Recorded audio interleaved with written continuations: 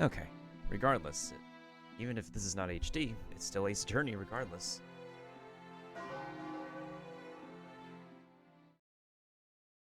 I think I'm mostly going to be playing from like the DS ports, well, the, the, the portable ports anyways, because, well, this is also where you can be able to find the, this is the only spot, unless you emulate. This is loud. Let's lower it down to probably 30%? Yeah, I think 30% sounds good.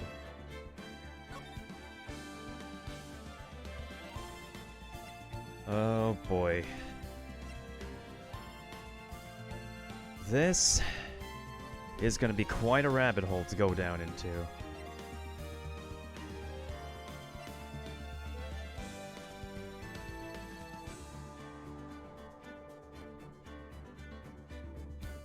Oh shoot, when did Gemma follow?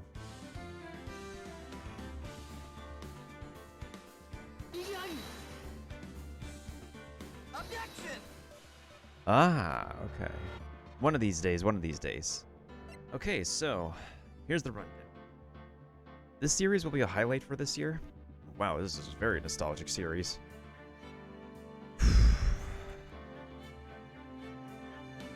And probably next year, once I figure out how I can be able to play from it, I guess I'll get into the Professor Layton series, considering that we're gonna end off 2021 with the crossover game. Which is a very, again, a really cult classic.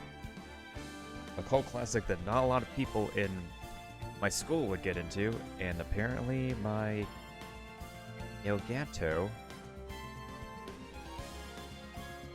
now decides to work.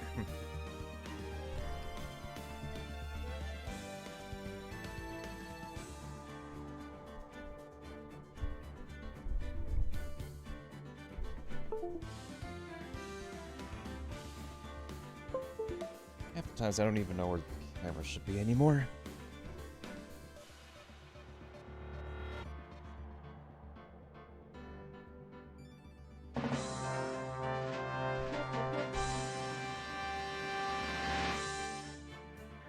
And this is how we're starting off with.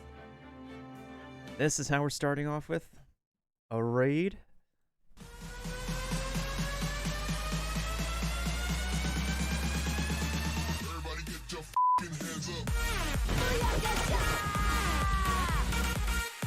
Yo, thank you so much for the raid, Jordan. How you doing? How was Smite? How was the rest of your stream? How was the rest of your 2020, actually? Happy New Year to you, and Happy New Year to everybody else. Hope y'all doing well. Hope y'all doing swell tonight. What's good? How's it going? How's everybody doing? Hope you're having an amazing evening, an amazing day.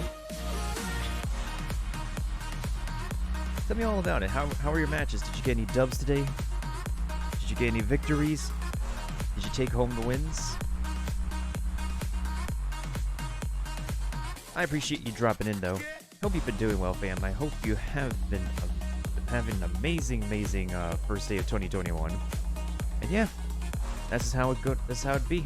We celebrate all the raids with all the balloons, all the confetti, all the hype music, and me losing my voice. And of course, I don't get any sponsorships out of this. Because that's how it be. Alright, so getting back into this. I know a lot of people are probably starting off their year with, you know, Phoenix Wright Ace Attorney. But like, I feel like after all this time, I definitely should get into it as well. This is a rabbit hole we definitely are going to put ourselves through. We're going to get ourselves down into. So now that we're here, there's nothing stopping us. There ain't no stopping us. I think my head's in the right position now. So if I turn my head... This looks okay, yeah. This looks okay because I'm looking at my monitor this way.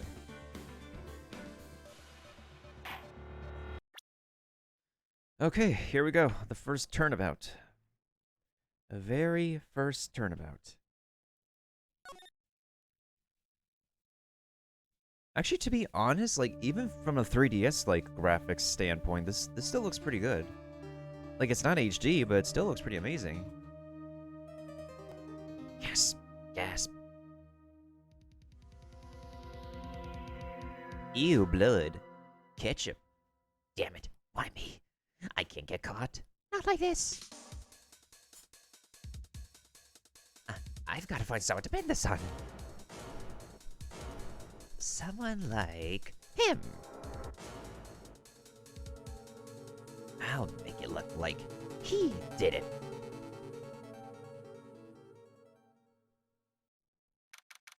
August 3rd, 9:47 a.m. District Court, Defendant Lobby number 2.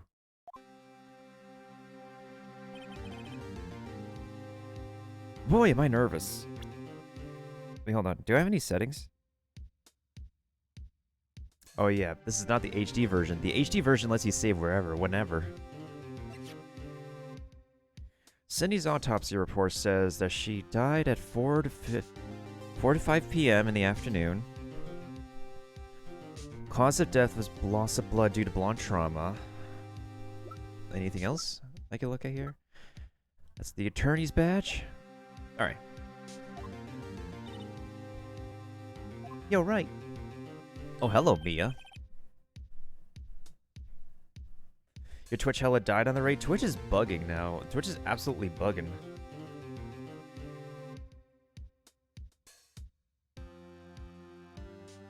Oh, hiya, Chief.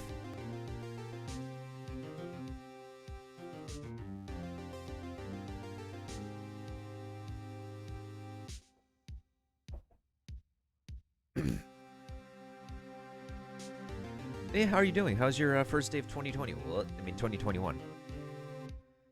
It's come to that time where I keep on forgetting it's not the previous year anymore, but it's this year.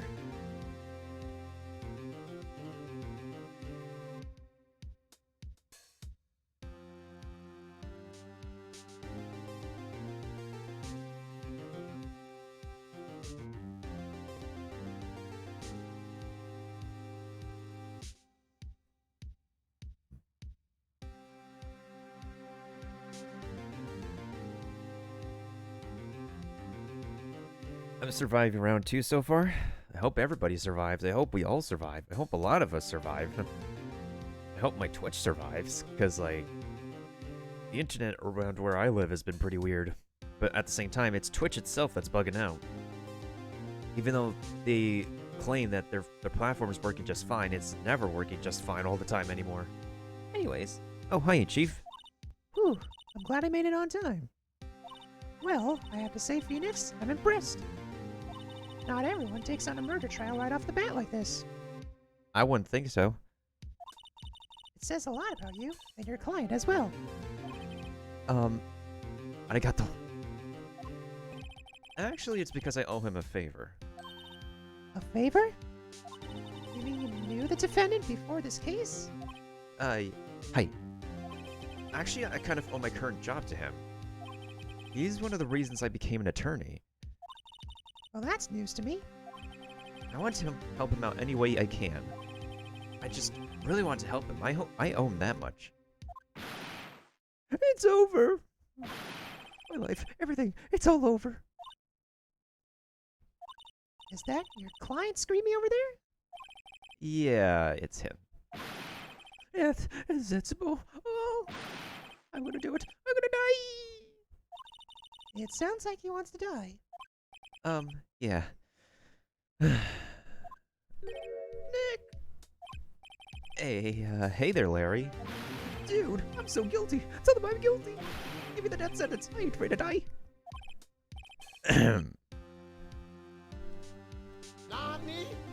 Yo, what's wrong? What's up, Larry? What's wrong? Oh, it's all over. I'm finished. Finished. I can't live in a world without her. I can't. Who took her away from me, Nick? Who did this? Oh, Nick, you gotta tell me. Who took my baby away?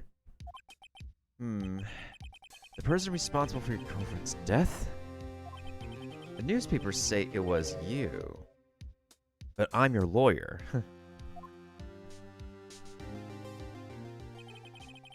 My name is Phoenix Wright, aka Naruhodo Ryuichi. Wait, what's up with the emotes like being splashed like that? Let me fix that. I think if it's the emote wall is still stuck in 720p for some reason. Aha, it is. Here we go. Alright, let's see if that works right now. There we go. That looks better. Have you ever played this game series before, Jordan? Here's the story. My first case is a fairly simple one. Yeah, this is a fairly simple one. I don't expect anyone to be here in the tutorial case. A young woman was killed in her apartment. The guy they arrested was the unlucky sap dating her. Larry Butts. Friends since grade school. Our school had a saying, when something smells, it's usually the butts. In the 23 years I've known him, it's usually been true. He has a knack for getting himself in trouble. One thing I could say, though, it's usually not his fault. He just has terrible luck. I've seen it here and there. I think a lot of people have grown up to seeing this game here and there. It is a cult classic, like, DS game series. And somehow, like, in my time being on Twitch, from, like, having a steady audience to having pretty much no audience, I finally decided to get into this series because there is a cult following for it no matter where you go on Twitch. So, hope to, like, connect with said cult following and maybe actually get into this. But I know better than anyone that he's a good guy at heart. That, and I owe him one, which is why I took the case, to clear his name. And that's just what I'm going to do. You know what I also realized? The play button down in the bottom screen, like, it's literally Phoenix Wright just giving the objection pose with the play button. Yeah, these graphics still look okay. It's not the worst. Not the worst I've seen. Court is now in session for the trial of Mr. Larry Butts. The prosecution is ready, Your Honor. The, defense is ready, Your Honor. Mr. Wright? This is your first trial, is it not? Yes, Your Honor. I'm, a little nervous. Your conduct during this trial will decide the fate of your client. Murder is a serious charge. For your client's sake, I hope you can control your nerves. Thank you, Your Honor. Mr. Wright, given the circumstances, I think we should have a test to ascertain your readiness. Yes, Your Honor. Hands shaking. Knees weak. Palms are fading. There's stuff on the floor. Mom's spaghetti. Hi, how are you?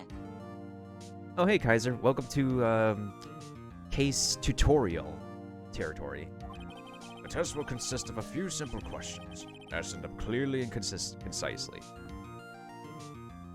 Oh, yeah, definitely. We're just not going to get into Daigaku and Saiban, but we will go into the fan-dubbed Investigations 2 this year, and we're expecting to end this year off with the crossover game that blew the internet, and that blew gamers away several years ago, that I wished I could have played way back in the day, except I was in high school, and they made me work like a hard-working animal in high school, so this is a pretty good relief.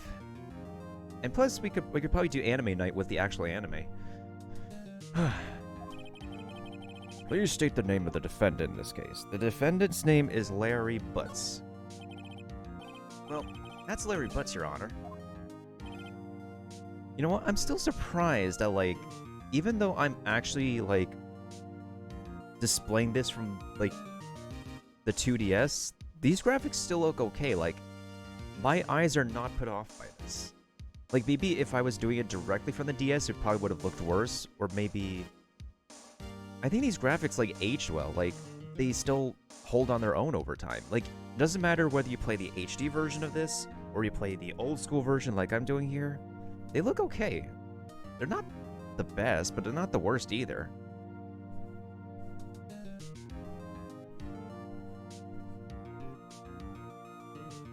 After Apollo Justice? Turnout Substitution. Well, that's a fan game, though. It's not like it's not a translation of an official game.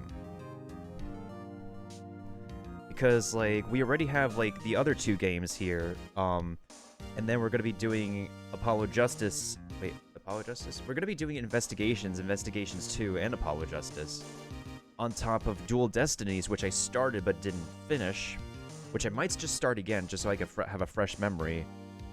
And then we're also going to be doing Spirit of Justice, which I also have in my library as well. And then we're going to be doing the crossover to, like, end off the year. And then maybe next year is going to be the Professor Layton year. Just keep your wits about you and you'll do fine. Next question. This is a murder trial. Tell me, what's the victim's name? I know this one. Glad I read the case report covered so many times. Cindy. It's... wait. Uh-oh. Ugh. I forgot. I'm drawing a total blank here. Phoenix, are you absolutely sure you're up to this? You don't even know the victim's name? Oh, the victim. Of course I know the victim's name. I just forgot. Temporarily. I think I feel migraine coming on. Look, the victim's name is listed in the court record. Just touch the court record file to check any time. And for breaking the fourth wall. Do for me, please, I'm begging you. Mr. Wright, who is the victim in this case? Cindy Stone. The victim's name is Cindy Stone. Funny enough, I used to have a friend named whose last name is Stone. We're not associated anymore, but past memories aside. I mean, I'll look into it, but I don't know if I'll actually, like, squeeze in my schedule, considering I have the whole lineup of other games already, including one fan translation already.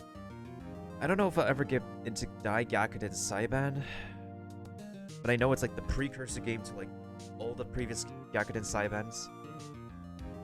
I just have to figure it out. Oh, there goes my style. Oh, then again, I don't necessarily need my stylist, do I? Now tell me, what was the cause of death? She died because she was hit with a blunt object. She was struck once by a blunt object. Correct. You've answered all of my questions. I see no reason why we shouldn't proceed.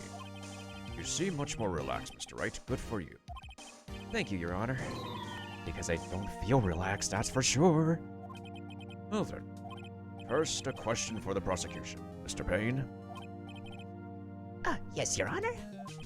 As Mr. Wright just told us, the victim was struck with a blunt object.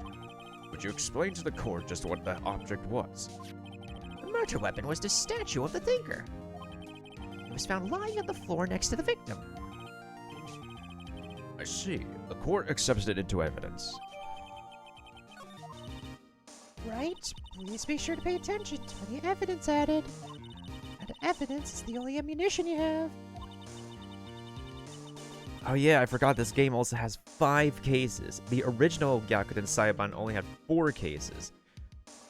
The new version got 1 additional case they added on with the with like mechanics that will be added on to, like, well, later games. Mr. Payne, the prosecution may call its first witness. The prosecution calls the defendant, Mr. The defendant, hello? Chief, what do I do now? Pay attention. You don't want to miss any information that might help your client's case. Oh yeah, definitely for sure. Thankfully, I got a touchscreen. Although it's kind of weird when because like they added the same exact case to the HD version, which you can play off of Steam. And the Nintendo Switch is a bit more tolerable, kind of. And then I saw someone playing the 5th case in the HD version. I don't know how to feel about that.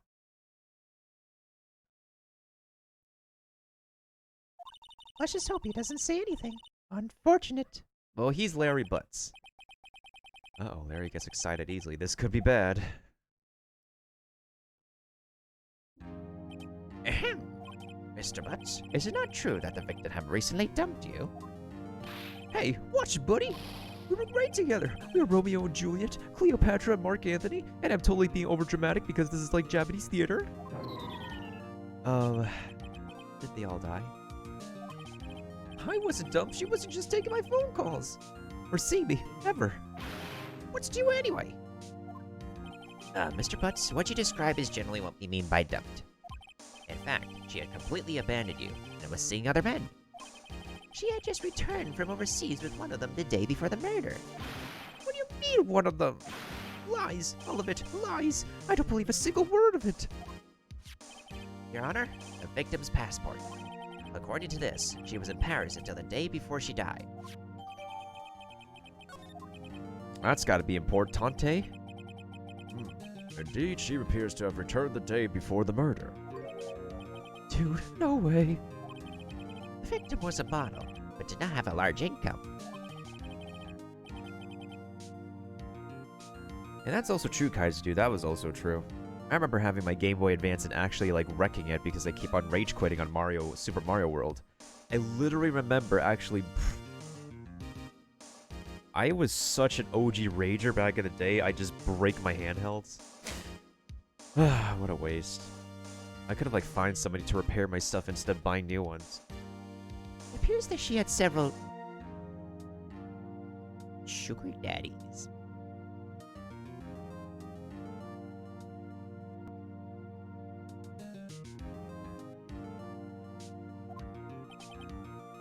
Daddies? Sugar? Yes, older men who gave her money and gifts. She took their money and used it to support her lifestyle. Dude! You can clearly see what kind of woman this Miss Stone was. Tell me, Mr. Butts, what do you think of her now? Right? I don't think you want him to answer that question. Yeah, Larry has a way of running his mouth in all the wrong directions. Should I?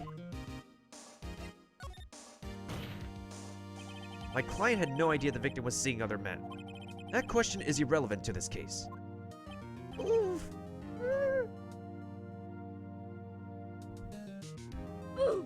That's true. Larry Butts is my client. He doesn't exactly have a right to, like, answer any questions not relevant to the case. Dude, Nick, what do you mean irrelevant? Larry, shut up. That cheating she-dog. I'm gonna die. I'm just gonna drop dead. Yeah, way to meet her in the afterlife. I'm going to get to the bottom of this. Let's continue with the trial, shall we? I believe the accused's motive is clear to everyone. Yes, quite. Oh boy, this is not looking so good. You know what else is actually kind of interesting is that, like, this is a game series that's so used to, like, hearing the beepity boppity boops. And if you play this like with like the audio on without any headphones, it's actually really gonna bug the hell out of everybody who is listening in the entire room. So good thing I'm playing this with headphones on. Next question. You went to the victim's apartment on the day of the murder, did you not? Well, did you or did you not? Well, maybe I did, maybe I didn't. Uh-oh, he went. What do I do? Okay, answer honestly, Larry. What did you do? I know. I'll send him a signal. Tell the truth. Tell. Is that's not even sign language. That's not even sign language. This is literally like desk slam, chin scratch, objection.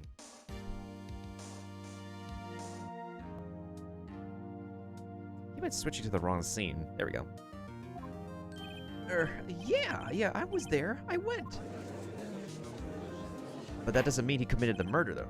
Order. Oh, Mr. Butts. Dude, chill. She wasn't home, man, so, like, I didn't see her. Your Honor, the defendant is lying. Lying? The prosecution would like to call a witness who can prove Mr. Butts is lying, and I'm sure this so-called witness is the whodunit. Well, that simplifies matters. Who's your witness? the man who found the victim's body just before making the gruesome discovery. He saw the defendant fleeing the scene of the crime. Order in the court. Order. Order. Order in the court. Mr. Payne, the prosecution may call its witness. Yes, Your Honor. This is bad. On the day of the murder, my witness was selling newspaper at the victim's building. please bring Mr. Frank Sawit to the stand? Bruh, that's totally not the... First of all, the name Frank means honest. Second of all, that is just a shameless... I'm not gonna say anymore. Mr. Sawit, you sell newspapers subscriptions, is this correct? Oh yes, newspapers, yes. Mr. Sawit, you may proceed with your testimony. Please tell the court what you saw on the day of the murder.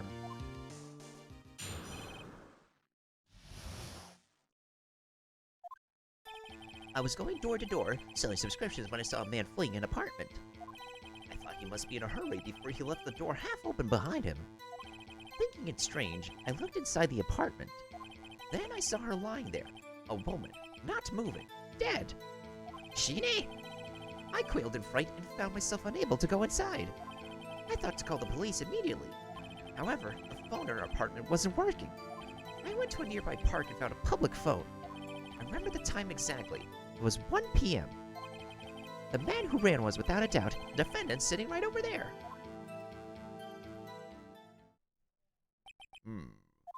Barry, why didn't you tell the truth? You can't defend you against a testimony like that.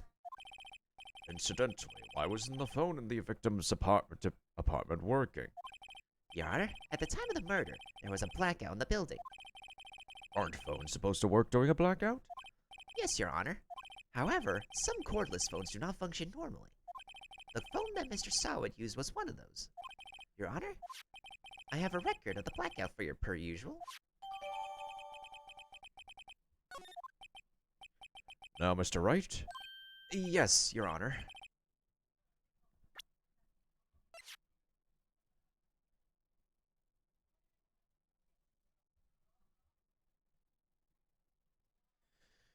So the blackout occurred from noon to 6 p.m. But that doesn't back up but that just backs up the testimony even further.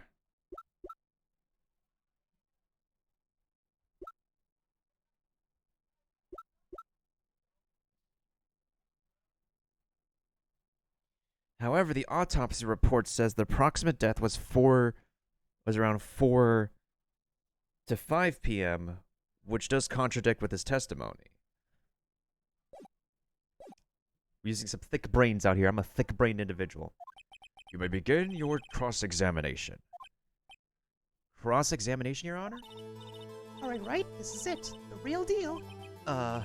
What exactly am I supposed to do? Why he exposed the lies in the testimony the witness gave. Lies? What? He was lying? Of course, that's what cross-examination is. Your client is innocent, right? And that witness must have lied in his testimony. Or is your client really guilty? Yes. How do I prove he's not? You hold the key. It's in the evidence. Compare the witness's testimony to the evidence at hand. There's bound to be a contradiction there. Aha, contradictions. First, find contradictions between the court record and the witness's testimony.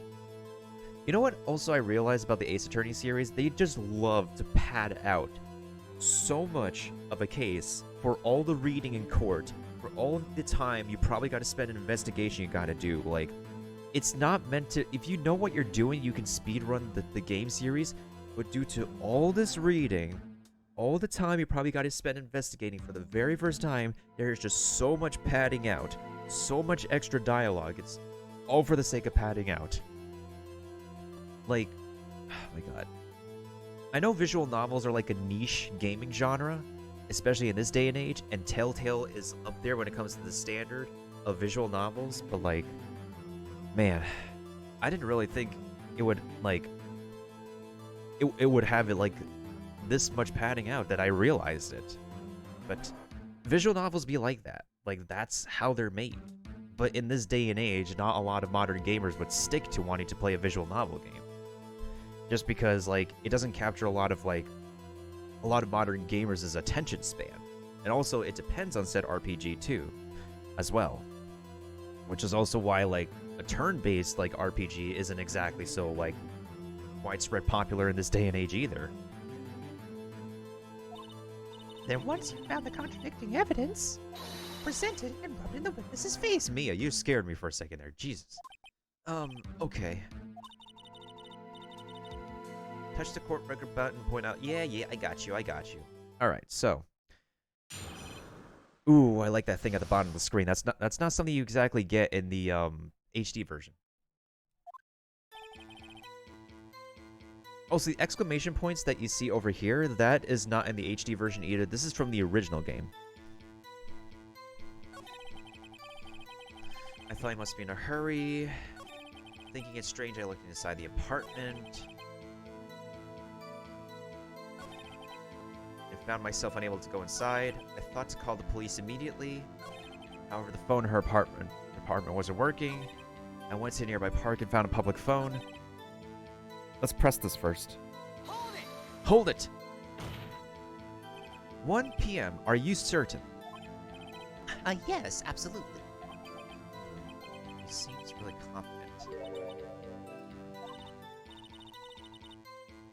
Why, yes, of course it seems strange to me. Well, that's pretty obvious, Mia.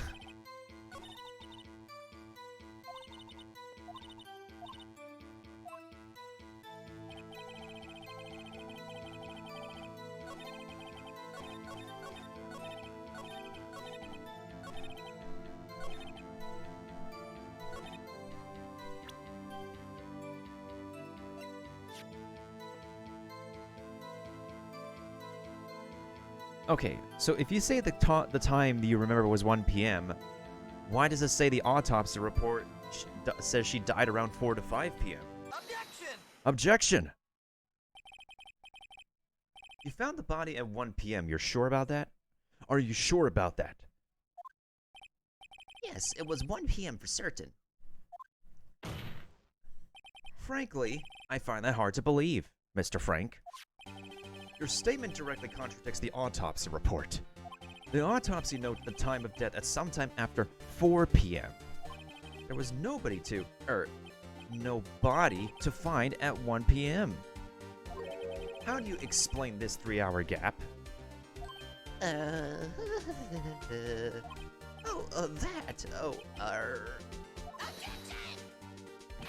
This is trivial. The witness merely forgot the time. After his testimony, I find that hard to believe. Mr. Sawat, why were you so certain that you found the body at 1 p.m.? Oh yeah, definitely. Hold on, I need to sneeze.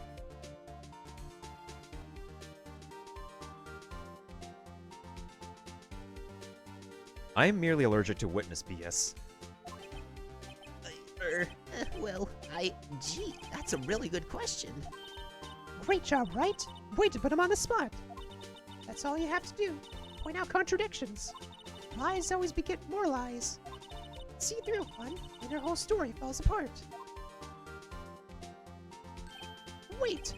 Chocolate, I remember now. Would you care to give your testimony again? Oh god, not another one. What's he got to back up this time? You see, when I found the body, I heard the time. There was a voice saying that the time it was probably coming from the television. Oh, but it was 3 hours off, wasn't it? I guess the victim must have been watching a video of a taped program. That's why I thought it was 1 p.m. Terribly sorry about the misunderstanding. Are you sure about that? I see. You heard a voice saying the time on a taped program. Mr. Wright, you may cross-examine the witness. Right. You know what to do. I've got this one.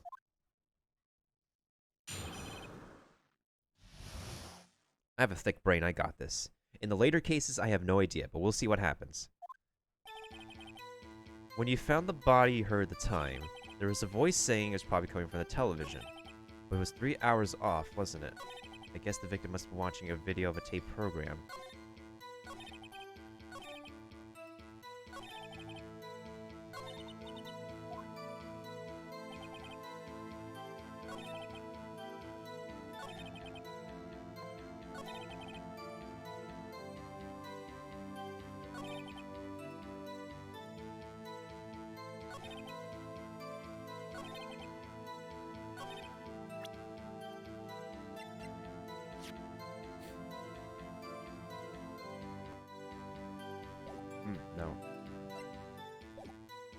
Okay, I have to press him. I don't feel confident presenting any evidence to him yet.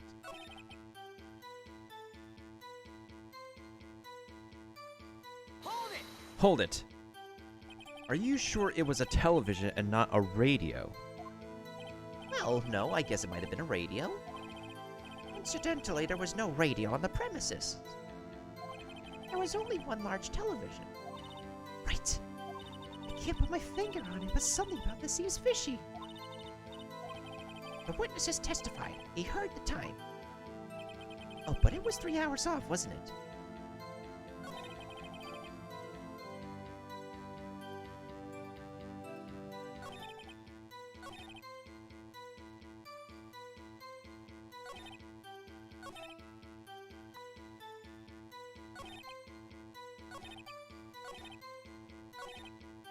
I'm overthinking it. I'm literally overthinking it.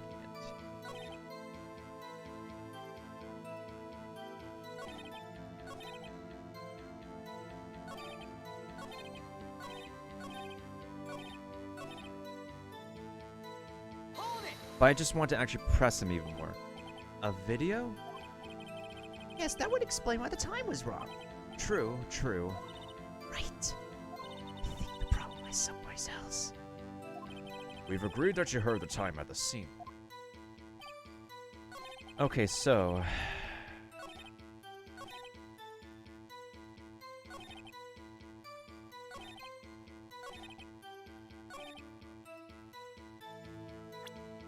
it has to be this one, because... how could the television be working when there's a blackout? Now, I think it's this one I need to I think it's this one that I need to present. I'm gonna roll with my gut and think this is the testimony that's contradicting. But otherwise, let me see what other piece of testimony I think would be contradictory to the blackout report. It's 3 hours off. There's nothing wrong there.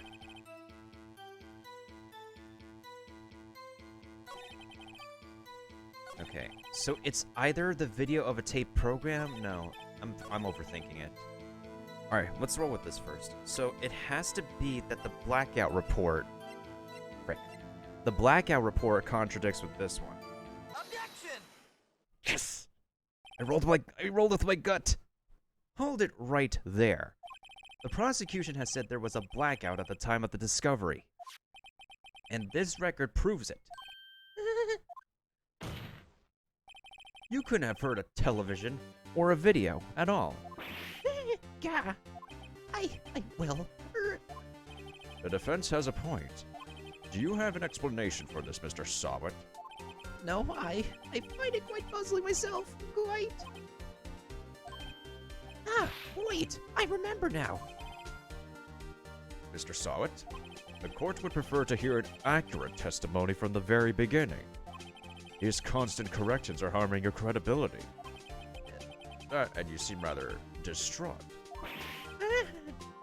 My apologies, Your Honor. It must have been the shock of finding the body. Very well, Mr. Sawit.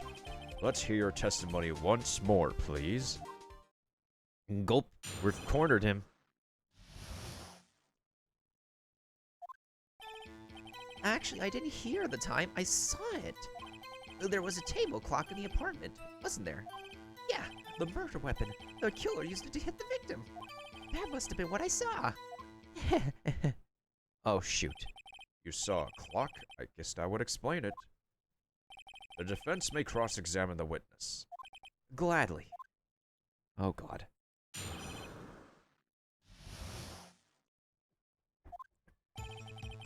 Oh, music intensified. He didn't.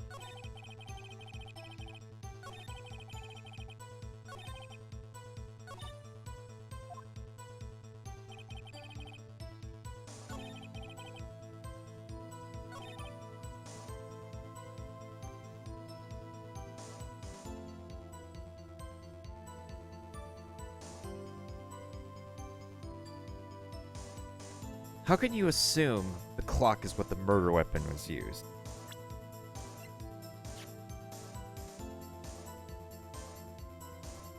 The autopsy report does not say what the exact object was.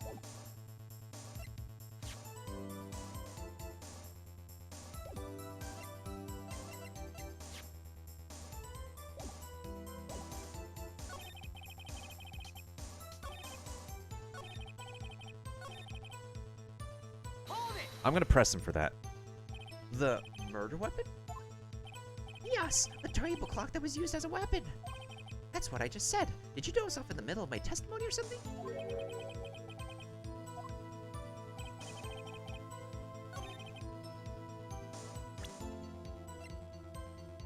The only thing I could think of is submitting the autopsy report, because the autopsy report did not say what the exact weapon was.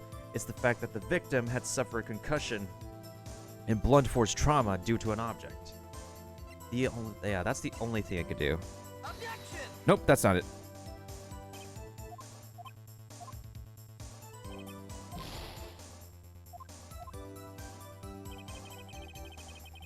Of course, this is my first playthrough. I'm not gonna have a perfect run.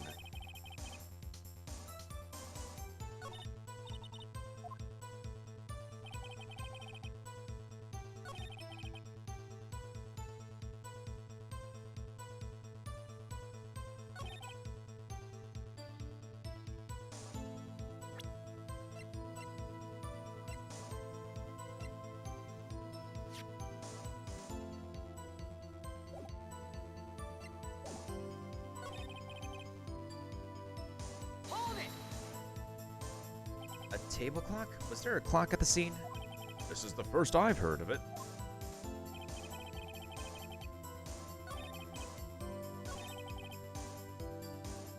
No, that's not. Pressing that's not going to be useful.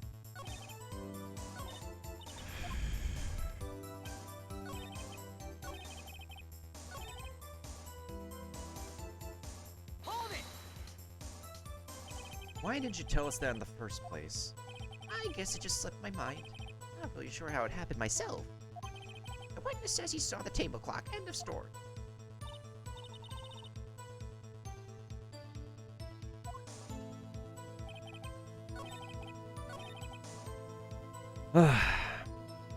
It has to be this statement, but the question is, which evidence?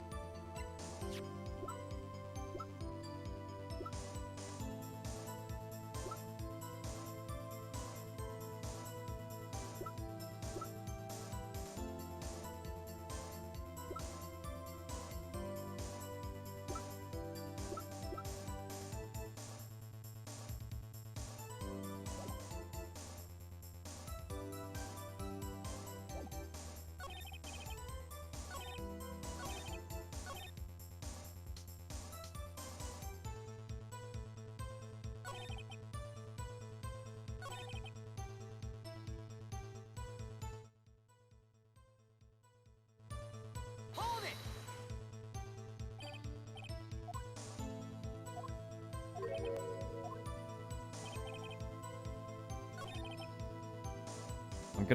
I'm just gonna go out on a whim here. Objection! Wait just a moment. Chotto mate, chotto mate. The murder weapon wasn't a clock. It was the statue. Now, how is this supposed to be a clock? You with your objections and your evidence. Just who do you think you are? I'm a defense attorney. Just answer the question, Mr. Sawit. Hey, I saw it there, okay? What's a clock? Your Honor, if I may, Yes, Mr. Payne? as the witness stated, this statue is indeed a clock. The neck is a switch. You just tilt it, and it says the time out loud. As it doesn't look like a clock, I submitted it as a statue. My apologies. I see. So the murder weapon was a table clock after all. Well, Mr. Wright, it appears that the witness's testimony was correct. This is a clock. Do you have any problems with his testimony now?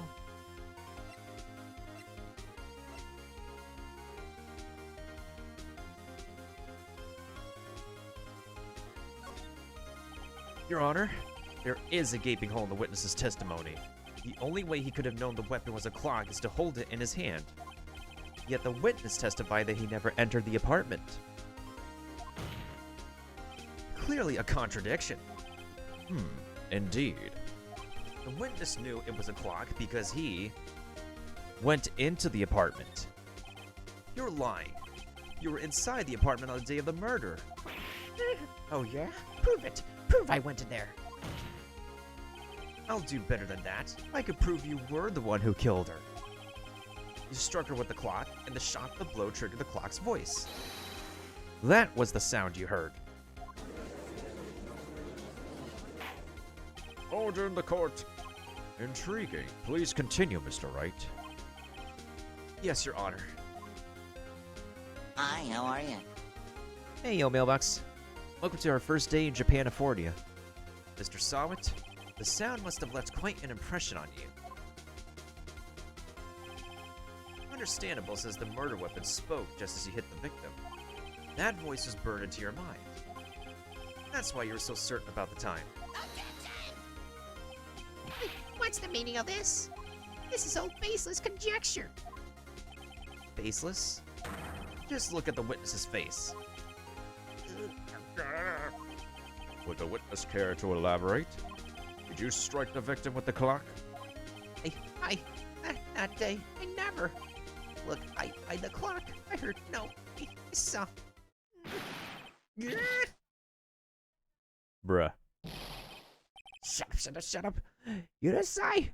I hate all of you. Bruh. It was him. I tell you, I saw him. He killed her, and he should burn. Burn. Give him death. Oh no, he's gonna pull something out of his butt, isn't he? Order. Order in the court. Your Honor, a moment, please. There isn't a shred of evidence supporting the defense's claims. Mr. Wright, Your Honor? you claim the sound the witness heard came from the clock. Do you have any evidence? The case is writing on this. I'd better think it through carefully. Your Honor, the sound Mr. Sawin heard was definitely the clock. Fact which is clear if you simply...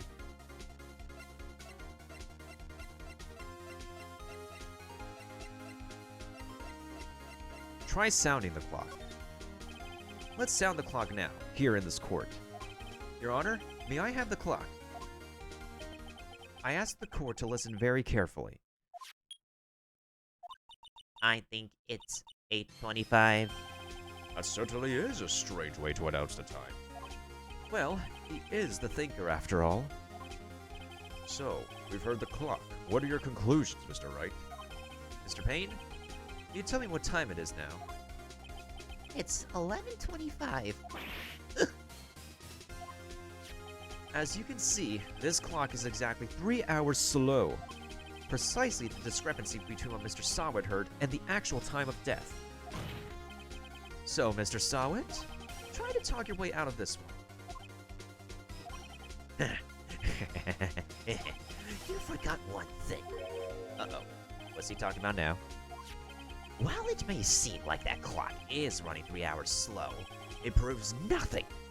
How do you know it was running 3 hours slow on the day of the murder? If you can't prove that, you don't have a case. Sokka. He's right. How am I going to prove that? So close. Mr. Wright, it seems you lack the critical evidence to support your claim. Yes, Your Honor. This means I cannot let you indict the witness. Indict, I think? Unfortunately, this ends the cross-examination of Mr. Frank Sawit. I come all the way down here to testify, and look what happens. A raid happens.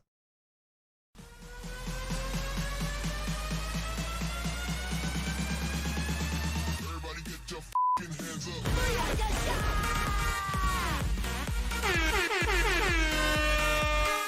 Yo, thank you for the raid, Hotbox. Just at the moment that we're going to be indicting somebody.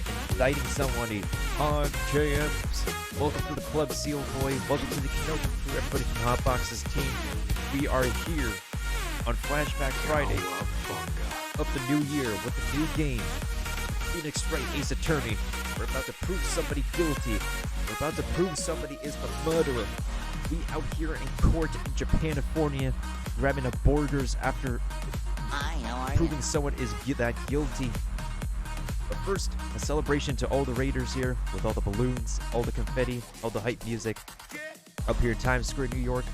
How's everybody from Hotbox's crew doing? Y'all have an amazing 2021. Your amazing first day of 21. You'll be starting out here with a new game, some new adventures, with a new crew.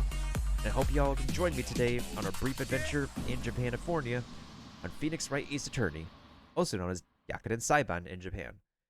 Welcome, Hotbox. You came just at a pivotal time. We're about to prove this man's guilt. Look at him. He's so guilty, he lost all his hair. He's running out of breath. We pushed him to the edge. We're just about ready. You treat me like a criminal. A criminal! But because you are a criminal, my dude. You lawyers are all slime. I almost had him. Sorry, Larry. I failed you. There's nothing I can do about it now. Not so fast, Mr. Sowit. Chief. Listen up, right? Don't throw this one away. Not like this. Not like this. Think. But Chief, it's over. I can't prove the clock was still the day of the murder. Nobody can prove that. Well, yes. But that doesn't mean you can't still win. Try thinking out of the box. Don't waste time doubting the facts. Assume the clock was 3 hours slow and think through it. This reminds me of Los Angeles Noir. Have you watched anything from Los Angeles Noir? Oh, what's up, Seal Boy? How you doing? What kind of games do you like to play, fam? How's it hanging? Why was the clock 3 hours slow?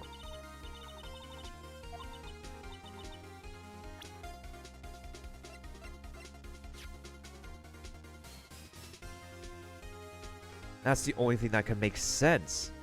If the victim was bringing home the clock from Paris, then that means the clock was stuck in Paris's time zone.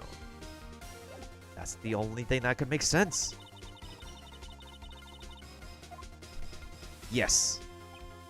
I can't think of a reason why the clock was slow, why the murder weapon was slow. Chotabate. Maybe I can prove it. Must have found some evidence somewhere that can prove it, Mr. Wright. Oh yeah, no problem, Kaiser dude. Go ahead and grab your food. We're probably gonna do case 2 today too. Find it and let them have it. Well, Mr. Wright, you say the clock was already running slow on the day of the murder. Have you found evidence to support this claim? Of course. There is a piece of evidence in the court record that can prove my claim beyond a doubt. Ha! Tough words. Let's see you pull this one off. Let's see this evidence that proves why the clock was running slow.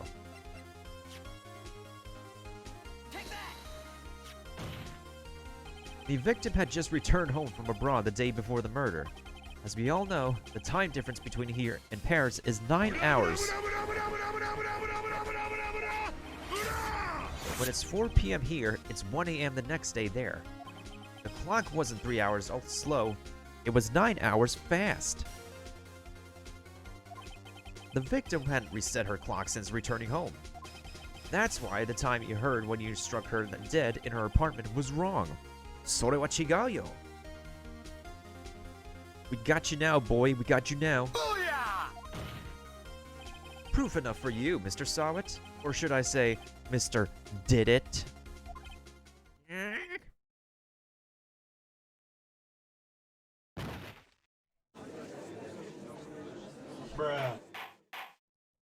Order! Order, I say. Well, this case has certainly turned out differently than we all expected. Mr. Payne, your witness? He was arrested and has been taken away, Your Honor. Very well. Mr. Wright? Yes, Your Honor. I have to say, I'm impressed. I don't think I've ever seen someone complete a defense so quickly. You're talking to someone who has a thick brain, Your Honor. And find the true culprit at the same time. Thank you, Your Honor. At this point, this is only a formality, but the court finds the defendant, Mr. Larry Butts. Yeah, let's go. He's not guilty. He's not guilty. We're gonna celebrate with burgers on the house. With that, this court is adjourned. See, if you don't add any voiceover to this game, there's just no flair to it. It turns out that Frank Sawit was a common burglar. He posed as a newspaper salesman to check and see when people were out of the house. That day, when Larry went to her apartment, the victim wasn't home. After he left, Mr. Sawit let himself in to do his dirty work. While he was searching her place, the victim returned. Flustered, Mr. Sawit grabbed the nearest blunt object he could find.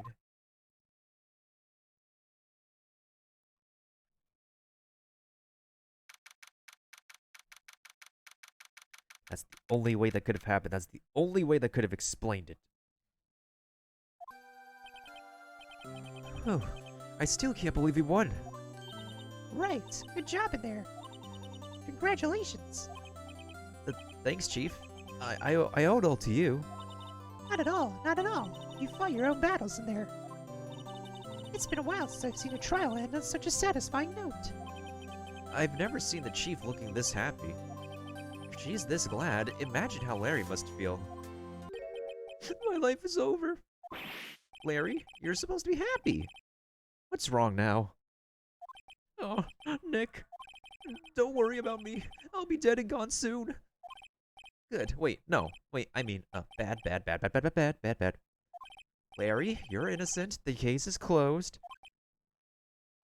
But my Cindy Windy's gone, man. Gone forever. She's gone with the Windy. Ba-dum. See what I did there? See what I did there?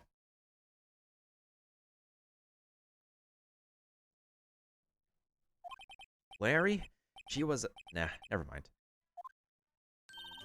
She was a sugar baby. She was a sugar baby. Congratulations, Harry. Harry? Yes, you. I can practically see the headlines now. Harry Butts, innocent. Harry... No, this would be the headlines.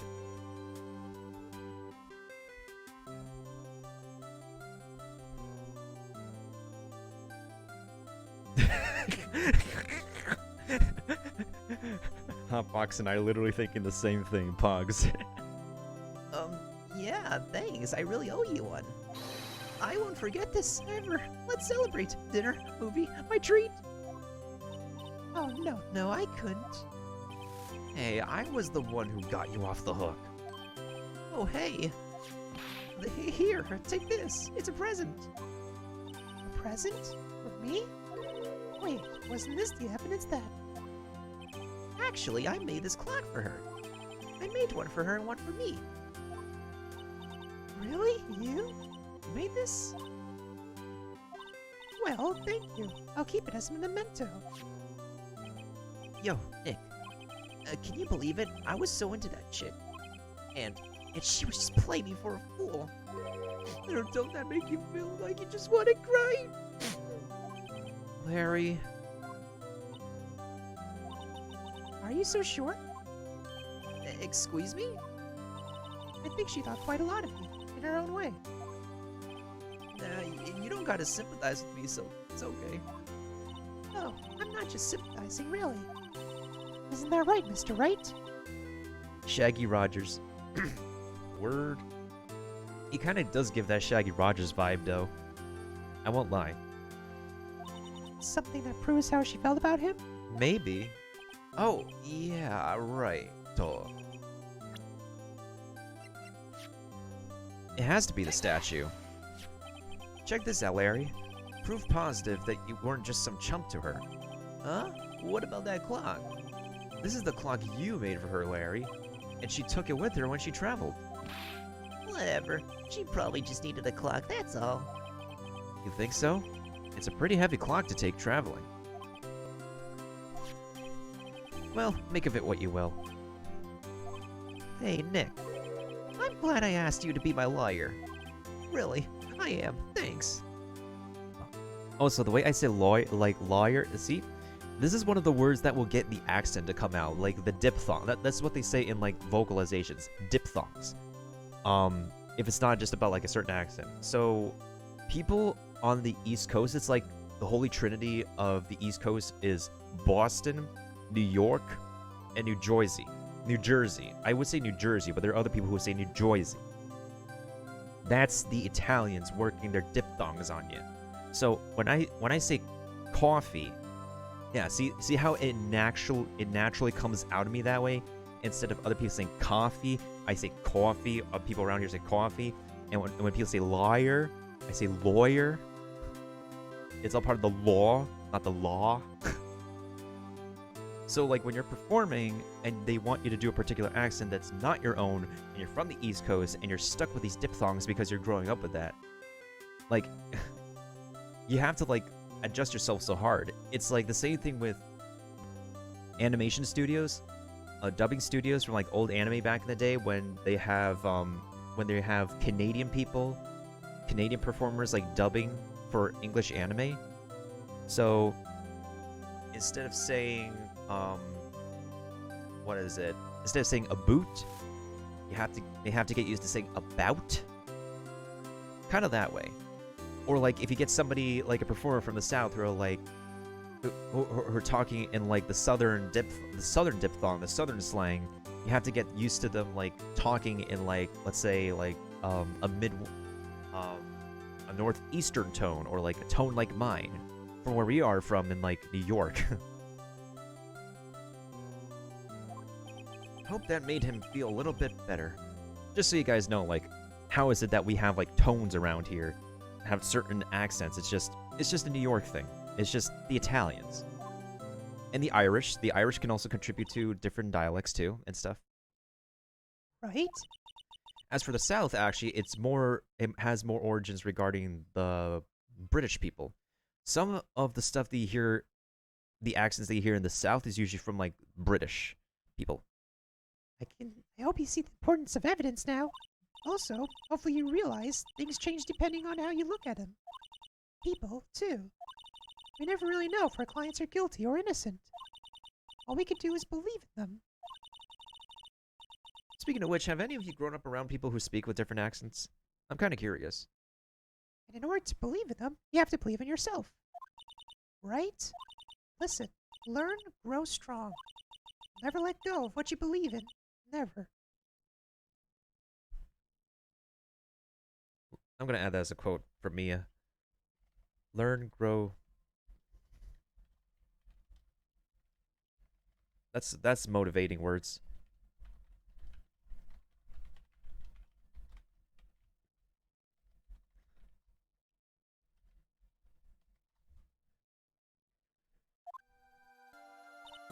Well, I think our work here is done. Shall we be off?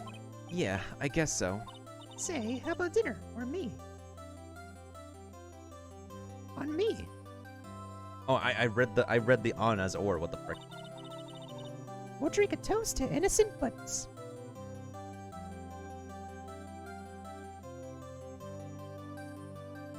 Innocent butts, you say? They literally have to name these characters like this. Yeah. Oh, speaking of Harry, you were saying part of why you became a lawyer was because of him. Yeah, part at least. You'll have to tell me more about it sometime. Maybe over drinks? And so, my first trial came to a close. Larry slapped me on the back and said, "Gee, Nick, it's good to have friends." But I'm pretty sure he's not going to pay us, unless you count the clock he gave Mia. I didn't know it then, but that clock was soon going to be at the center of another incident. And my promise to tell the chief about me and Larry would be one promise that I wouldn't be able to keep.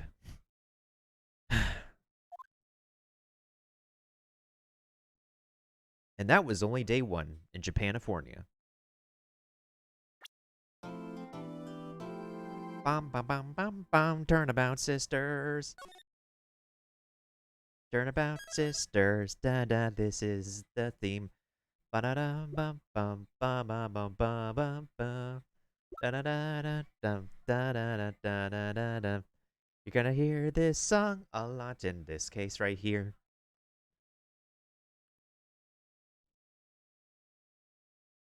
Oh, Beverly Hills accent, yo. Okay, I can see that. I can imagine it, yo.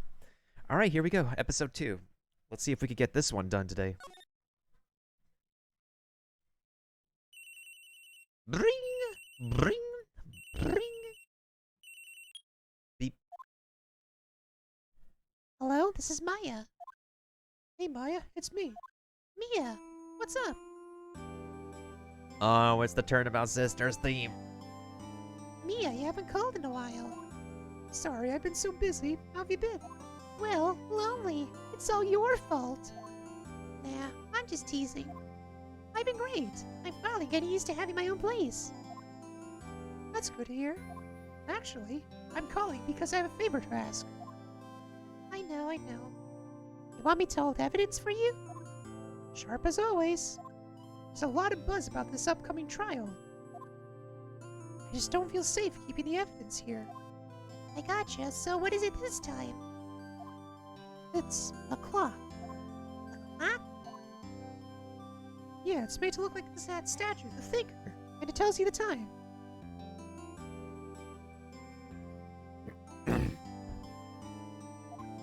I thought you might like it. You always like toys. Hey, I'm not a little girl anymore, sis. Now. No, I'm only teasing. Ah, I should probably tell you, the clock isn't talking right now. huh? It's not working? That's lame. I had to take the clockwork out, sorry. I put some papers inside it instead. Papers? Is that the evidence then? Well, there's a possibility that might turn out that way, yes. Can you come by the office tonight? Say 9 o'clock to pick it up? I'll be in a pre-trial meeting until then. Okay, sis, but I expect dinner. Something good. Like burgers. I mean, ramen. I mean, burgers. I could really go for a good burger. Okay. We'll hit the usual joint. The usual joint. Mia said, the usual joint.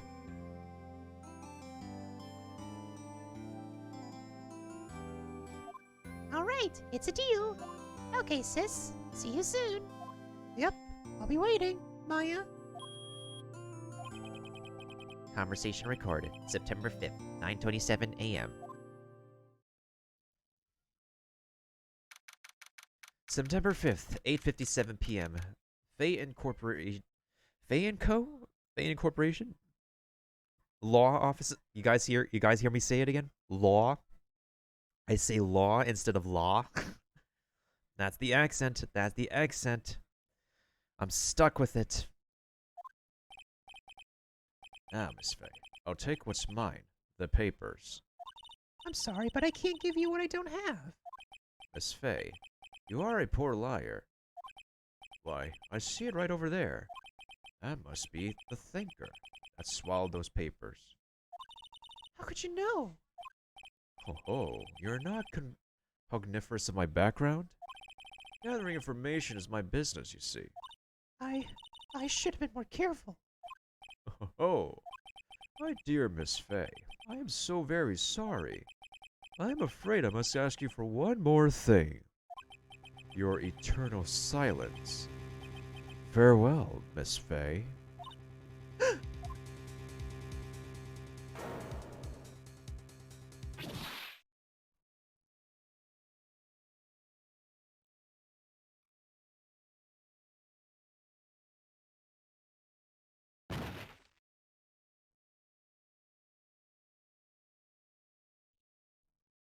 F for me. F for Mia. That's an actual F for Mia.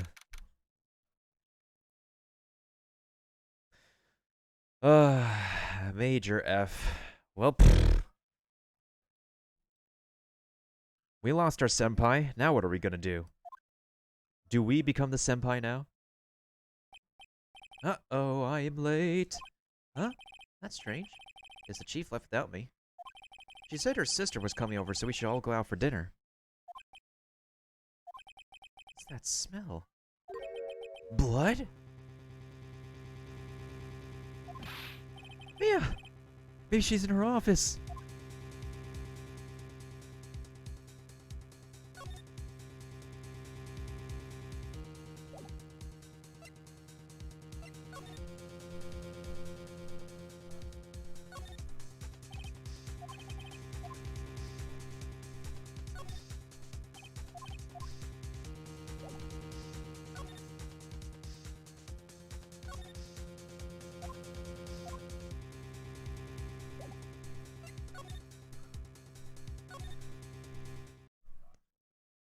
Whoa, this place looks like a mess.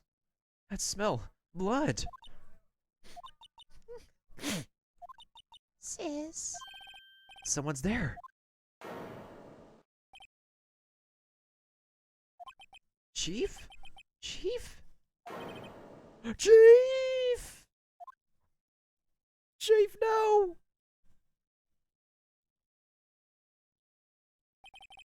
And you are?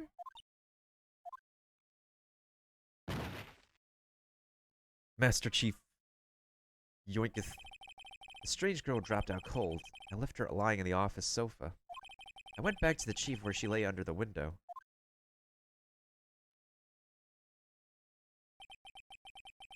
Her body was still warm. I could feel it when I held her shoulder. Then, all too quickly, it began to fade. Until finally, she was cold.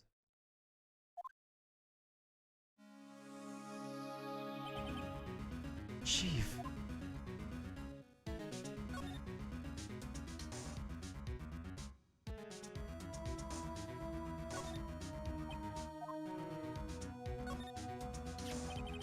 The shards of glass are scattered on the floor.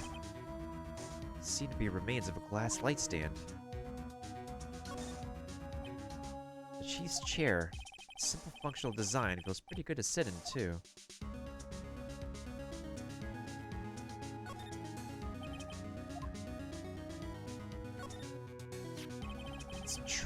It's encrusted with dried blood. Ironic that this became the murder weapon. Again.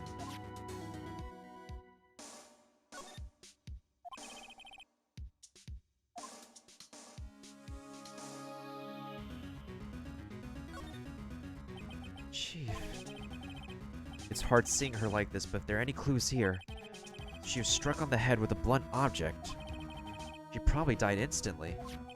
The thinker lying next to her must have been the murder weapon again. There's some glass shards near the chief's body. There's pieces of the glass light stand lying broken in the back of the room. Nothing else that seems like a clue here. A piece of paper. It must have fallen from Mia's hand. What could it be?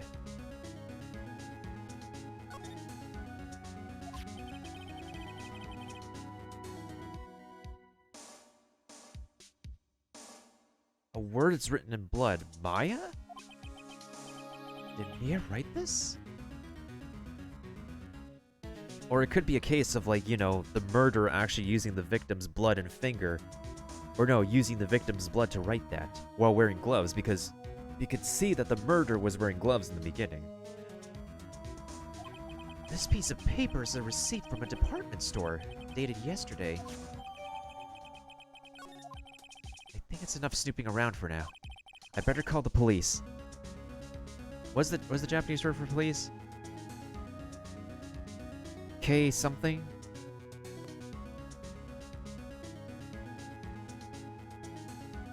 I remember it starts with a K.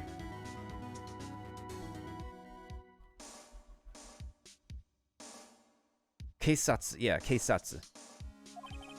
Find out what that girl was doing here.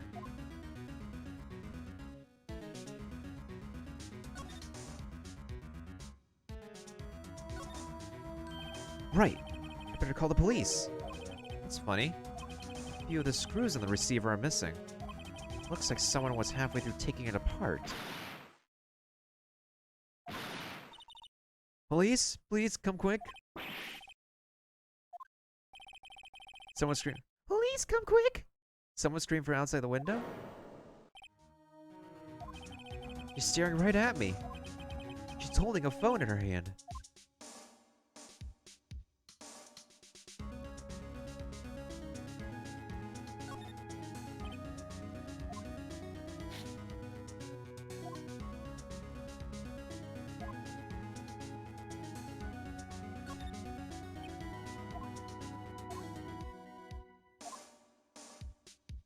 Well, I better find some clues here.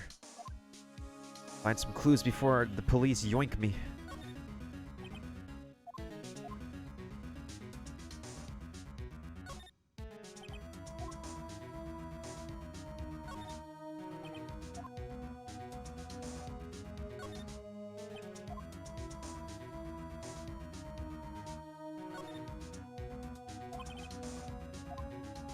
Spend big on stuff the clients use, but keep your own stuff simple.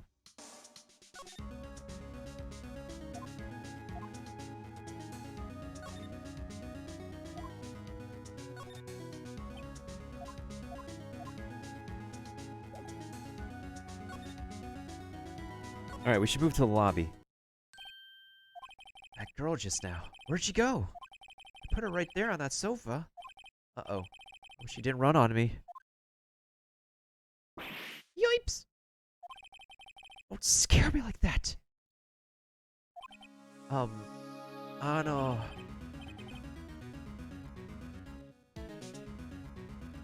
それ、すみません。あなたは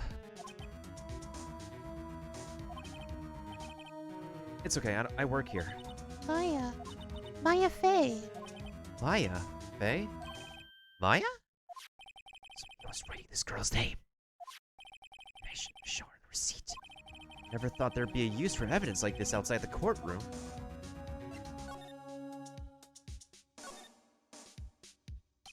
She seems to be in shock. I don't want to disturb her, but I have to know. Sumimasen. Can you tell me what happened? I came in, the room was dark, and sis. So she was already dead. So, you're the chief's... Sister. I'm her younger sister. And you were here visiting? This late at night? Right. She said she wanted to see me and keep some evidence for her. Evidence? Yes, it was that clock. It was the thinker.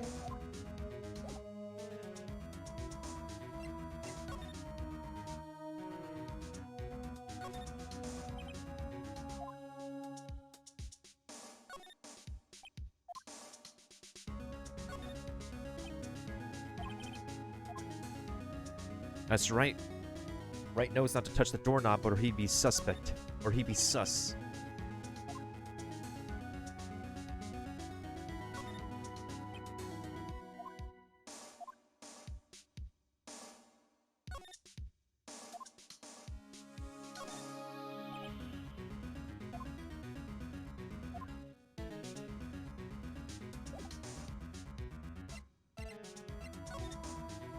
So, this thing here. Before Mia died, she wrote a message with her own blood. She wrote it on the back of this receipt. That's my name. Why? Why would she write my name? Please, just calm down. Why would sis write my name? Uh-oh. I've done it. Wee woo, wee woo. I mean, Patrick. No. We gotta do this Patrick's way. Wee woo, wee woo, wee woo, wee woo, wee woo, wee woo, wee woo. Kisatsu! Looks like they're coming this way. Freeze! Police!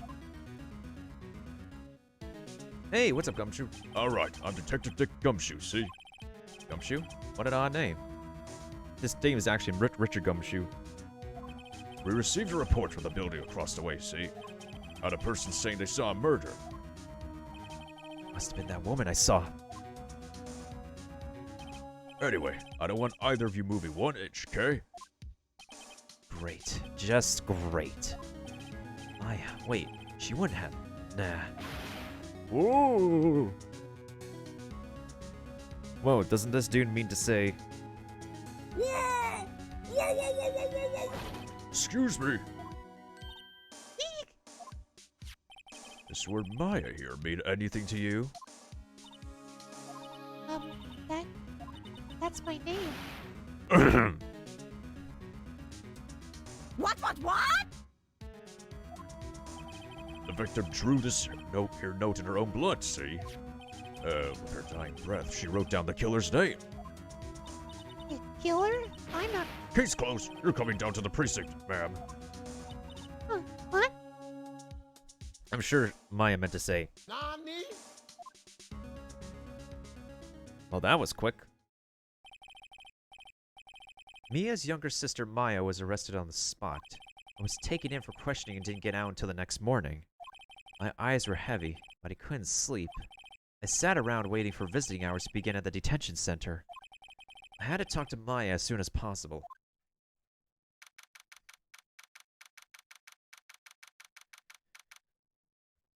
September 6, 9:07 a.m. Detention Center Visitors Room. Wow, they have poor Maya locked up in here like a criminal.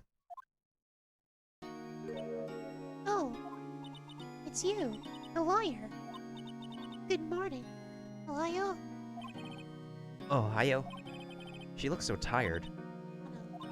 Are you going to be my attorney?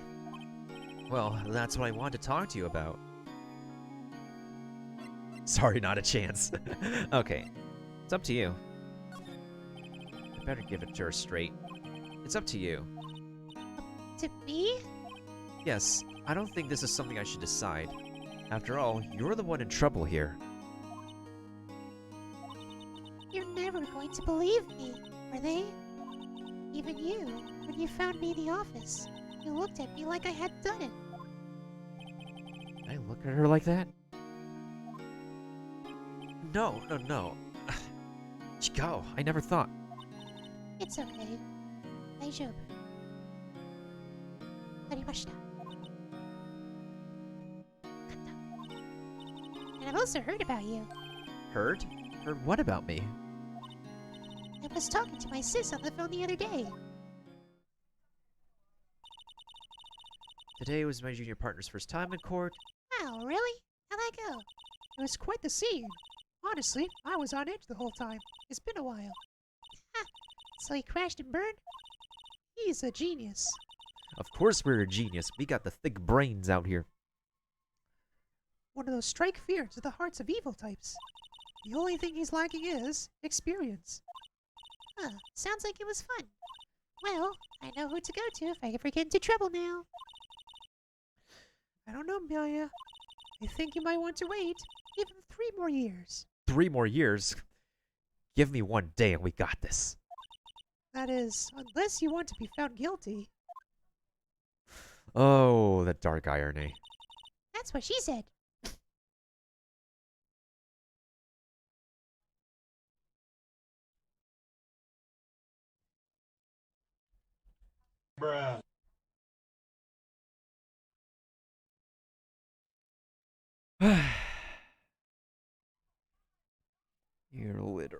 You literally needed to say this, Maya. You literally needed to say this.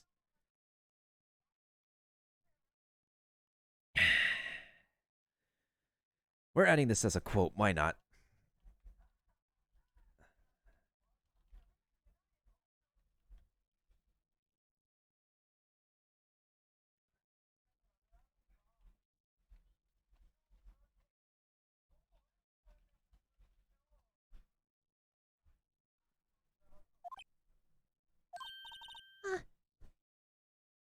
Gomenasai. I didn't mean to insult you. No, it's okay. It's true, I guess. But at the same time, I just can't sit by and watch. When I think of the person who did this to Mia, I know.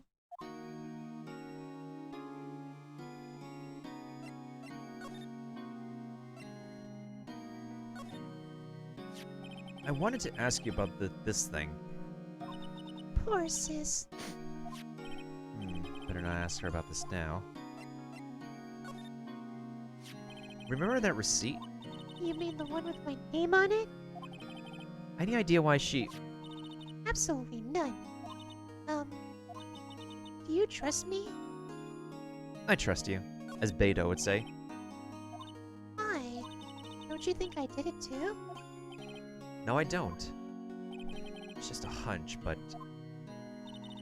A detective thinks I did it.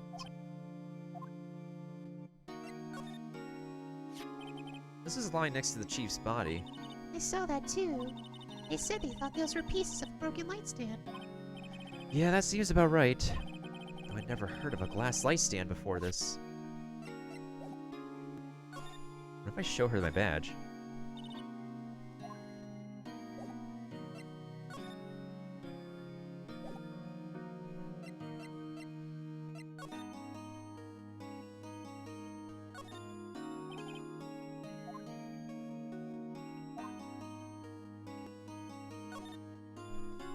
Smile for the camera.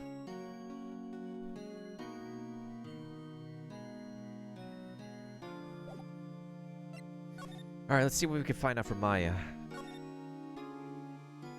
There's something I've been wanting to ask you. Hi. What's with that outfit? Oh, this? This is what all acolytes wear. It's my uniform, you could say. Acolytes? Like people in religious training? Oh, it's nothing strange, really. I'm a spirit medium in training. A spirit medium? I'm pretty sure that qualifies as strange. So you're an acolyte, medium in training. That's right. My family, especially the women, have always been very sensitive to the spirit world. Like every other female in all sorts of horror tropes, which is kind of sexist. Not gonna lie. Like, I mean, yes, there are dudes who can get possessed by spirits too, but in modern media, you notice it like leaning more towards particular females, regardless of. Well, I'm just saying that it's a trope that's existed for a while. Yes, dudes can get possessed as well. Like, we have dudes getting possessed in the OG Scooby-Doo movie, okay? Now again, the OG Scooby-Doo being live action was kind of manga-esque, to be fair, in the previous decade. It is a weird movie I don't want to watch too many times. Wait a second, Chotto. You said the Faye family? So, Mia was into this stuff too. Of course.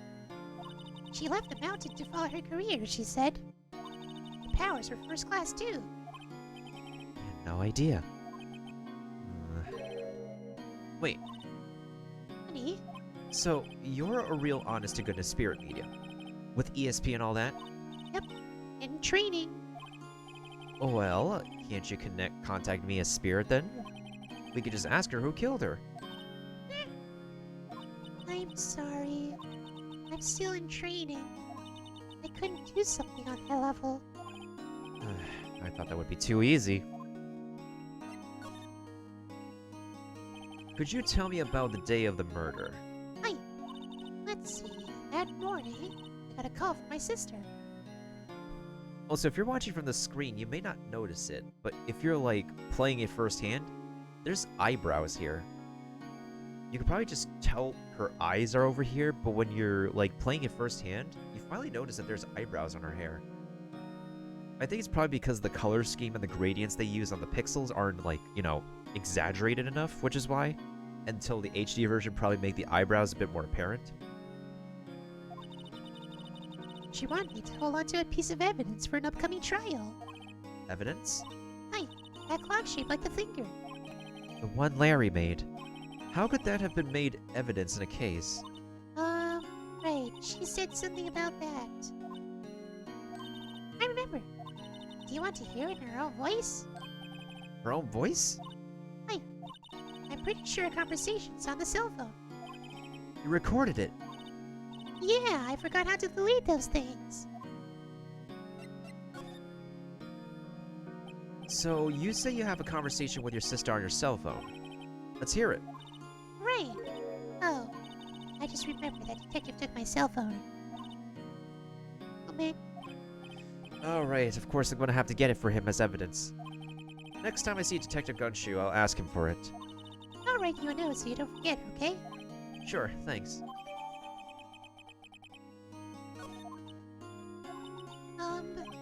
Huh? Something the matter?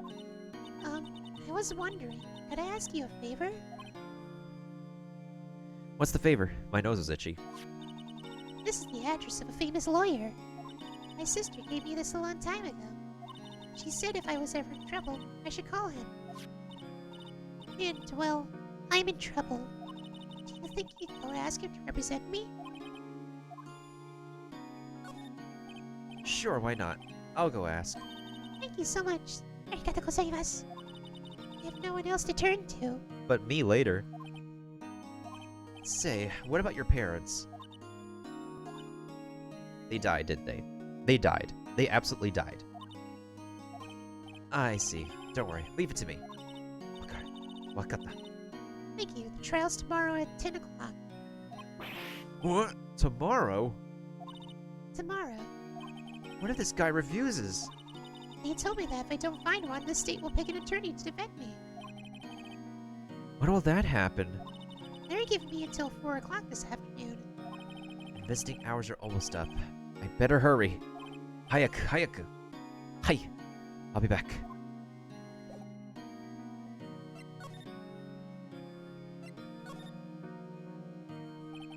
Just tell me about the day of the murder. Sorry, I know it must be hard. No, it's okay. All I've been doing the last few hours is talking about it. I've kind of gotten used to it. Let's see. I got a call from my sister. She wanted me to hold on to a piece of evidence for an upcoming trial. That's the thinker clock that Larry made. It practically qualifies as serial murder by now. Oof. Hey, welcome back, Kaiser dude. So then, when did you arrive at the office? It's right around 9 o'clock. The lights were off and I could smell blood. Then I found her, my sister. Thanks, Maya.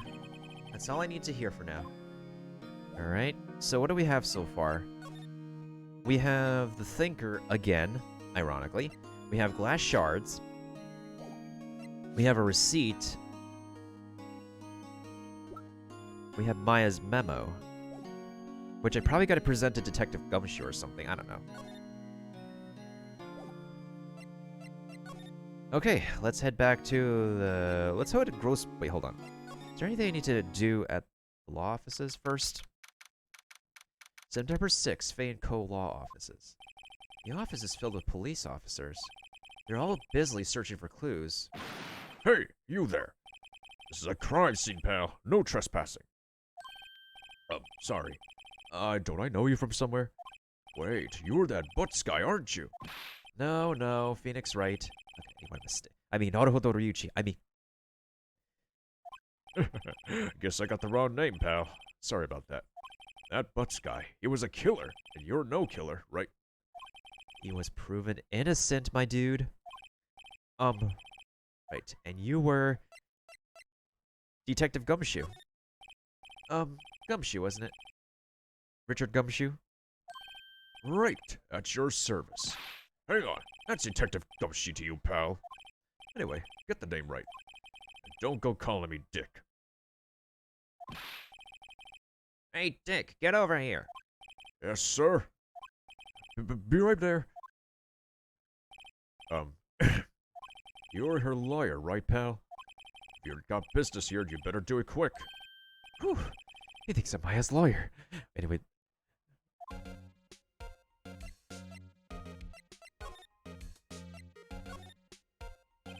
I was wondering, did you see Maya Faye's cell phone? Oh, that? I have that. Do you think you could give it back? Sure, I mean, wait a second, pal. Tricky lawyer. Oh, he's on to me. I tell him why I want it, there's no way he'll give it to me. Something the matter? Oh no, it's just, you know, detective. Nope, I know nothing, pal. That cell phone has a lot of numbers on it, like her boyfriend's. A cell phone holds all the little girl's sweetest and spiciest secrets. You're trying to confuse me. Sorry, pal. I already checked all the numbers in memory. Impressive. You're quite the detective. Uh-huh. Oh, here, you can have the phone back. There weren't any suspicious call records in there after all. Seems he didn't notice the recorded conversation. And that's gonna come in handy. Bruh.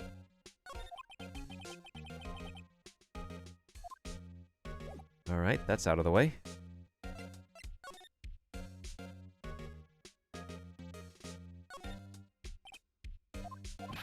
Quarry line stricta, pal.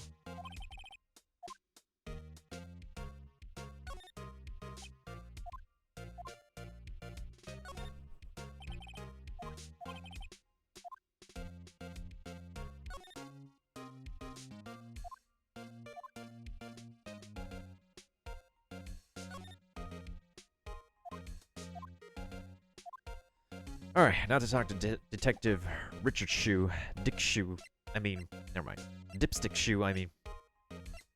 Y'all know who I'm talking about. About Miss Faye, did you do an autopsy? You want to know the results, sir? Now, don't you look at me like that, pal. It's no use. She might have been your boss, but that doesn't mean you get any special treatment. Alright, you can see the report, but that's all.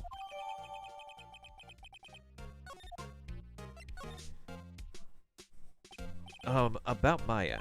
Yeah, I'm looking forward to the trial. Sorry, pal, but this is one trial you aren't going to win. Why do you say that?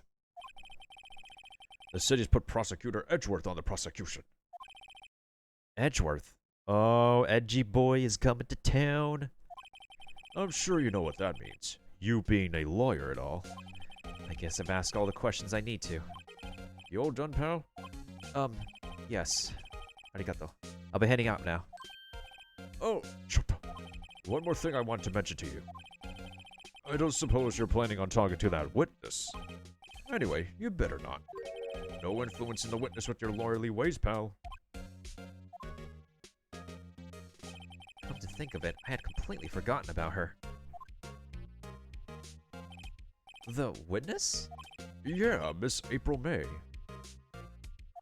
I'm sorry about this, but I can't tell you anything about her.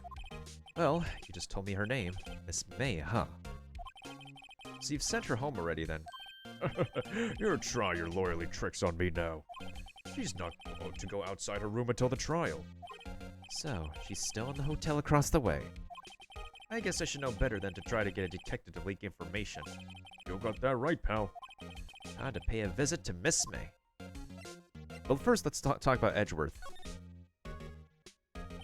Prosecutor Edgeworth. That's right, pal.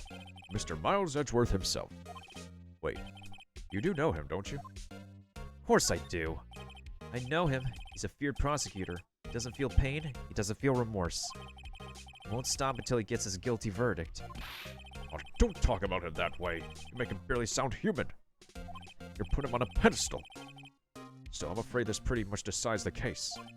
So Edgeworth is on this one? He hasn't lost a case since he became prosecutor at the incredibly young age of 20. Damn. He passed the bar exam before the age of 20? That is insane. The bar exam is like no joke.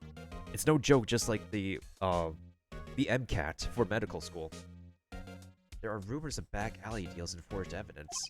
All I know for sure is that Edgeworth hates crime with an almost abnormal passion. Never imagined I'd be facing him so soon.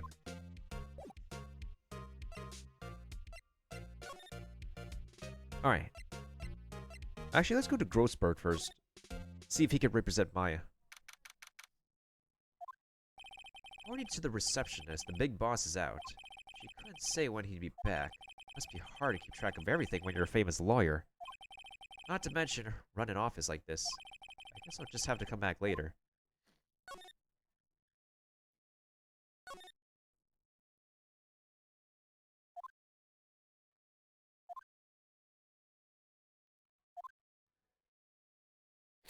The oil painting. Yeah, I think my nose is getting thick by that painting too.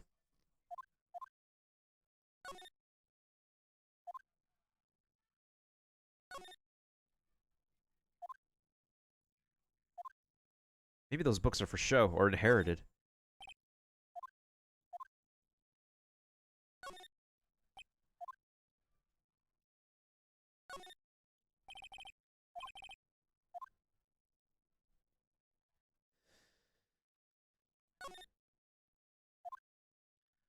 Yep, I can assume it's going to be important later. If my gut says correct that it's going to be important later, then screw me. Screw my gut, honestly. In the Ace Attorney series, we gotta we gotta assume that every other object has significance, especially in court. All right, we're gonna go ahead and move to Gatewater. Wait, we're in the room already? That was fast. September 6th, Gatewater Hotel, room 303. Well, hello there, handsome. Hi. Smooth, right? Real smooth. You're the lawyer, aren't you? The detective told me. He said, don't say nothing to that lawyer, pal. Tee-hee. Now to South, thank Detective Gumshoe for making my job harder. Gee, this is all like something out of a movie. It sounds so exciting, I can hardly contain myself here. Oh, Let me go freshen up so I can look part of the beautiful eyewitness. I pity the lawyer that has to cross-examine this one. I pity the fool who had to translate all of these dialogues, honestly. Okay, first thing that sticks out as sus. Wait, before we look at the thing that sticks out as sus before it's too late.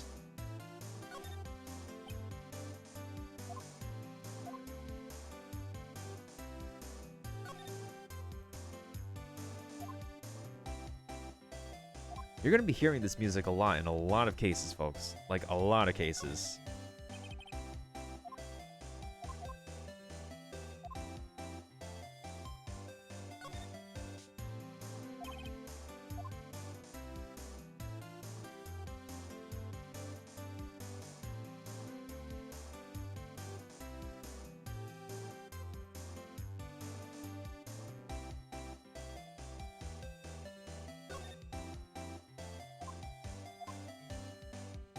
Yeah, I can imagine why. Alright, let's look at the one thing that looks really sus. The thing in the drawer over here. You notice what I mean, like, my diphthong coming out when I say drawer instead of drawer? Drawer? There's a screwdriver stuck in this drawer. My diphthong, damn it. My accent. I wonder what's inside. Let's take a look. Hey, hey, hey! What are you doing? No touchy. Ooh, bad boy. You really shouldn't play around in other people's rooms now. You wouldn't want to make me upset, would you? Upset? I thought she was going to explode for a second there. Did you finish freshening up? I wonder what could be inside the drawer.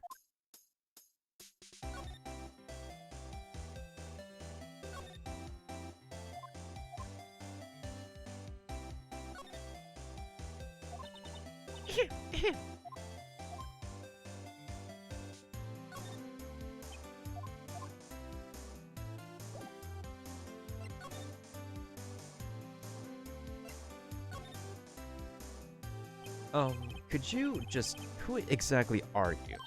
Oh, Mr. Lawyer, are you hitting on me? No. Hey, I'm just doing my job here. You know you're cute when you blush. Believe me, this is the first time in my life I've blushed this much. Right. Can you just tell me what it is you do? Well, no. And you had your little hopes up, didn't you? Oh boy. Do you think you could tell me something? I need you to describe what you observed at the time of the incident. Oh, observe. Incident. Sounded just like a lawyer in the movies. I like a man with a big vocabulary.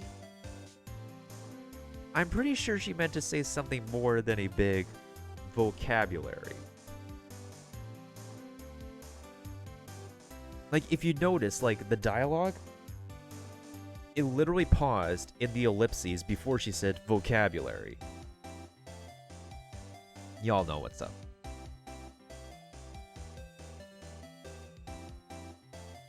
Better not encourage her. You know that thing that happened the other day? The bad thing? What did you see when it happened? I don't suppose you could tell me about it. Pretty please?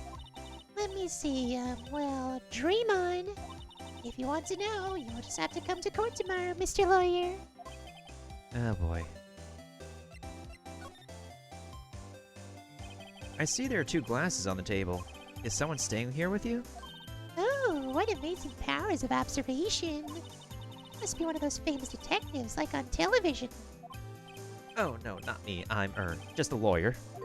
Say, Mr. Big Detective, why don't you go look for clues in the garbage? Miss May doesn't like nosy little lawyers. Oh boy. She may have a point, though.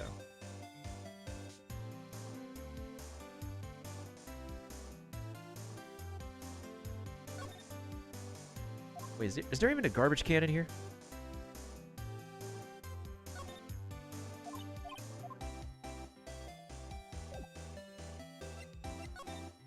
Or I could present her something. Nah, she wouldn't know a single thing. Would she know a single thing?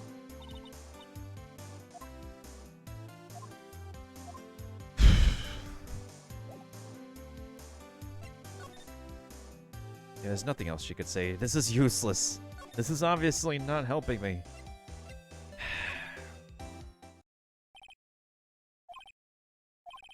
Ahem. That wasn't the most over-the-top clearing of the throat I've ever heard. So, you're the one they say has been looking for me. Yes, that's me. He looks even grander than I imagined. Hmm? That badge on your collar. Ah, so you're a lawyer, are you now? Yes, well, yes. And what do you want? Not particularly busy these days. Please, proceed. Not busy. Then how come no one can get in touch with you? Huh? Something the matter? You came to see the one and only Marvin Grossberg, did you not? Well, here I am, boy. What do you want? Out with it. Well, sir, actually, it's about Maya Fey. Yes, Maya Fey. Go on. Why the strange reaction? Ta-ta! I'm really quite busy here, son. I can't go taking cases on a day's notice. No, it's quite impossible. Wait a second. How did you know the trial was tomorrow? Anyway, I'm afraid it's entirely impossible for me to represent her. Sorry. End of discussion. What's going on? He refused me before I even got a chance to ask him. What do I tell Maya?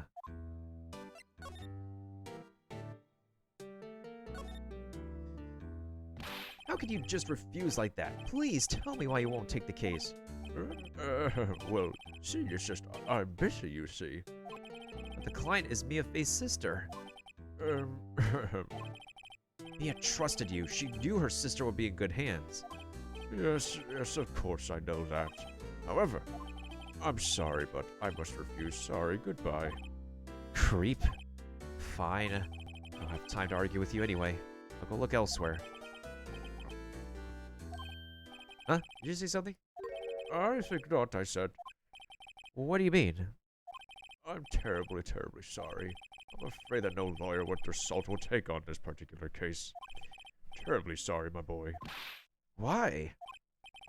I cannot say. I beg your pardon, but could you leave now?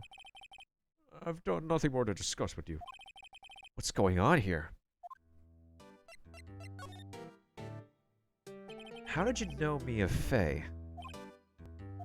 She worked here a long time ago. Went the apprentice, that one.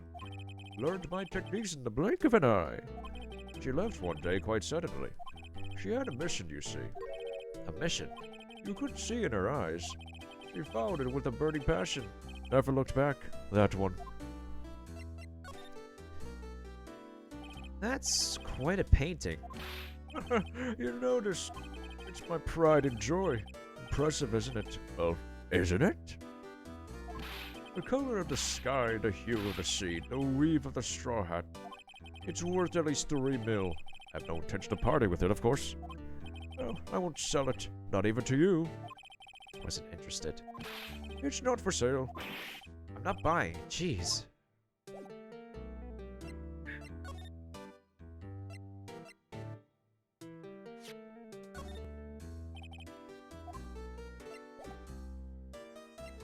Well, that's not useful.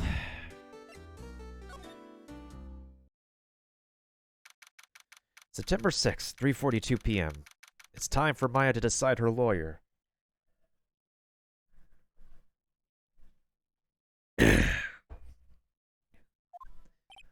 Hiya, Maya.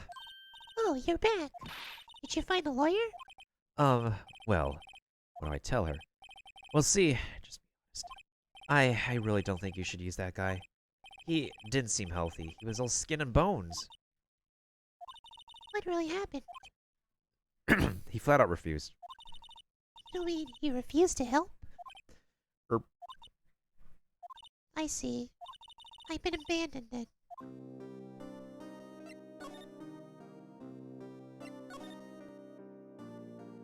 What about your family? I only had my sister. My father died when I was very young. And I don't know where my mother is. Don't know. So she could still be alive? The women in my family have been mediums for generations. They say a lot of spiritual power runs in our blood. About 15 years ago, family was involved in an incident. There was a man, and he ruined her mother's life. Ruined? After that, she disappeared. Several years after that, my sister announced she would become a lawyer and she left the mountain. So you live by yourself? I've gotten used to it. Oh, also, I had to become independent, or I would lose my powers. I feel bad for her and all by herself up on that mountain. So who was this man who, ruined your mother? About 15 years ago, there was an unusual murder case. Made quite a stir. Everyone was talking about it, apparently. The police, they were running out of leads. They were getting desperate. Wait, they didn't use a spirit medium, did they? The police convinced my mother to try to contact the victim. Wow. So what happened? The case was solved. We thought. You thought? Thought? I know what word she's saying, but... You know. You see something the wrong way and boom. It becomes something else. The man my mother helped, the police captured, was innocent. The police's consultation with the medium had all been carried out in secret. But a man found out about it. He leaked it to the press. You leaked it to the press, and of course the press, knowing what they do like TMZ.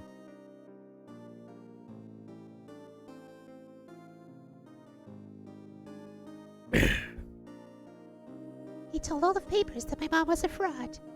And the media jumped on it big time. She, my mother, became the laughingstock of the nation. I see. White. Excuse me? White? That was his name. My sister told me. White? Just a little longer now before the state-appointed lawyer comes, I guess. 4 p.m. Time's up. What should I do? I just leave her or go home? Obviously, we gotta let's go home. Actually, no, we gotta defend her. I'll be the good guy here and defend her. I've made up my mind. I'm going to defend you whether you want me to or not. Huh? Why? Why? Well... I don't know why. It doesn't matter what I say here anyways. No one is as sad as a person without any friends. I know. I've been there a long time ago. Why did I become a lawyer in the first place? Because someone has to look out for the people who have no one on their side. Fun fact. That class trial picture. Shu Takumi, the creator of and director of this game series, that was based on a traumatic memory from his own childhood. Which I will probably explain later on, but that is a reference from his own childhood. Maya, I won't abandon you. You can count on me. That's so kind of you.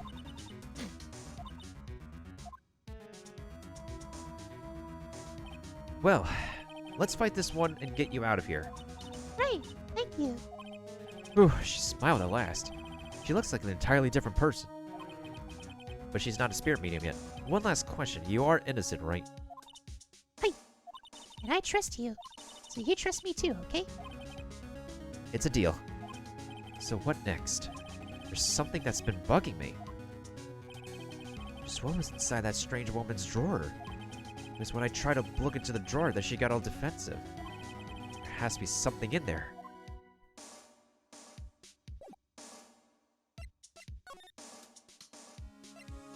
Oh yeah, here's your cell phone. Hey, I got your cell phone back. Oh, say, can I listen to my sister's voice?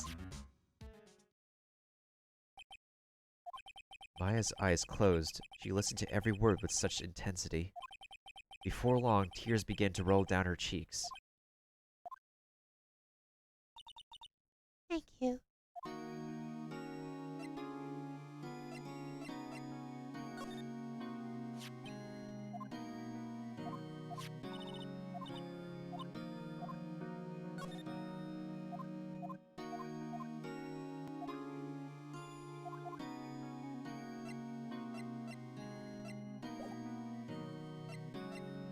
Alright, we gotta move, we gotta move, we gotta move.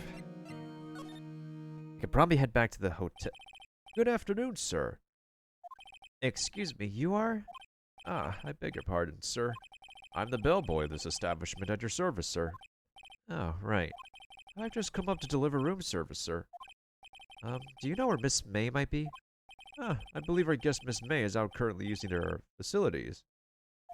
If you've no need of anything, I'll be taking my leave. Please, stay as long as you like. Enjoy. Yeah. Wait, no. Hey! Why does it seem like every one time I come here I end up embarrassing myself? Wait, now's my chance to super out a bit. Oh, I almost forgot. You came back quick! Might I ask you to inform Miss May that there's a message for her? Please tell her that Mr. White of Blue Corp phoned. Oh, right. Sure. Mr. White of Blue Corp? Where have I heard that name?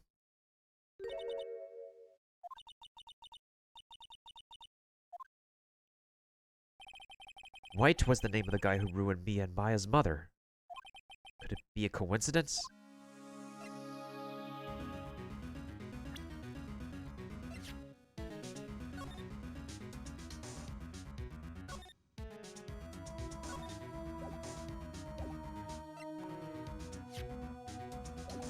Is that the only evidence with the check option? I feel like this is the only evidence we have with the check option.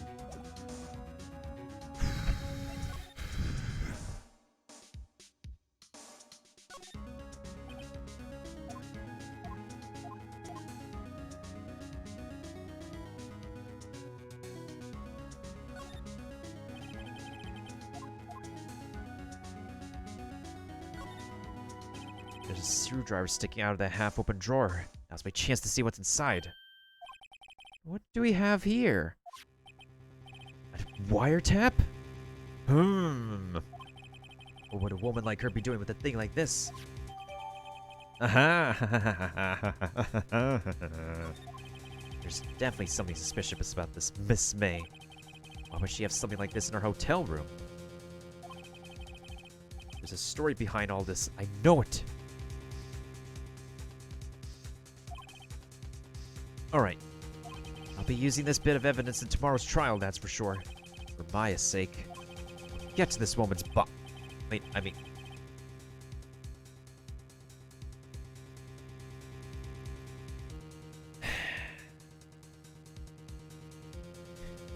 Bruh.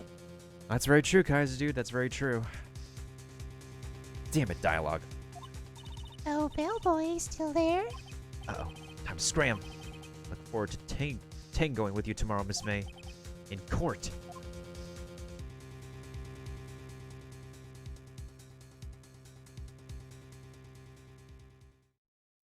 Bam, bam, bam, bam. Oh my god. Oh my goodness sakes. Oh, it's 10 a.m., the day of the trial. Which I don't think is going to be like... Okay, so before we get to the day of the trial, though, I am going to go ahead and... I'm going to take a quick intermission. I won't actually switch to the intermission screen, as we'll be briefly back to just start the trial. And I'm going to stretch a little bit and get myself a bit more hydrated and stuff. So I shall BRB in a bit, guys, before we go ahead and probably put Miss April May on the stand. Here's a quick advertisement in the meantime before I go ahead and take my quick intermission.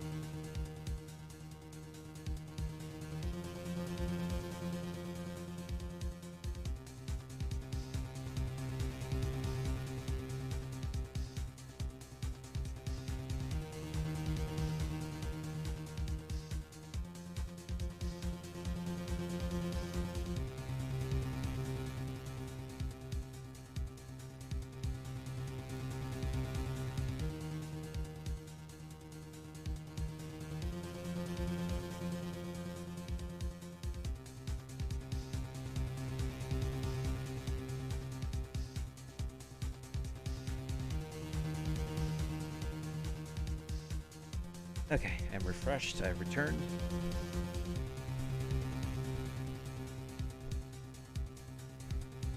Alright, let's get on with it.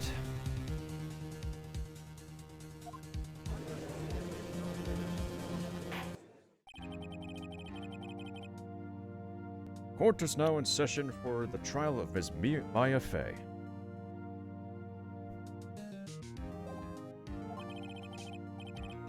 How do I want to approach Edgeworth's voice? Because Kyle Hubert, who is the voice of Ryu in Street Fighter, has done this guy's voice.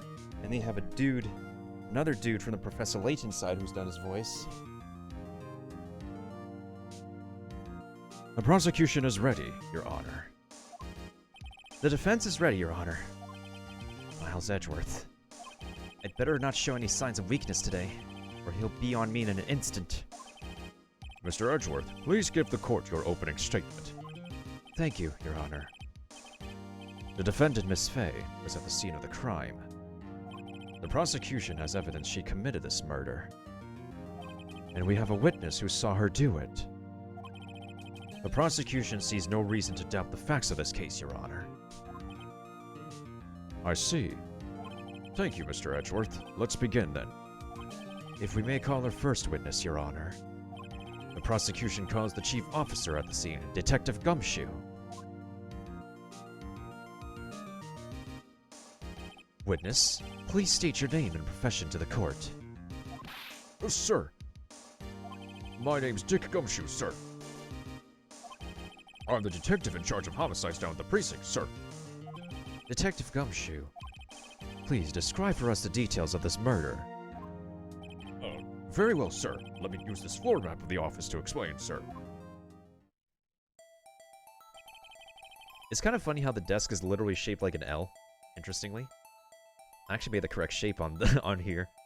The body was found by this window here. And the cause of death? Loss of blood due to being struck by a blunt object, sir.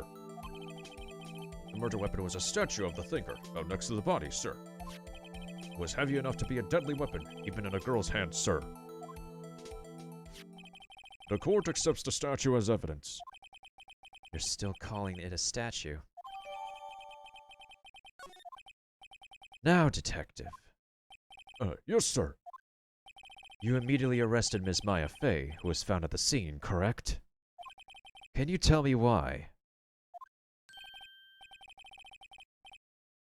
Yes, sir. I had hard evidence she did it, sir. Detective Gumshoe, please testify to the court about this hard evidence.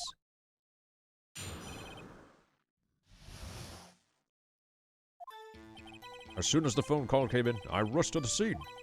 There were two people there already. The defendant, Ms. Maya Fey, and the lawyer, Ms. Phoenix Wright. Mr. Phoenix Wright. I immediately arrested Ms. Maya Fey. Why? We had a witness account describing her. A witness saw Miss Maya Fey at the moment of the murder. The very moment, you say? Very well, Mr. Wright. You may begin your cross-examination. Yes, Your Honor. Cross-examine what? I couldn't see a single contradiction in that testimony. Whoosh. Psh. Hey, Maya just threw something at me.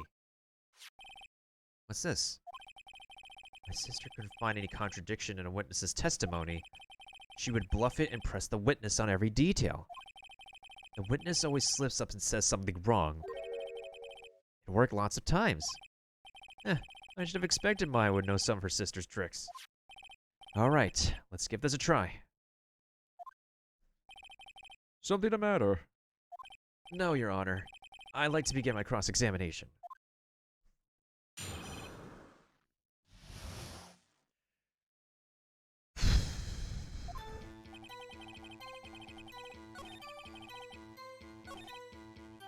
There's nothing wrong with that.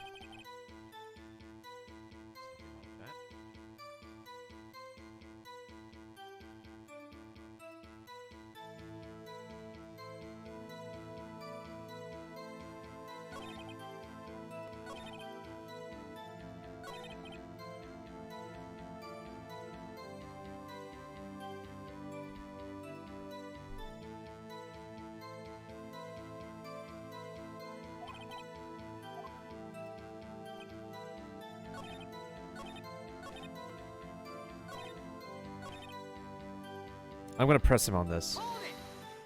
Now, hold up. Chotto matte. Goyo. Yeah? If I heard correctly, you said you arrested her because you had hard evidence she did it, correct? Did I say that? Me? I heard you say it. You did say it. You said it. Exactly what about the suspicious woman in Pink's claim was hard evidence? Oh, what? Miss May isn't suspicious, and she sure isn't pink, pal. Well, I guess she is pink. That's enough, Detective Gumshoe. Do you have any more solid proof other than her claims, Detective? I guess pressing can have its advantages. Yes. Sorry, I got the order of things mixed up in my testimony, Your Honor, sir. There was something I should have told you about first, Your Honor. Very well, Detective. Let's hear your testimony again.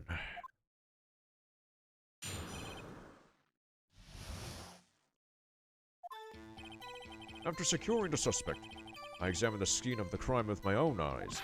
I found a memo written on a piece of paper next to the victim's body.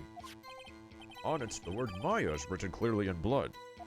Lab test results show that the blood was the victim's. Also, there was blood found on the victim's finger. Before she died, the victim wrote the killer's name. Are you sure about that? How you like that? That's my hard evidence.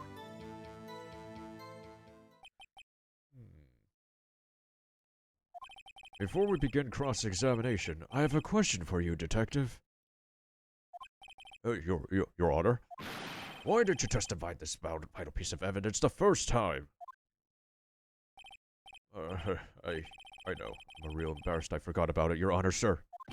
Try to be more careful. Very well. The defense may begin its cross-examination.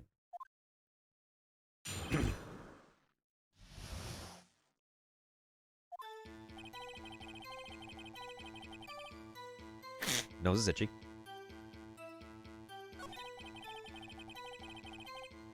That's correct.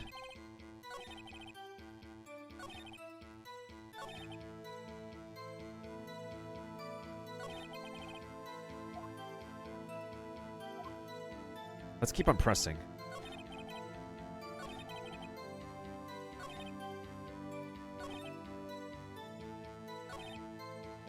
How do you know that it was the victim who wrote the killer's name, though? Like, there may be blood on the finger, but that doesn't necessarily mean the victim wrote the killer's name. Detective Gumshoe, do you get a lot of cases where the victim actually writes the killer's name? Sure, it happens all the time in books and the movies. I'm talking about real life, dude. This isn't a movie, Detective. This is a video game. I'm sure he meant to say. Let's talk about reality, shall we? I guess. I haven't heard of any cases, no. Don't you find it a little odd that the victim would write down a name? Especially the name of her own sister. Yeah, actually, you got a point, pal. Stop right there. The witness's opinion on the matter is irrelevant. The facts are clear. The victim wrote down the name of the accused. The victim told us the name of her killer. Order! Order in the court. That didn't go as so well. That's right. What he said.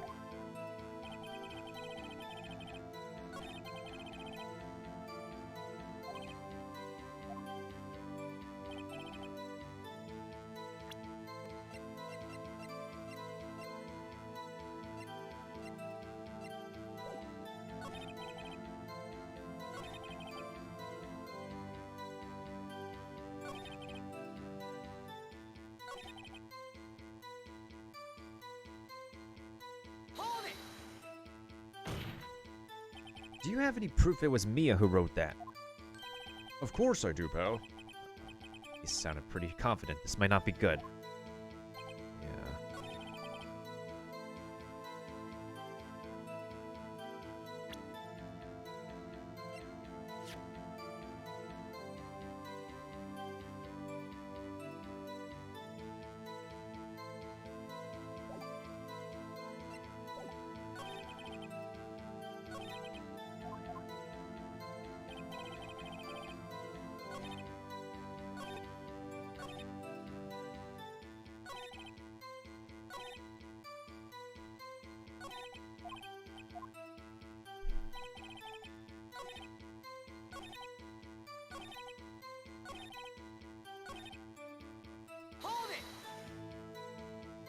What kind of tests were these again?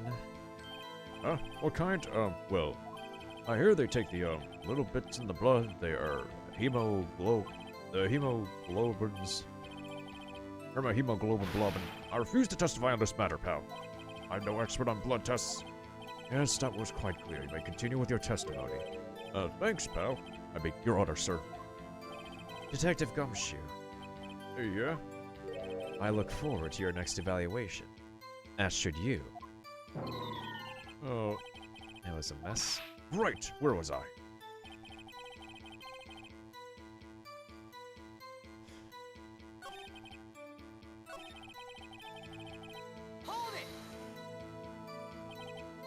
On which hand was the bloody finger, Detective?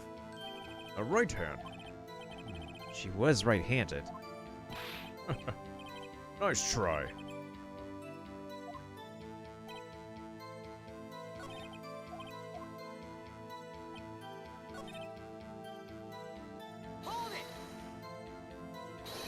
Just because you found it next to the body doesn't mean the victim wrote it.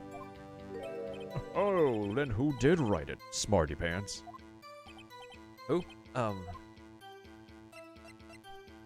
killer. The killer. Anyone can see that. Oh.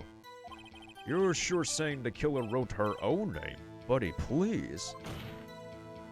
She was framed. Hold on. If that's the case, where's your evidence?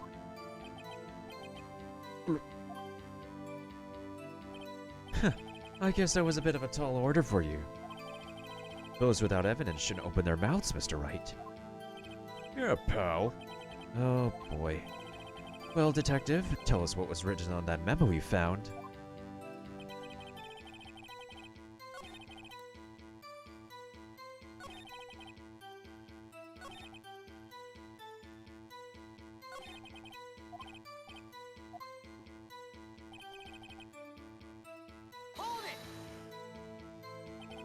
Did you find evidence at the scene of the crime?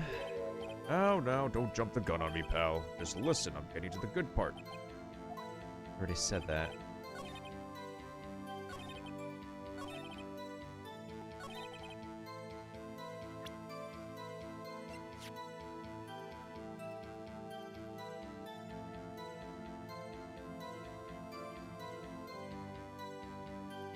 I'm overthinking it. I'm overthinking it.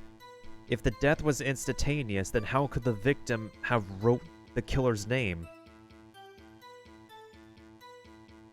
I literally overthink that.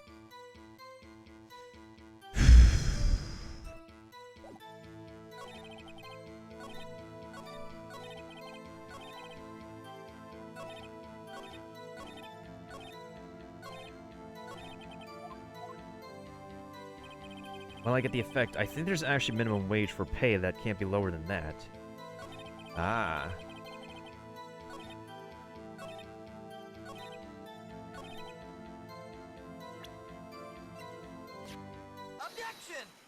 Objection! Igiati. So, Detective Gumshoe, there's one thing I want you to clarify for me here. You say that the victim, Miss Mia Fey, wrote this note. That she was accusing the defendant, Maya Fey? That's really what you're saying? What? This isn't one of those lawyer tricks now, is it? Of course she wrote it. Who else could have? You have it backwards, Detective. Backwards? The victim is the only person who absolutely could not have written it. This is a report from your department, Detective. Immediate death due to a blow from a blunt object. She died immediately. But... No butting your way out of this one, Detective. Order! Order in the court. The defense has a point. Someone who died immediately wouldn't have had the time to write anything down. Mr. Wright, I beg your pardon, but when exactly did you obtain that autopsy report? When?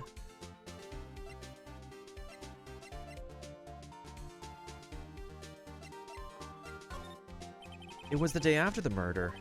The prosecution's point being? That autopsy report is outdated, Your Honor. What? A second autopsy was performed yesterday at my request. Death was almost immediate due to a blow from a blunt object. But there is a possibility the victim lived for several minutes after the blow. I received these results this morning. Masaka!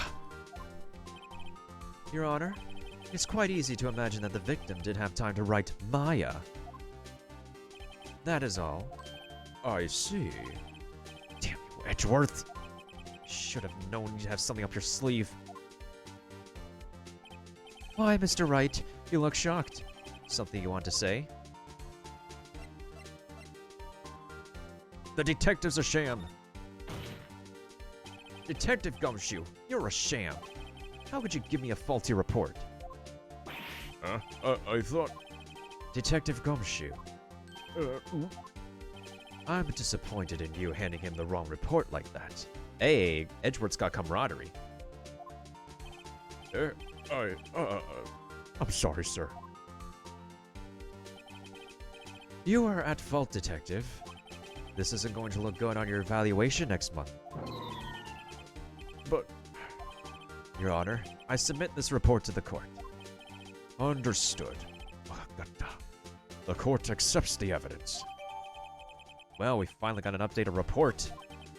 Well, Your Honor, the evidence strongly suggests the victim was identifying the killer. I suppose that's the obvious conclusion, yes. Darn, this isn't good. The prosecution would like to call its next witness. This poor innocent girl saw the murder with her own eyes. Okay, we're now on witness number 2. Let the witness, Miss April May, take the stand. Exactly what part of her is innocent? This is gonna get good. Hello, Miss Boobies. I mean, Miss Pink Boobies. Never mind. Witness your name, please. April May, at your service. Wink, wink.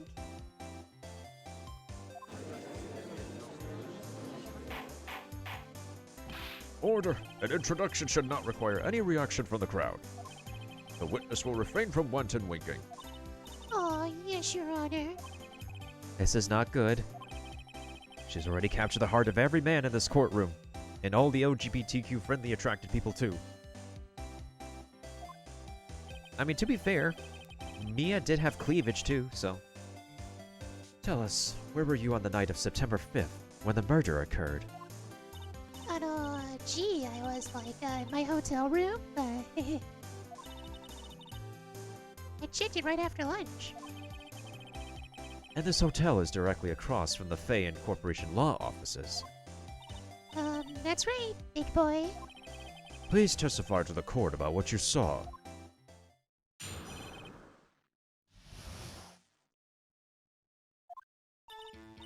It was like 9 o'clock at night. I looked out the window, you know. And then, ooh, I saw a woman with long hair being attacked. The one attacking her was the mousy girl sitting in the defendant's chair. And the woman, like, dodged to one side and ran away. But that girl, she caught up to her and she'd hit her. And the woman with the long hair, she kinda slumped. The end. That's all I saw. Every little bitsy witsy. Wink.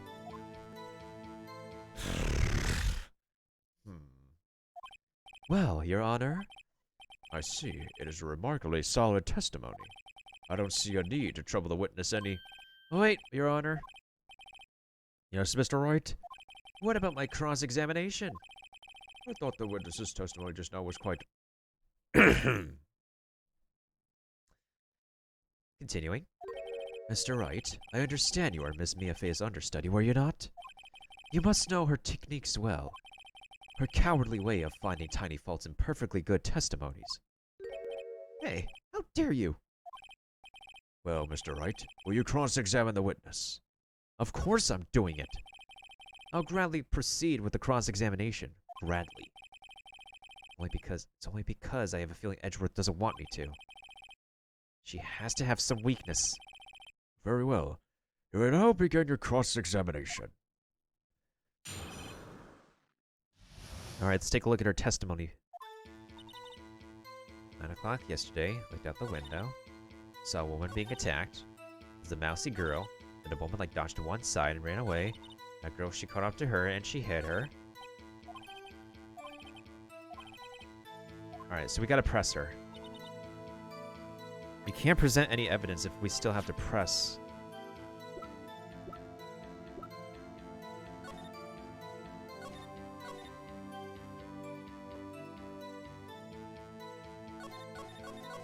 I can't blame her for putting the wrong time in. However...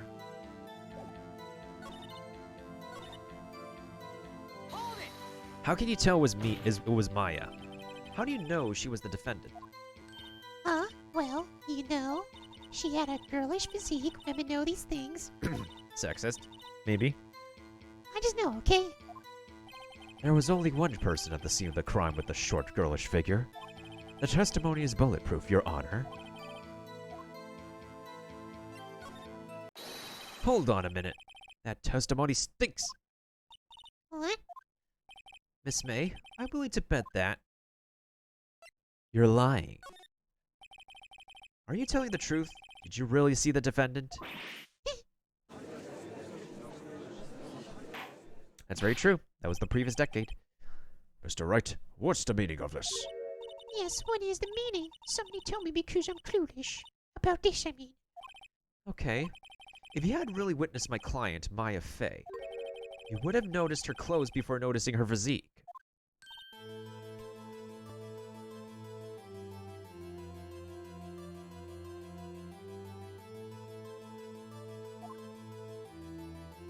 Now, no one wears clothes like this on a daily basis, except her. Now, I'm no expert on fashion, but her hairdo looks far from normal to me.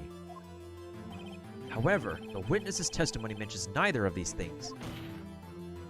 The testimony is bogus. I know. Ibble. Still, we don't know if she was dressed that way the night of the murder. She was, Your Honor. I saw her, and so did Detective Gumshoe. What do you say to that, Miss May? What are you trying to say, you mean lawyer? I saw what I saw. I just didn't think all the trifling little details were necessary, darling. Miss May, the court would like to remind you to please omit nothing in your testimony. I'm sorry, Your Honor. I'll be a good girl. I promise. Your testimony again, if you would. Damn, I almost had her. Okay, what did she see this time? I did see everything. I did. The victim, the woman, dodged the first attack and ran off to the right. And the girl in the hippie clothes ran after her. Hippie clothes. And she hit her with that weapon. I saw it. I did. That clock, that kind of statuary clock. The thinker, I think. Well, does the accuracy of my report not startle you? The whole thing about her saying, like, the victim dodged to the right, and then there's, like, multiple attacks. It's kind of off. It's kind of sus. I only wish you had been so detailed from the beginning. Please begin the cross-examination.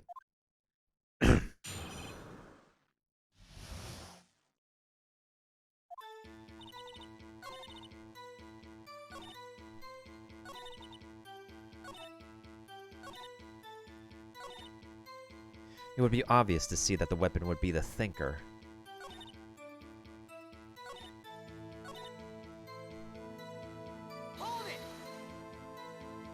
Is that right, as in your right, as you looked from the hotel? Which hand do I hold my knife in again? Right, it was my right hand, right? Satisfied, Mr. Wright? Please continue. Damn, okay, that doesn't give me anything.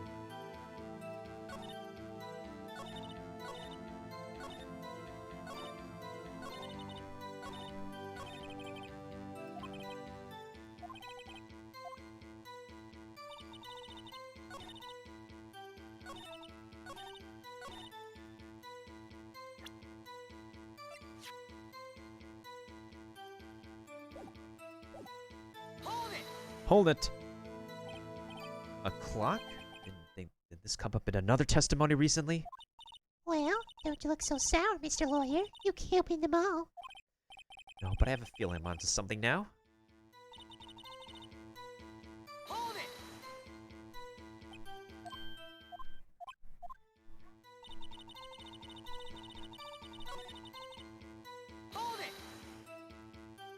Where did this weapon come from? She picked it up from the desk. I see. What sort of weapon was it? Damn it.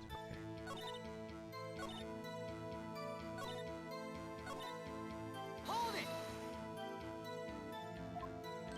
Of course. I remember that spiky hair anywhere. Spiky? The witness will refrain from personal attacks on the defense attorney.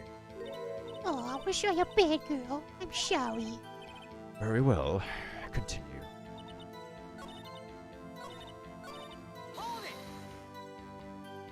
How convenient for you to remember her hippie clothes. That's what that's what she was wearing. Oh, and her hair was all done up like a bun. Eh.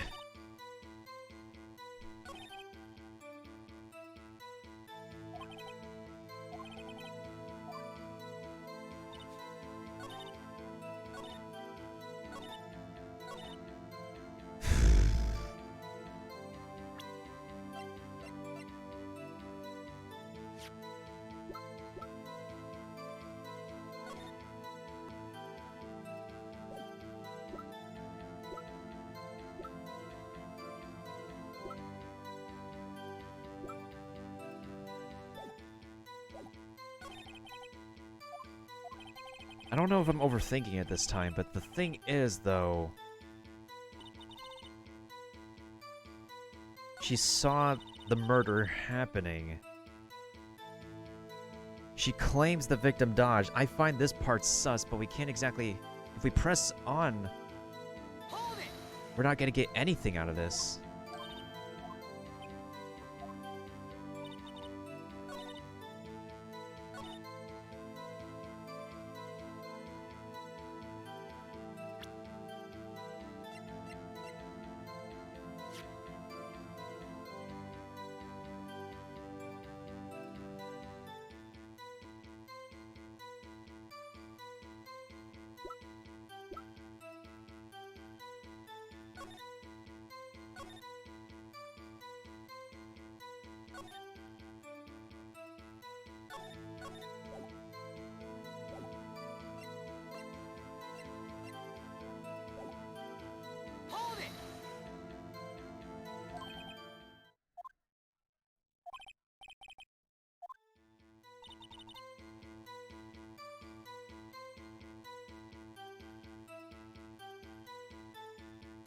What if it's this way? She has a wiretap in her room, right? So, what if?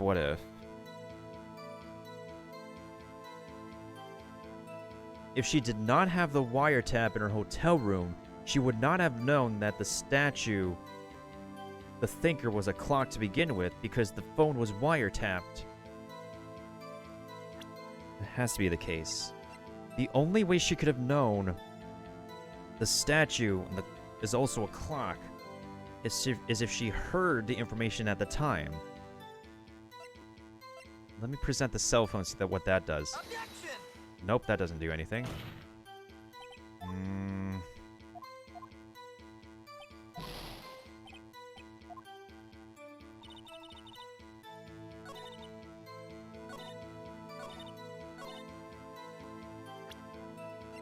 Objection! Let's try the thinker. Miss May, what you said just now was quite revealing. Revealing? Ooh, you like that, wouldn't you, Mr. Naughty Lawyer?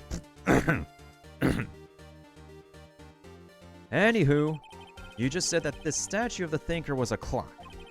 But there's no way of knowing that just by looking at it. Another person in much the same position as you recently called this a clock too. And he was found guilty of murder. Order! Order! Miss May, can you explain how you know this was a clock? Oh, Objection! The witness saw the murder with her own eyes. That's all that's important here. The defense is trying to confuse the issue with trivial concerns. Yes, well, of course. You'll withdraw your question, Mr. Wright. Objection! I object to that. The questions are all I have, Your Honor. And as you may recall, I've caught murders with these questions before. Well, only once. Objection sustained. You may continue to question the witness. Phew. That was close. If he stopped me there, the trial would be over. What? So, what happens now? What happens now is you answer my question. How did you know it was a clock? What? That's... Because I heard it? Yes, I heard it say the time. So you've been to the law offices of Fay Corporation. No, I didn't say that. Why would I go there? I heard it from my hotel room. The law offices of Fay Corporation where the murder took place is very close to the hotel. She could easily have heard the clock. Well, Mr. Wright, are you satisfied? No, I'm not. I'm not, Your Honor. I'm not satisfied because... I don't think it matters here. It couldn't have rung. Your Honor, members of the court, it is inconceivable that the clock in question rang. It's empty. That clock is missing its own clockwork.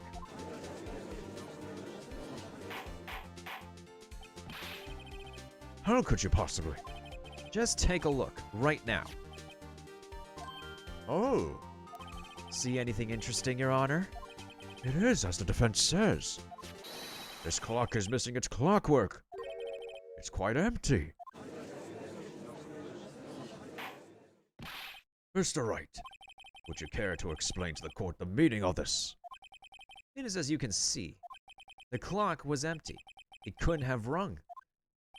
Therefore, this witness is a big, fat, booby liar. Fat? Well, Miss Fay?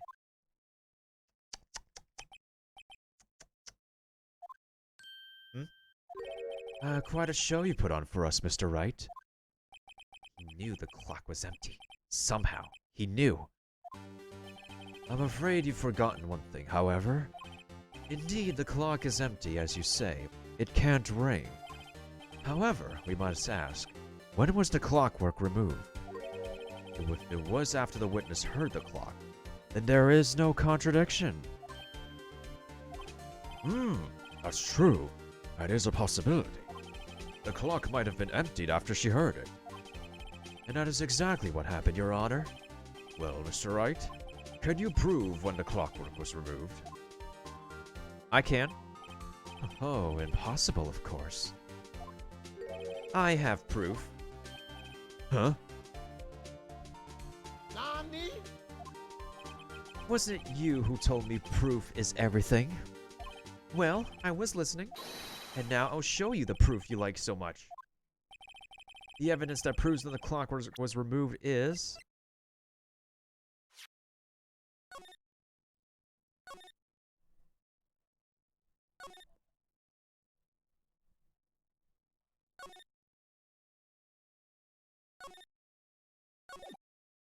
Take that! Take a look at this. That's a very adorable cell phone. Ooh, you have a girly phone. Wait. This isn't my phone. Listen. This is the defendant's cell phone, and it contains a recording. Remember when Motorola used to sell these kind of phones? A recording of a conversation she had with the victim on the day of the murder. Order! Order! A defendant's cell phone? This wasn't brought to my attention. Perhaps Detective Gumshoe overlooked it. Better remember he's up for evaluation soon. I gotta say, I'm starting to feel bad for the big fella. Yeah, I had like a Motorola flip phone. Flip phones were OG. Good times, good times. Gotta say, I'm starting to feel bad for the big fella. Let's hear the conversation. Do you just want me to hold on to the thinker for you then? If you could. I should probably tell you. The clock isn't talking right now. Huh? It's not working? That's lame. I had to take the clockwork out, sorry. September 5th, 9:27. Your Honor, I think this makes it clear the clockwork was already gone by the time this was recorded. Which was well before the witness even arrived at her hotel.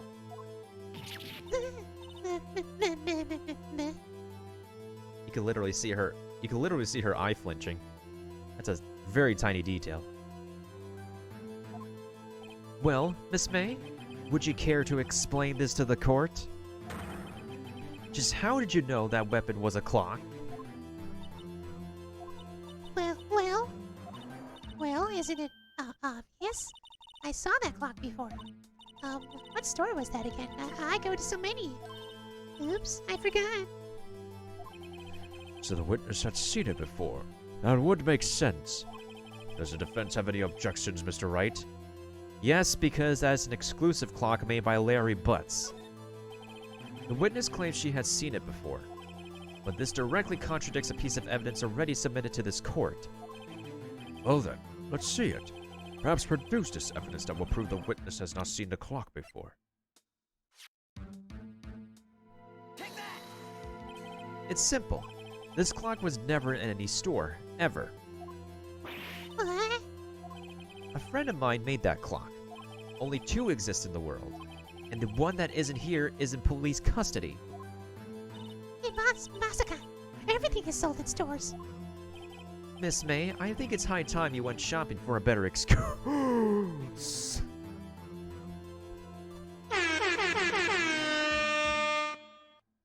Oh, that was a sick burn. Oh. That was some pretty good translating writing. I like that. Oh? Excuse is not on sale today?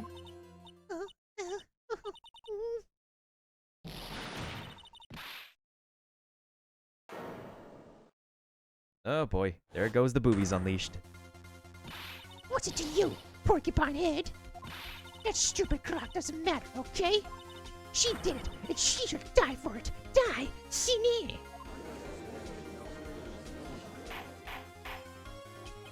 Whoa! Well, let's not get ahead of ourselves. Order in the court. This is a court of law, and the witness will remain calm.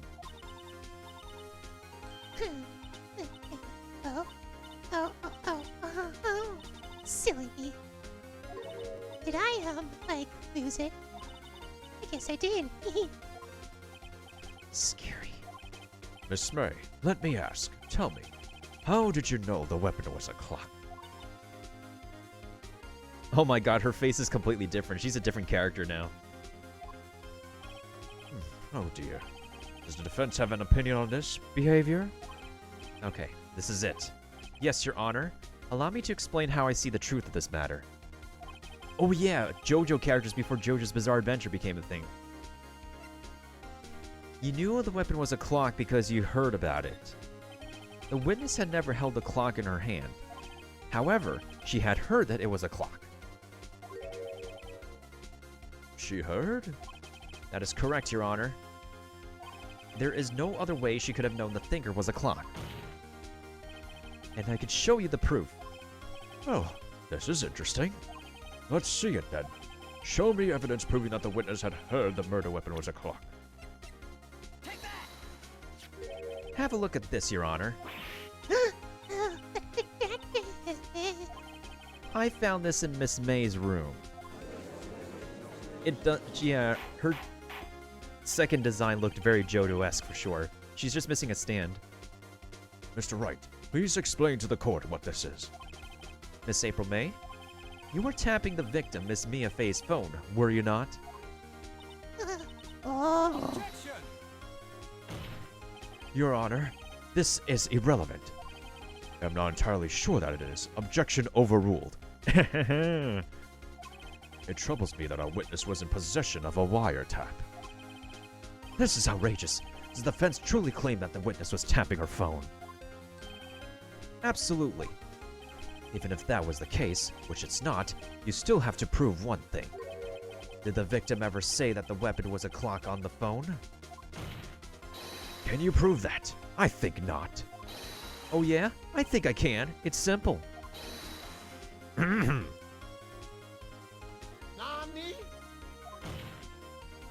Here's my proof. The proof that the victim said on the phone that the weapon was a clock is...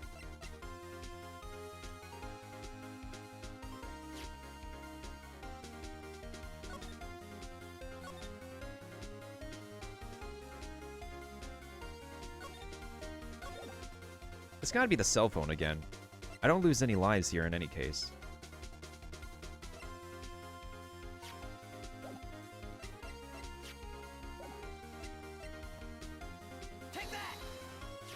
I present the defendant's cell phone. Yes, I see that.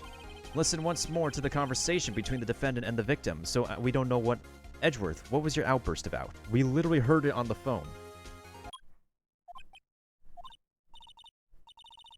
Yeah, what's up? You haven't called in a while. Well, actually, here's something I want you to hold on for me. Again? What's it this time? It's a clock. It's made to look like that statue, the Thinker. It tells you the time. Miss April May, you used a wiretap to listen to this conversation. That's how you knew the Thinker was a clock. Am I wrong? Objection! Your Honor, this is ridiculous. Your Honor, look at the witness's face. Does she seem amused to you? The defense demands an answer. Uh, Witness, answer the question. Did you tap her phone? Miss May. Shut up, all of you. What gives you the right to talk to me like that? You lawyer.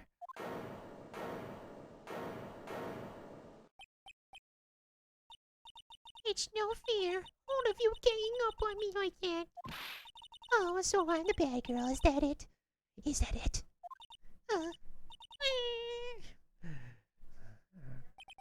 That did it. The court's seen the real Miss April May now. Now to deal the final blow. Why did you tap her phone? Answer the damn question.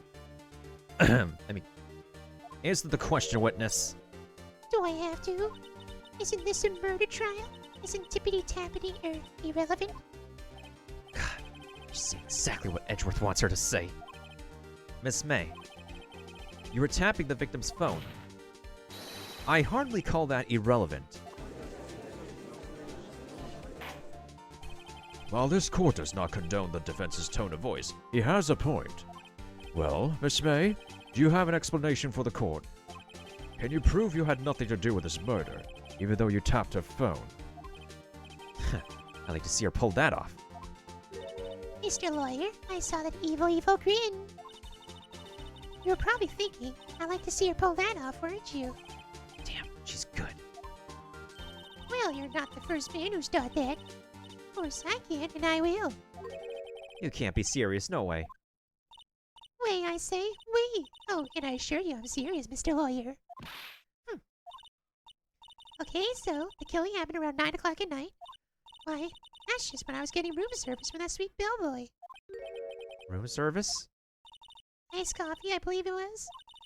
Iced coffee, you know? Like normal coffee, but cold. If you don't drink it quick, the ice melts, and then you have regular cold coffee. Iced coffee? I think I'm making this up. Ask the bellboy.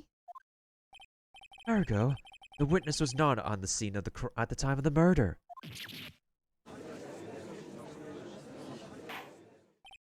So where does this leave us? It is my great displeasure to inform you that the witness appears to have been tapping the victim's phone. However, that is a separate crime, with no bearing on the current court case whatsoever. Her testimony stands. She saw the defendant, Maya Fey, commit murder. Oh, they're going to let her just walk away. There's no way I can win this unless I tie Miss May to the murder somehow. Well, does the defense have anything to say? Oh, come on, think of something.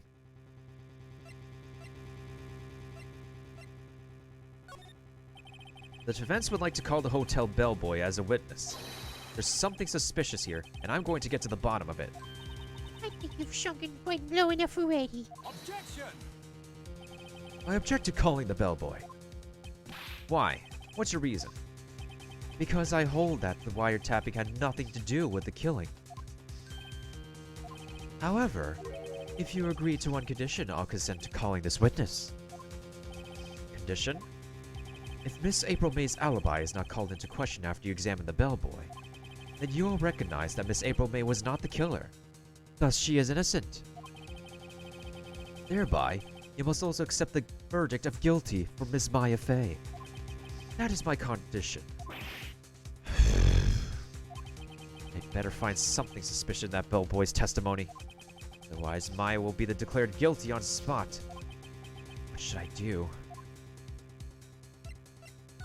I accept. Understood. I accept your condition. Fool. You fell right into my trap. Wait. Very well. The court calls the hotel bellboy to the stand.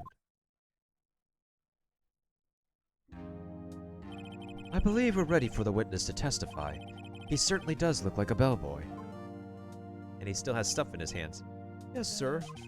I received your summons in the middle of work, sir. I'd be happy to be of service. Hastisa looks rather heavy, so without further ado, the witness may begin his testimony. Very good, sir. Yeah, this is a weird court. Even in the... I know this is based off the bench trial system, and it's also based off the Japanese court system, but even the Japanese court of law, this is just overly dramatic. I'm the head bellboy at the Lion Gatewater Hotel, in business for 4 generations. I believe I received a call after 8 o'clock in the evening from our guest, Miss May. There's nothing wrong with that.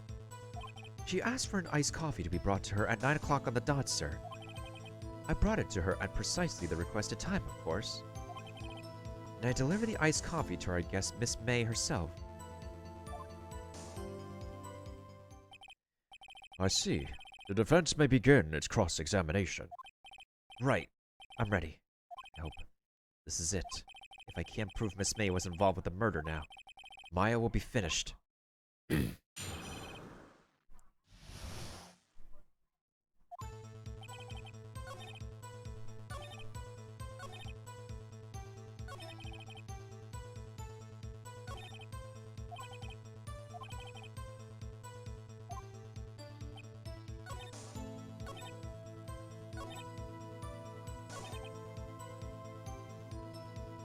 Hold it! You are sure it was Miss April May herself? Absolutely, sir. Absolutely? Yes, sir. As in, so very absolutely, sir. It's an endearing mannerism of mine. How come you were so very certain? Well, when I brought the room service, sir, she, I guess, sir, favored me with an embarrasser, sir. Embarrasser? That French for embrace? It's French for kiss, sir. Embarrasser. Not a French kiss, sir. More of a peck on the cheek. Why would she have done that? I believe, perhaps, she was momentarily swayed by my prim demeanor, sir. It was a moment I shall never, ever forget, sir. Sounds pretty fishy to me. I think our Miss May was up to something, wanted the bellboy to remember her.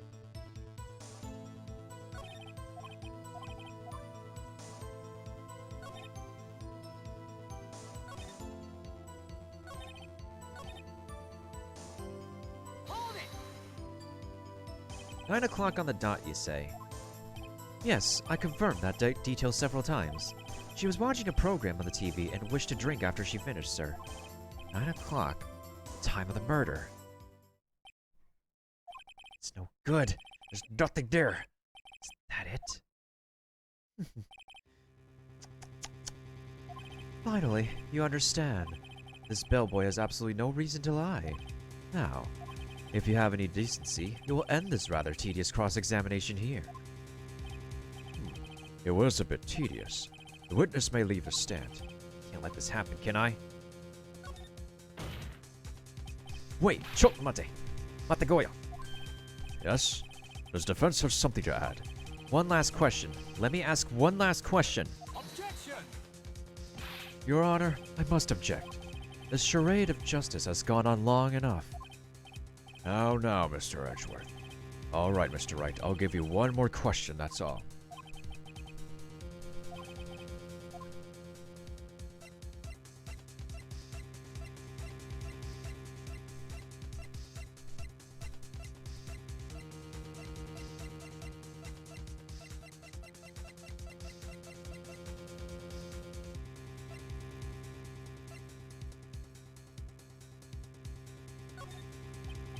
tell me again about our room service. Again, sir? At exactly 9 o'clock, I delivered room service to Miss May in room 303. The guest had requested iced coffee. $18 was the charge, as I recall. Let's see. $18? Does that seem a bit expensive? Yes, well, iced coffee for two, you know. We don't skimp on the ice, sir. What did he just say? What did he just say? What did you say? Quite. Bellboy, tell us the truth now. Was someone else staying in Miss May's room? Objection! I object. That was objectionable. Objection overruled. The witness will answer the question. Yes, you see. Why did you not mention this in your testimony? Well, sir, you didn't ask. Nice try. That's the sort of thing you're normally supposed to mention. Yes, quite. Indeed. That's where you can apply for jobs. It was there our good barrister there, Mr. Edgeworth, who... He asked me not to mention it if I wasn't specifically asked, sir.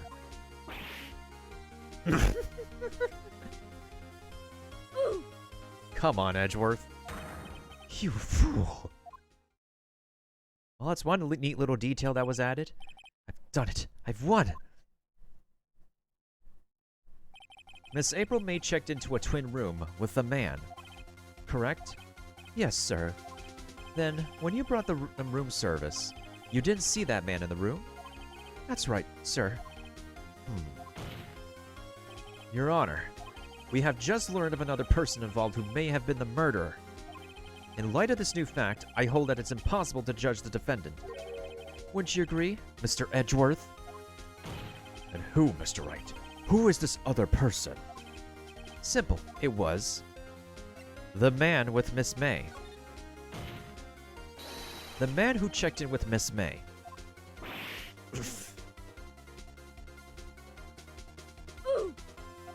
Your Honor, as has been previously revealed, Miss April May was tapping the victim's phone. Yet Miss May herself has an alibi at the time of the murder. However, that does not clear the man that was with her. The bellboy saw no one else in the room at the time of the murder. Oh my, what a convenient little setup, but it's too late. Too late? I suppose you liked it if it was a little too late, wouldn't you, Edgeworth? After all, it was you who hid the presence of the other man from this court. How many times does this Edgeworth needs an oof counter.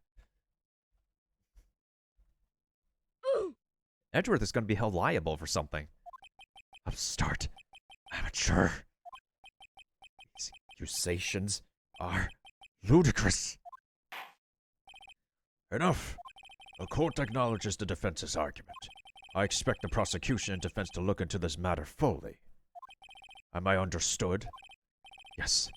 Yes, Your Honor. Hey, what's up, Foom? Yes, Edgeworth hiding another man from Phoenix. Scandalism. We call this scandalous. That is all today for the trial of Maya Fey. Court is adjourned. Can we take a recess now, please?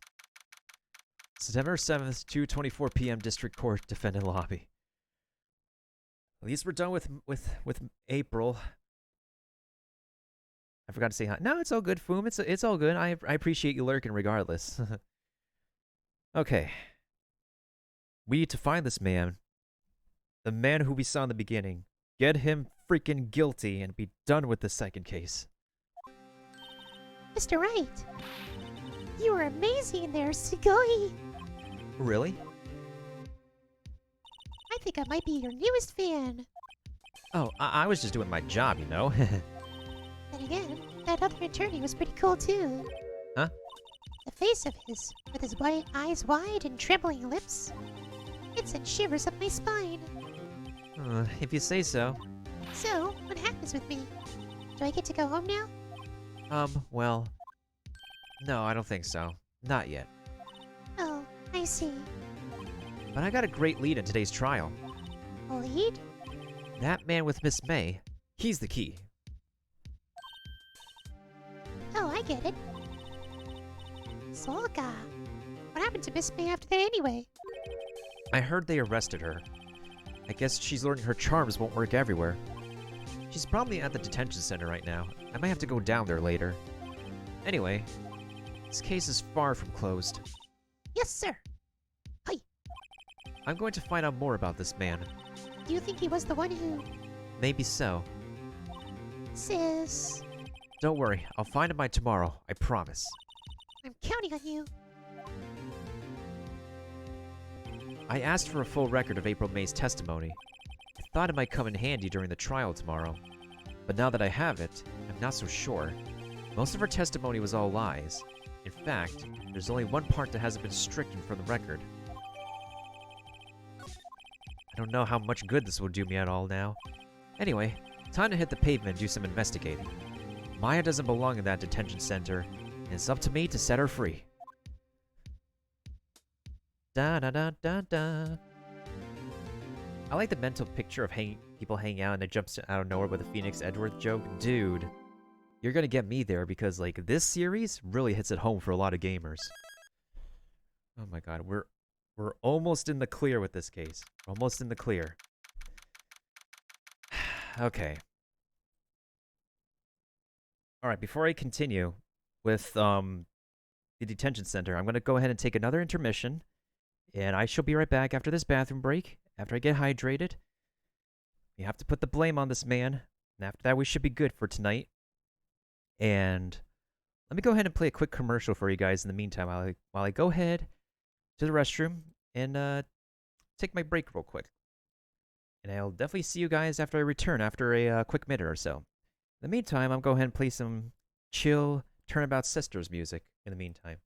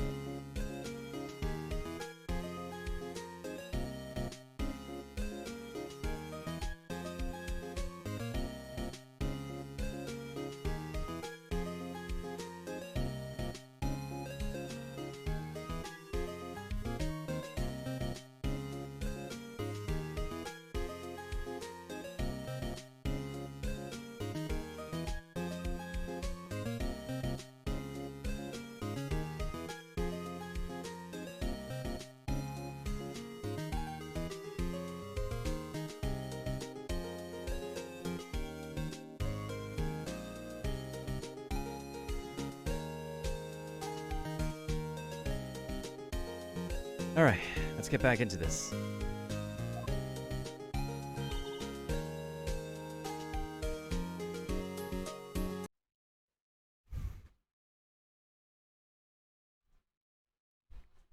Oh my god. Alright. Well, hello. I didn't expect anyone to visit me in such a dark place like this. A dank place? This ain't the dankest place. You want to go to the dankest place?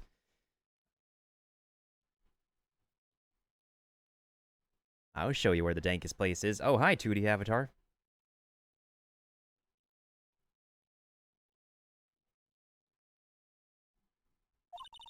It's really quite moving. You sticky liar. I hope you die. Have you come to laugh? Yes, laugh at the fallen Miss May. No, not really. There's something I wanted to ask. Unfortunately, there is nothing I want to be asked. Haven't you done enough questioning, you spiky head? Here we go again. Please, you're scaring the security guard. So, what is it you wish to ask of me then? Hmm? For starters, how did you get to be so totally whacked?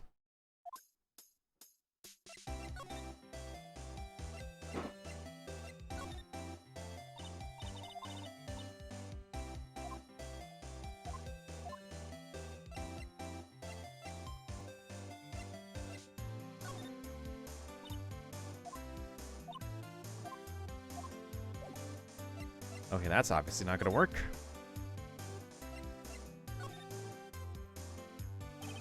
Say, why are you so angry? I mean, you don't look like a bad person. Oh, that does it. Bottom-feeding scum-sucking lawyer. A bottom? I can't tell. Does she have a thing against lawyers? Or is it or just against me?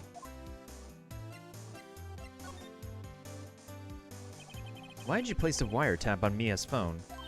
Oh, when you say it like that, it sounds so cold. So criminal. Tapping people's phone is a crime, Miss May.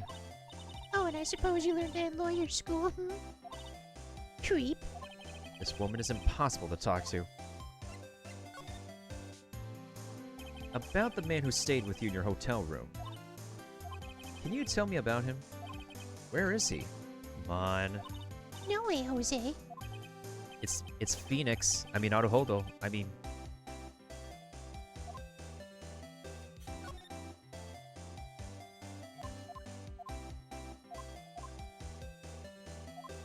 Something to get her to talk.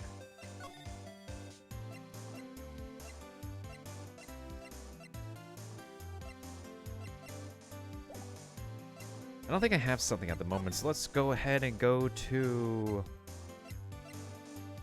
Wait. The painting's missing. Good thing Kaiser Dudes and my sus's senses that were tingling.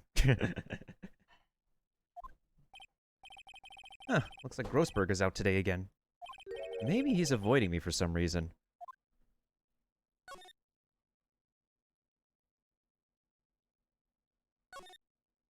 What's this, an old photos? There are two lying here.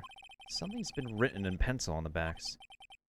DL6 Incident Exhibition A, DL6 Incident Exhibition B. Let's take a look at these. I'm sure I've seen this person somewhere. Perhaps I'll borrow this photo. I'm sure no one will miss just one little photo. Might be a valuable clue. I'll take it for now.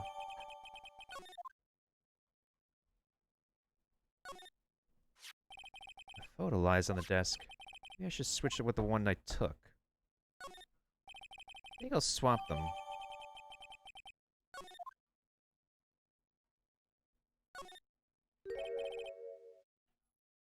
Wait a second. Wasn't there a giant painting hanging on that wall?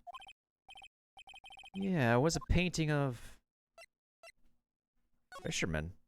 Wasn't it? It wasn't a very memorable painting anyhow.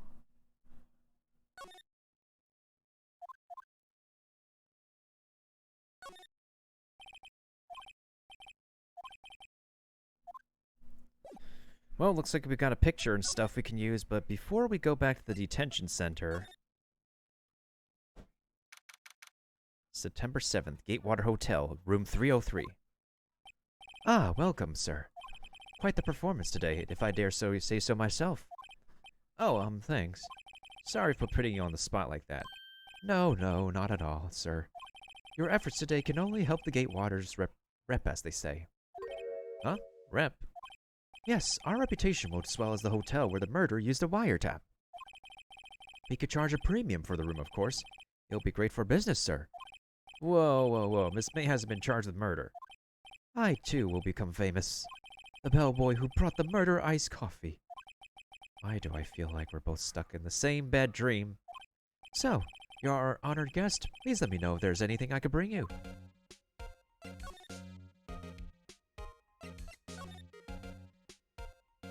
Could you tell me about this hotel? Oh, absolutely. And on that subject, I have an excellent idea, sir. Currently, this hotel is known as the Gatewater. I propose that we add a subtitle. A subtitle? The Gatewater Hotel, Murder Manor. Well, what do you think? Sounds great. Whatever floats your tea set. About Miss May. Oh, her? Sir, not to boast, but I knew the moment I saw her. She'd do it, I said. Do what? I'm starting to think the most suspicious person here is this guy. I wanted to ask you about the man who was with Miss May. Ah, yes.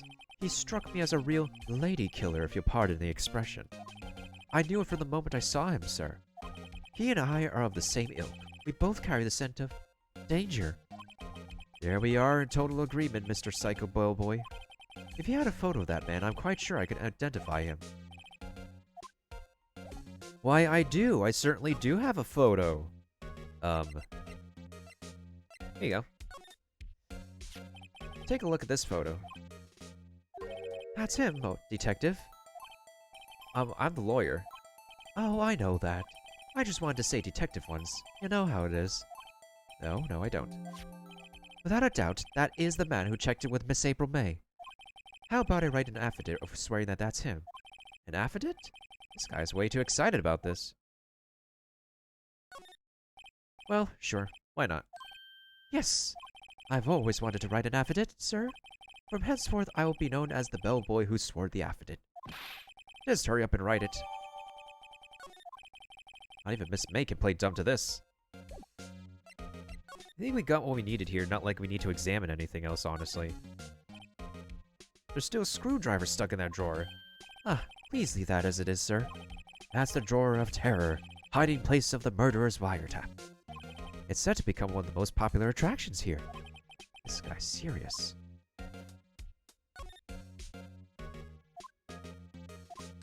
Ah, I beg your pardon, sir, but if you could please refrain from touching those. It's part of the decor. I call it the last drink before murder. We'll be famous. The talk of the hotel industry. Oh, God.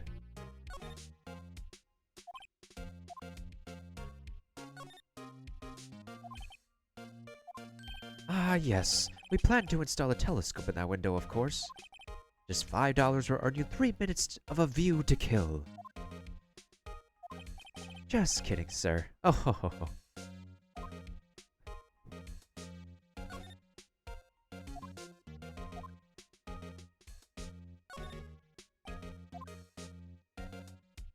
Yeah, I think we got what we need here.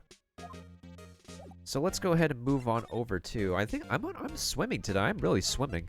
Let's check out back into the law offices. If there's anything new here. Looks like forensics is taking the day off today. Detective Gumshoe's nowhere in sight. The police really gave this place a working over. I doubt there are any valuable clues left. Suppose it can't hurt to take a look around, though.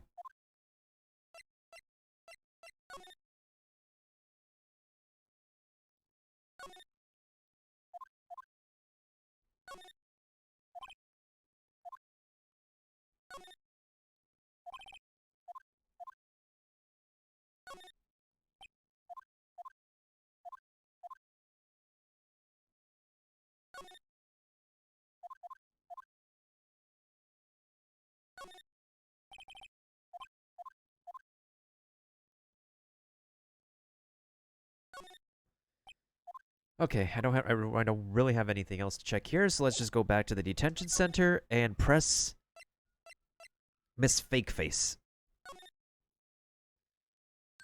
You again? Can't you take a hint and stay gone? Hey, the only reason I'm back here is because you won't talk to me. Oh, so it's my fault now. You don't just have a spiky ear, you also have a spiky heart. That does it. When this case is done, I'm shaving my head. I wouldn't mind shaving my head, honestly. It'd be amazing to not have to deal with a lot of hair for once.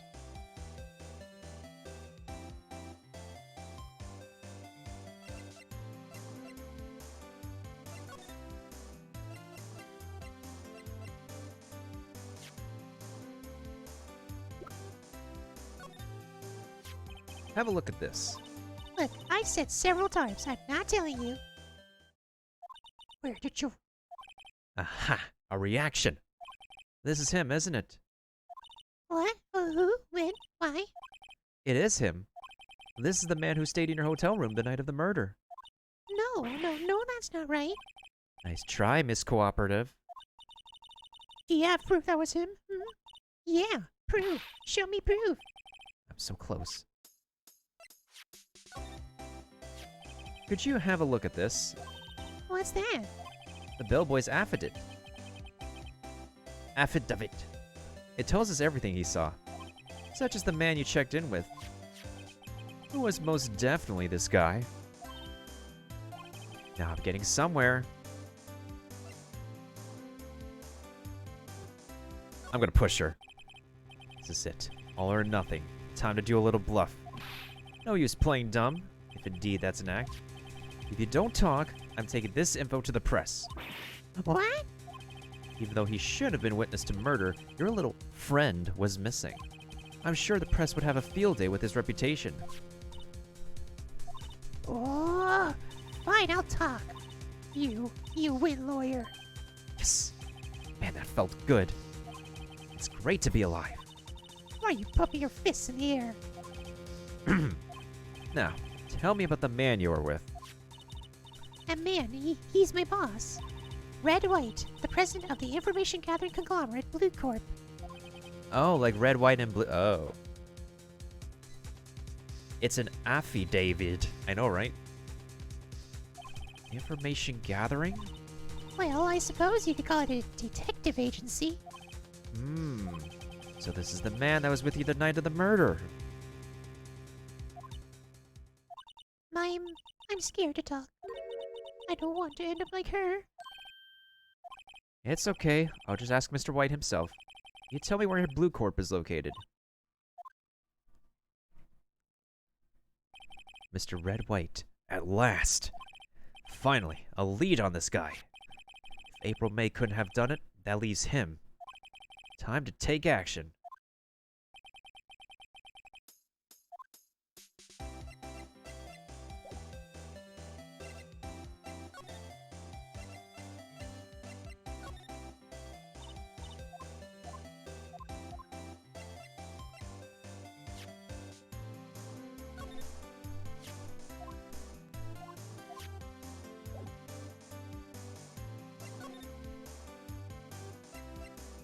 Alright, let's make our way over to Blue Corp. Oh hey, look at that painting. It's the same one in...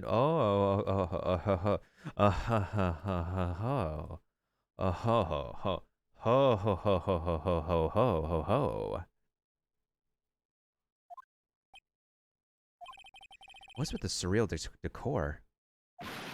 Welcome. Please furnish me with the title of your personage. Your name. What's your name?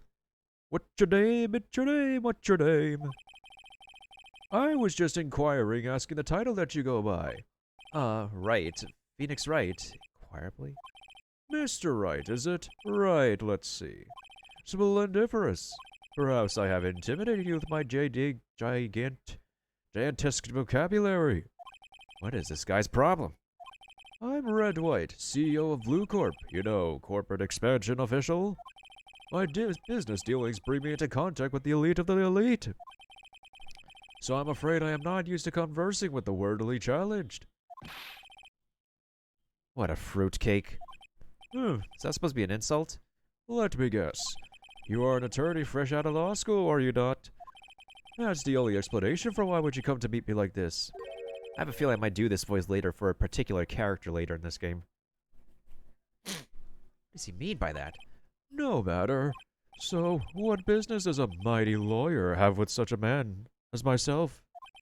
Yipes. This guy's arrogance meter is off the scale.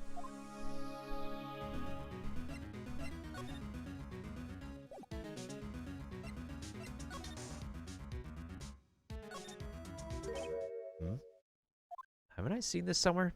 Is this a replica? Ridiculosity! I have no interest in anything but originals. That right there is a bona fide original. Worth 5 million for sure.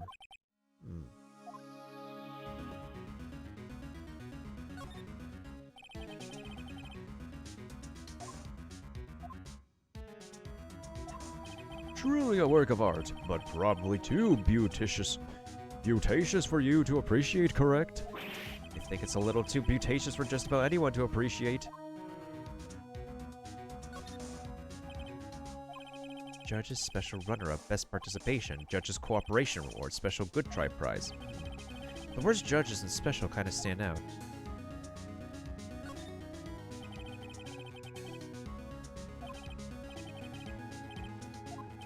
It is modeled on my body, you see? Well, does its sleek roundature not inspire you?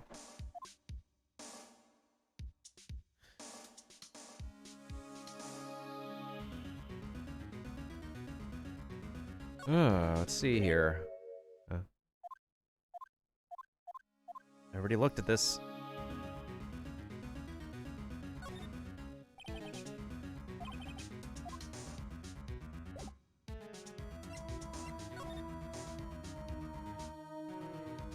I don't think I have anything else to, like, reminisce about here.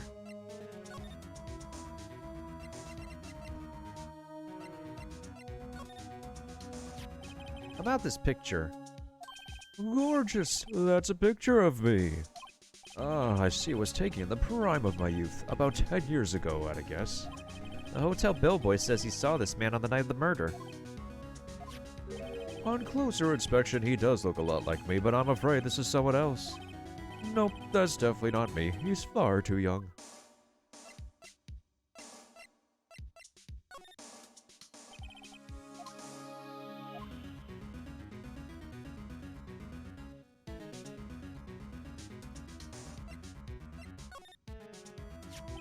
About this wiretap. Ah, the one that Miss May used, right? Ooh, something's wrong with my bitrate right now. Hold on, let me look into that, folks. Let me make sure that we're okay. Might be a delay or something.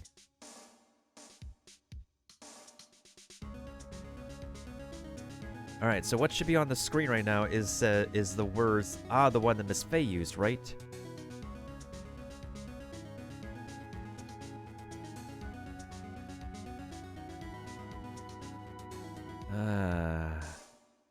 It's happening again. I live in a mountain. This is what it's like to deal with the internet in the mountain. Okay, we should be okay a little bit now. Bad girl, bad girl.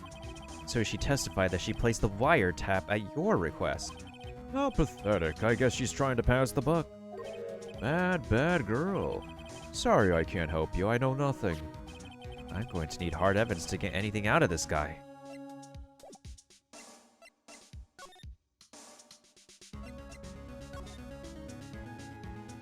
What kind of company is Blue Corp anyway? Ah, excellent question.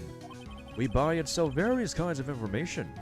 We are a company of the future, you might say. We are the future. Sell information? In just 10 years, I built this business up into the grand office you see now. In any case you were wondering, Blue Corp was named after the color blue. I, Red White of Blue Corp, his founder and CEO, named it so. And why, you ask? Because I like the color blue, of course. Fantabulistic, is it not? Miss May is an employee of Blue Corp, is she not? Correct. She was my secretariat. What a shock it was to hear what she has done.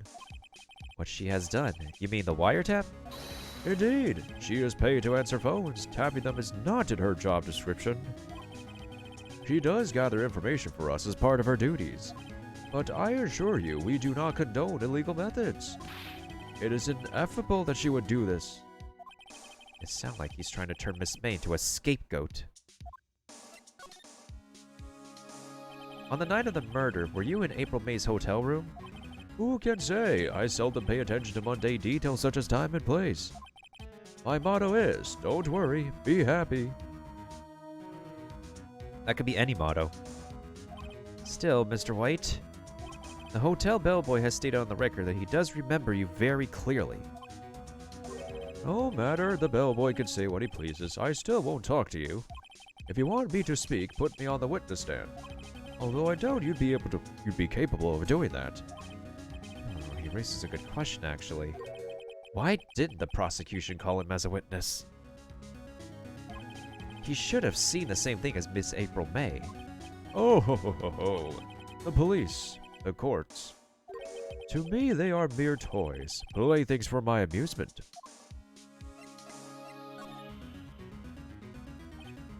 There's something that's been bothering me. Yes, what might that be? That big painting on the wall over there.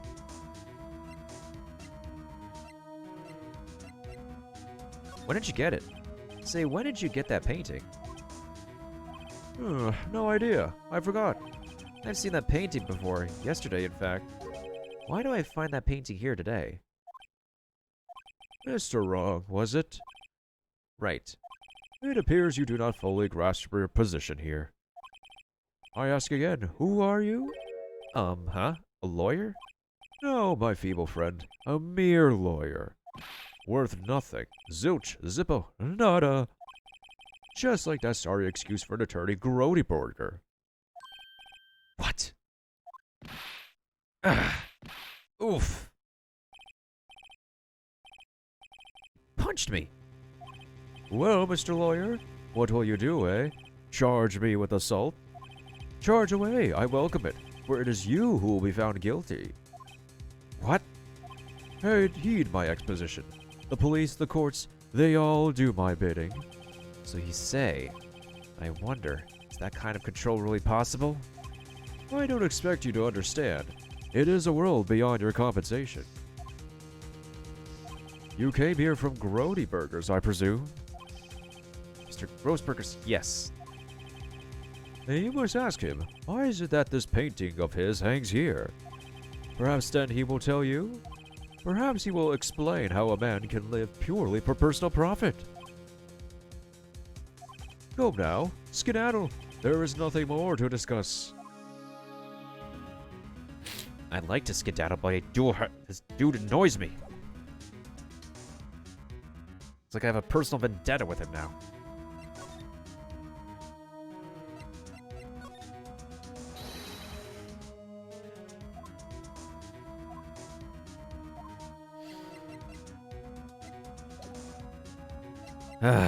Fine.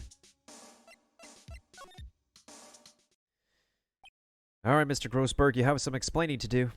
I think we should be caught up on now in the visuals. Huh? I don't think he's noticed me standing here. Maybe I should clear my throat. Ahem! Oh, jumping Jehoshaphat. Oh, you. What's wrong? You look so pensive, like an old man at the end of his days. Huh? I'm not senile yet. I was just thinking about this whole mess. Something's really bothering him, that much is clear.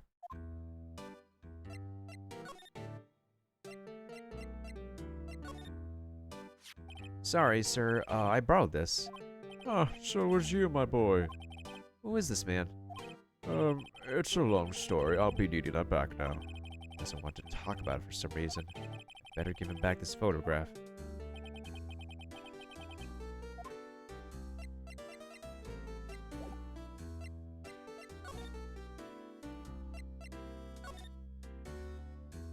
So, I paid Blue Corp a visit. Oh, I see. Mr. Grossberg, I have to admit, something has been bothering me. Oh, what is it? Oh, well, out with it, my boy. My boy.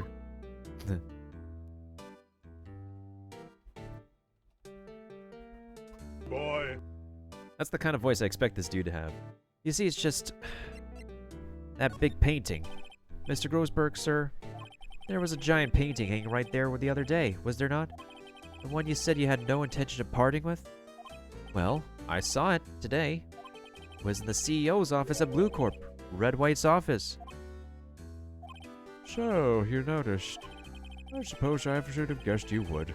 It is a large painting. Mr. Grossberg, I know you Mr. White are connected somehow. Connected, you say? Yes, and I know what it is. You're lovers. No. Obviously, this is a clear setup for blackmailing. Mr. White has something on you, doesn't he? Blackmail? I think that painting is fairly gaudy proof. Very well, this may be the chance I've been waiting for. Maybe it's time to get this off my chest, so I can finally rest easy again, my boy. After all, you were Mia's understudy. Perhaps it was fate? What's he talking about?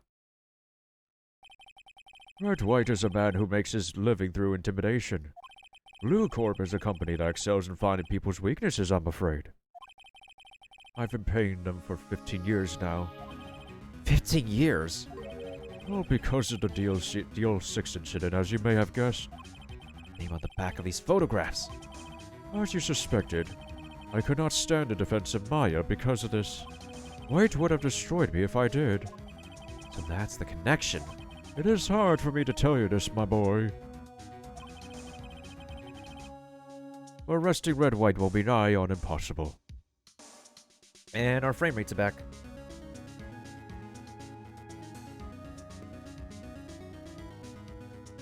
Because of his so-called connections? Impossible, why? He has information on everyone. It gives him an iron grip. He owns judges, attorneys, prosecutors, police, and politicians. Not the politicians. Anybody but the politicians. Nani? They are bound, unable to do harm to themselves and therefore to him. Don't look at me like that. What you see is nothing more than the weight of many years.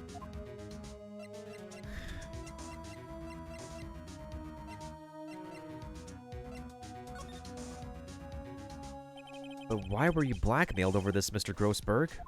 The Deal 6 incident was top secret at the time. It made sense. The police didn't want people to know they were using a medium. They couldn't let people know. But one person found out. I told him. You told White? He offered me riches. It is an embarrassment to me now. Because I talked, the police were mocked far and wide. In secret, they began looking for the one who sold them out. Of course, White heard about it, and he came to me. Only this time, the offer was blackmail.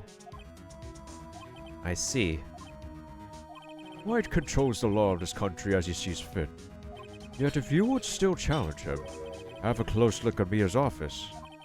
Mia's office? She followed his every move for years. She may have recorded something of what she found.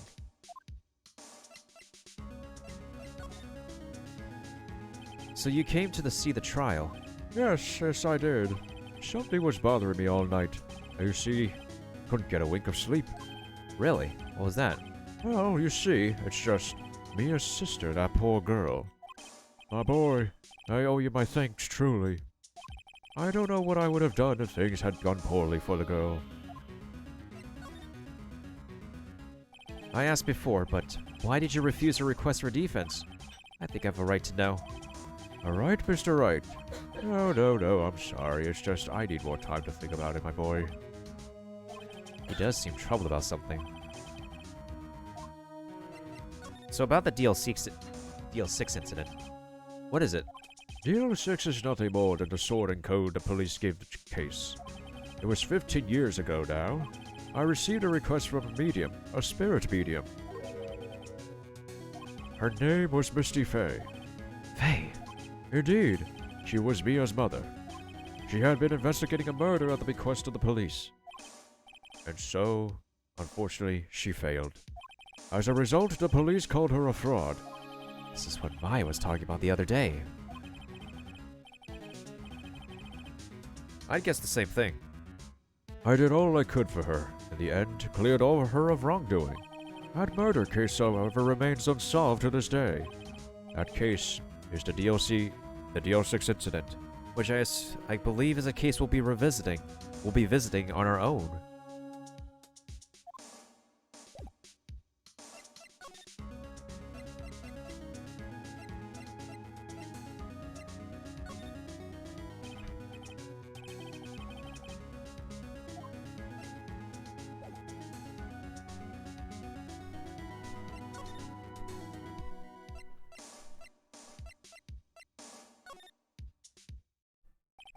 It's funny, looking at this room, it seems so normal. Hard to imagine a murder took place here.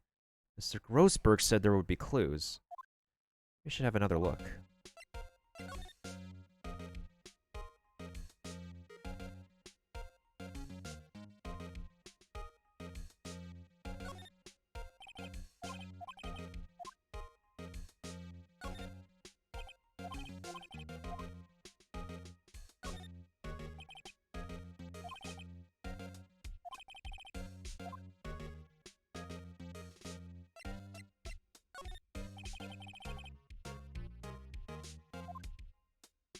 Misty Faye, that's me and Maya's mother.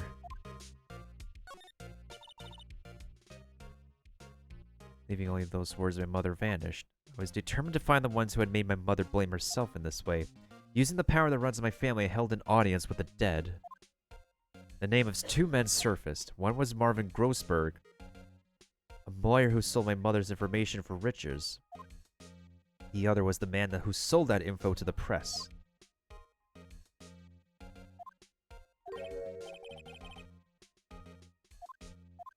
So Mia knew Grossberg.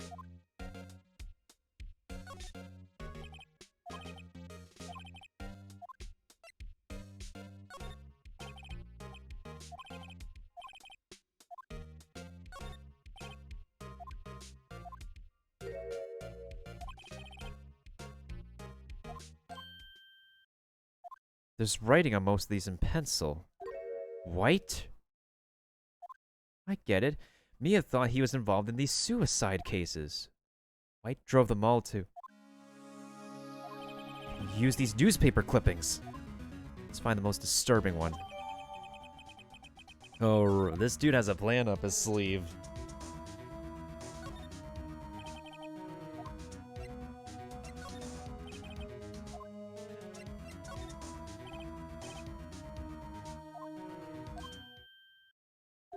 The entire W section is missing. Was it taken?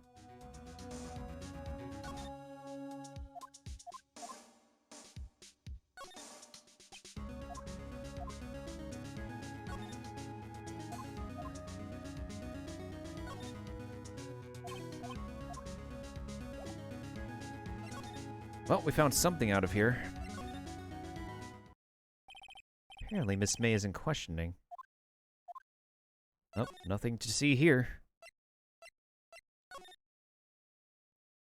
The bellboy seems to be out. Sound of water coming from the shower.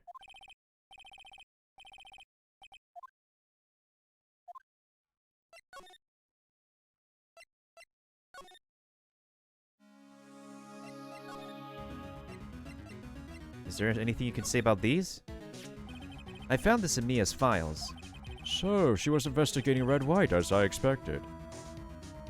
Well, if you wanted to challenge him, you could present this in court. Not a bad idea.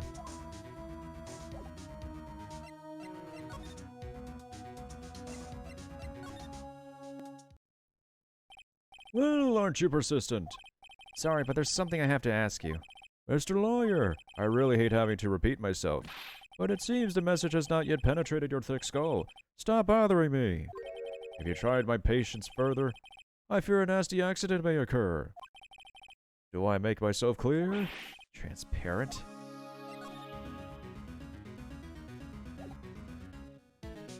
I don't want to present him anything or he's going to yoink it from me. There's no point asking someone this crooked a straight question. I need some evidence I can use as ammo. What's wrong? Is something stuck to my face? Why, yes, there's my eyes and my nose and my mouth. And of course, you need not restrain your mirth, my friend. It is okay to indulge in my cosmopolitan sense of humor. I will not think less of you.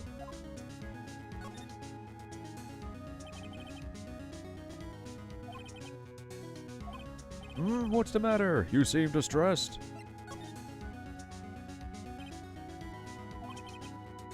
Stop that. Your hot gaze is giving me goosebumps.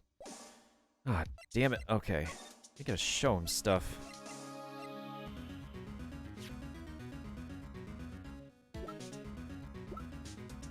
This is not good. He's gonna take it from me, I know it, and I'm gonna hate myself for doing this. Mr. White, see this? It's an article describing the suicide of a politician. He was embezzling secret government funds. Then, one day, word got leaked to the press. The very next day, he took his own life. And this concerns me how? I found this article in Mia's office. Miss Mia. She had a file filled with articles like this. Every one of them was labeled with a single word, White.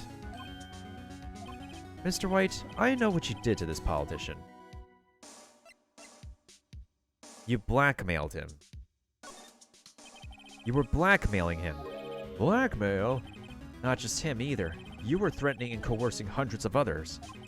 You were involved in all the suicide cases that Mia investigated. This company is built on blackmail. Blue Corp, more like Blackmail Corp. I'm right, aren't I? What a bizarre accusation. Mr. Wrong, what is it that you should be doing now? Investigating me? No, I think not. You should be searching for the one who killed Miss Mia. Secretary's office, hello? Mr. Wrong will be leaving now. Yes, sir. I'll send someone right away. Wait a second, Mr. White. You're wrong. You're wrong, Mr. White. Excuse me? What I should be doing now is going after you. Miss, what are you insinuating? Mia was onto you. She was keeping tabs. For this reason, you had April May tapping her phone. Then Mia was murdered and all the documents about you mysteriously disappeared. So the culprit would be... Even a child could work it out, Mr. White. You did it. Secretary's office. We won't be needing an escort for Mr. Wrong. Instead, please connect me to the public prosecutor's office. Of course, sir. One moment, please. What are you doing calling me at a time like this? Hello, Chief Prosecutor. I've changed my mind. I want to testify tomorrow. What's this about? The Mia Fey case. I witnessed the murder, you see. And thus, as a very important witness, I would like to testify. I thought you said you don't want to go to court. Quietude, I told you I changed my mind, didn't I? Oh, and one other thing. Send the police over here right away. The man is standing right in front of me. He looks dazed but could be violent. Are you even listening? The executioner, the hatchet man, the liquidator, the killer man. What? This is another one of those.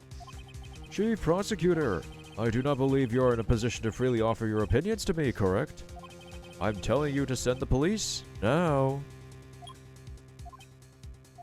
And I'll tell you, Mr. Wrong, you are a mere lawyer, as was Ms. Mia. How dare you? I'll point the finger at you and you will be tried as Miss Mia's killer. This case is as good as settled. No lawyer of any worth will defend you. I have friends in the local lawyers association, you see. You will be given a lawyer so stupendously inept that they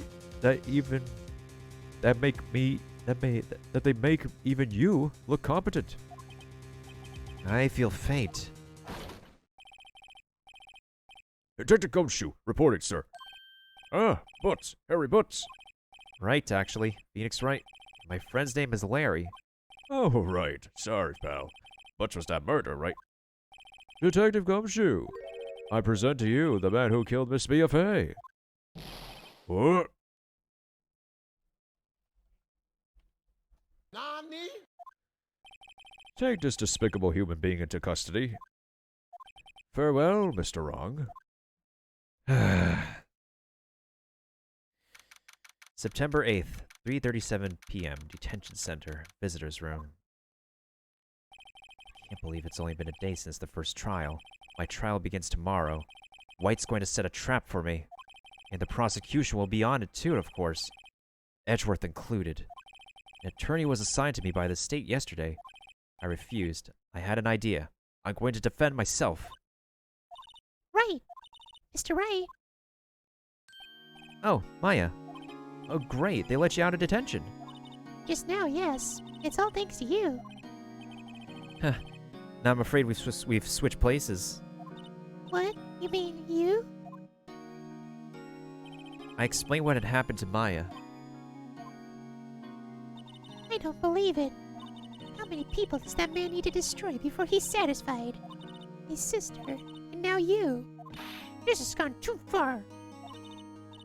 Mr. Wright, please tell me, is there anything I could do? Well... Help me break out of here. Cheer me on in court.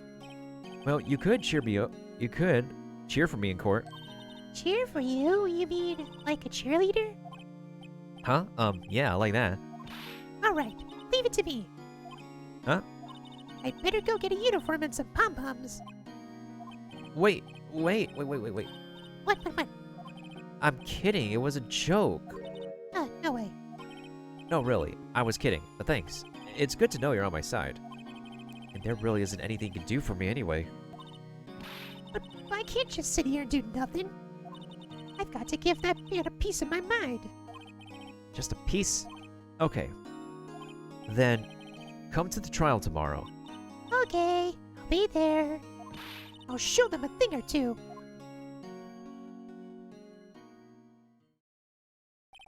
Times may change, yet with crime, it's the same old story. In fact, it's gotten worse. Lengthy court proceedings are no longer realistic. Beginning a few years ago, a limit of 3 days was put on initial court trials. Almost all finished in a day, most with a guilty verdict. I never thought I would end up in the defendant's chair myself for this case, with the true culprit appearing as the star witness. This is it. Tomorrow, it's me or him. And I need another break. Also, what's up, dude?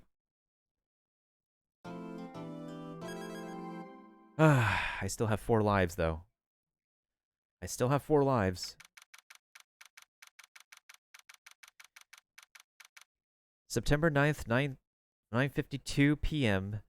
a.m. District Court Defendant Lobby number 1.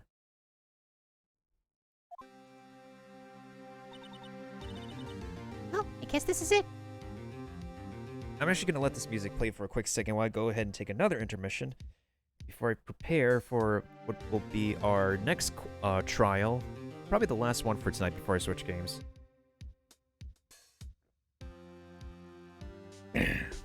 I shall be right back real quick, folks.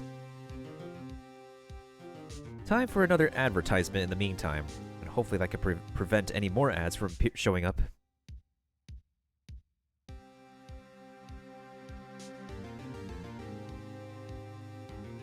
Yeah, I agree, Kaiser. That one is a really long one. Even for what I vaguely remember as a kid. Like, not as a kid, but in middle school and high school.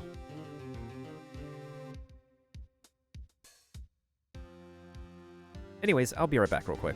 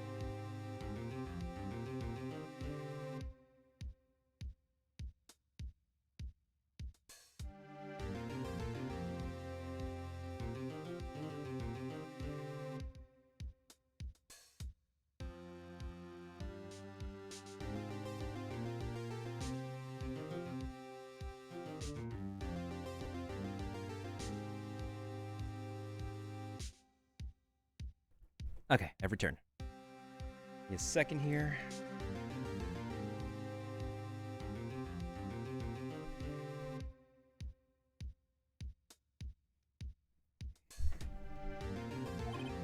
Yeah.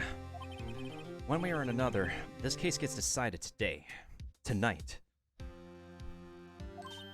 Aha! Phoenix, look. Edgeworth? Prosecutor Edgeworth? I received a call from the chief prosecutor's office yesterday. Hmm? I was told that whatever Mr. White says today, It will be the absolute truth.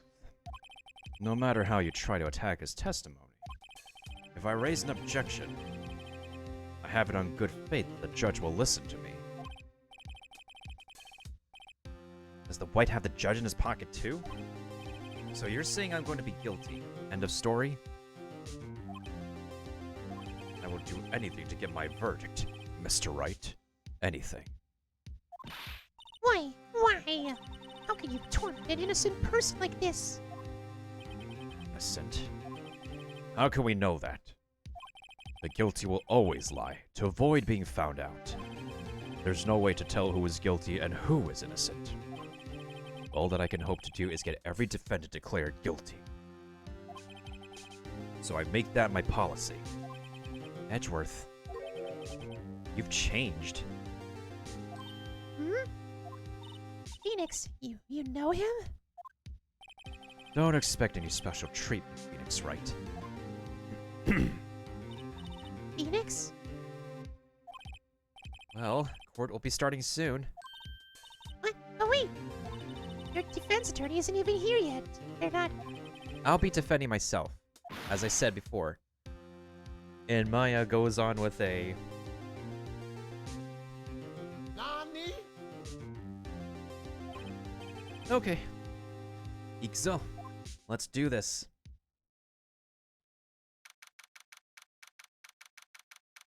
September 9th, 10 a.m., District Court, Courtroom number 1.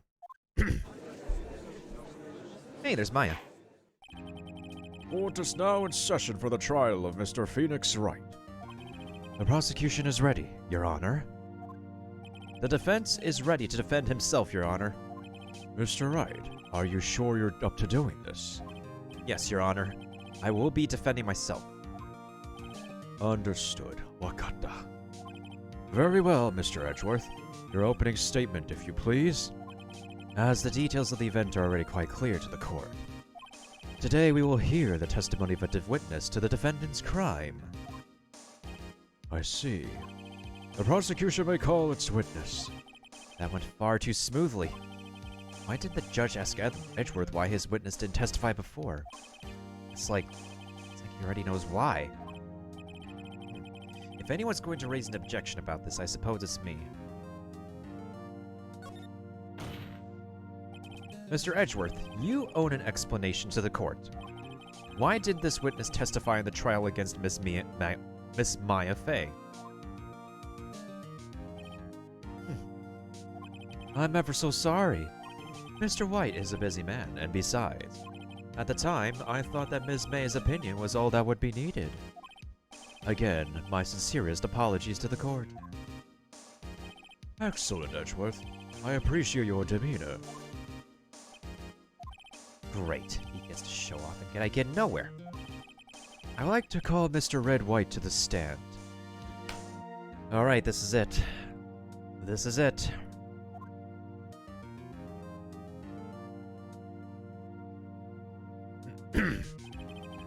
Please state your full name. Do you wish to know the title of my personage? Your name? Yes, that is what I said. Oh dear, do my locutions confuse? Name. These two are great together.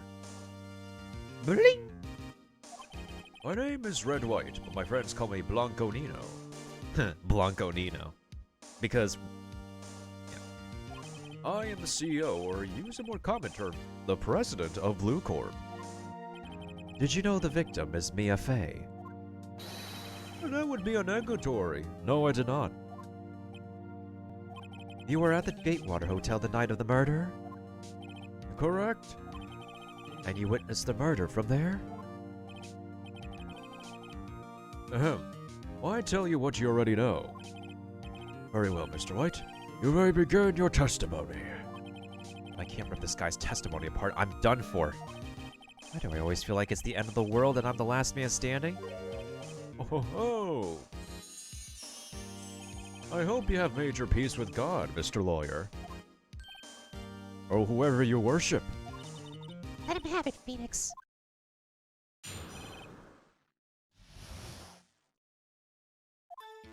Let's see, it was about 9 o'clock, I believe. I was quietly it's reading to you, some papers by the window. Then I heard a bedlam coming from outside. Surprised, I turned to look at the building across the way. It was when I saw him, a spiky-haired man attacking a woman with long hair. Needless to say, that man was none other than you, Mr. Lawyer. I called Miss May over at once. She, too, was flabbergasted, of course. The victim, she ran away, but you gave chase. Finally, there was a terrible impaction, and it was all over. He talks like a character from Wicked. And plus I gave him that voice. If things occurred as you testify, then I'm afraid the defendant is guilty. Very well, defendant. Mr. Wright. Your cross-examination. Yes, Your Honor.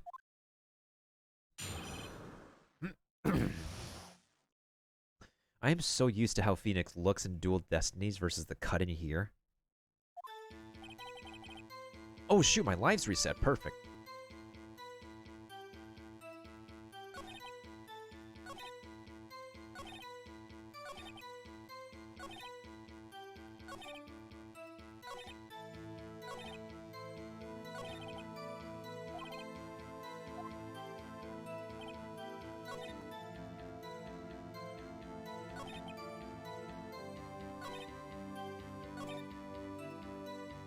Hold it! Spiky haired? Oh my god. Hold it! Can you be a little more detailed about that? I think it's worth knowing exactly what happened. Of course, comprende, I understand. Wakata, the victim was attacked, but by you, and ran to the left. You gave chase and struck her down. Are you sure? As you know, I am always absolutely perfect. Perhaps you could change your testimony to reflect this new detail. The victim ran to the left and you gave chase.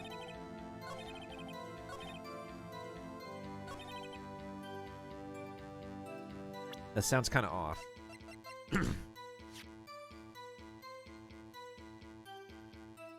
If you say the victim ran to the left, but your partner said the victim ran to the right. Objection! I object to that.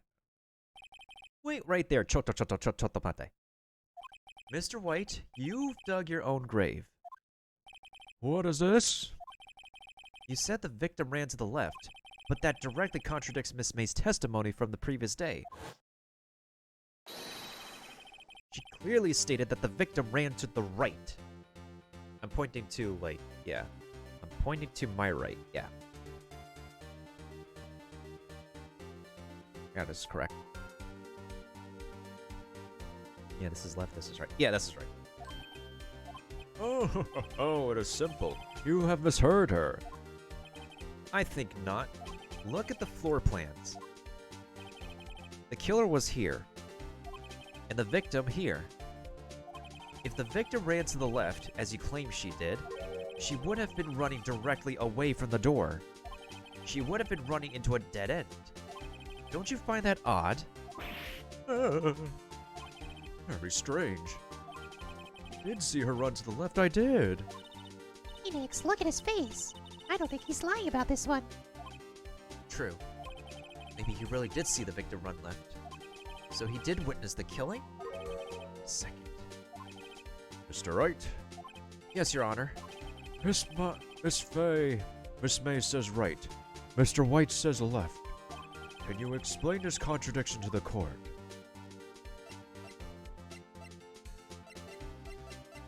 Oh god.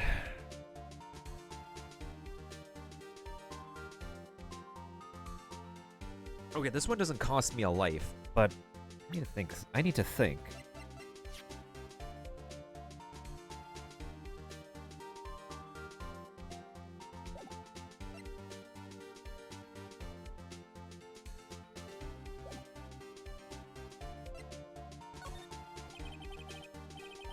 As Miss May has stated, Mia ran to the right after she was attacked. What is this? I am not fashioning fabrications, I assure you. A lady ran to the left, I am sure of it. There can only be one explanation. And that is... Obviously, the witness was not viewing the crime from the hotel.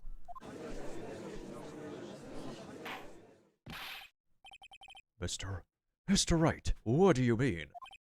Yes, what do you mean he was not viewing the crime from the hotel? If he was not in the hotel, where could he have been? In the law offices of Fayin Corp, of course. Of course. More specifically, he was standing here.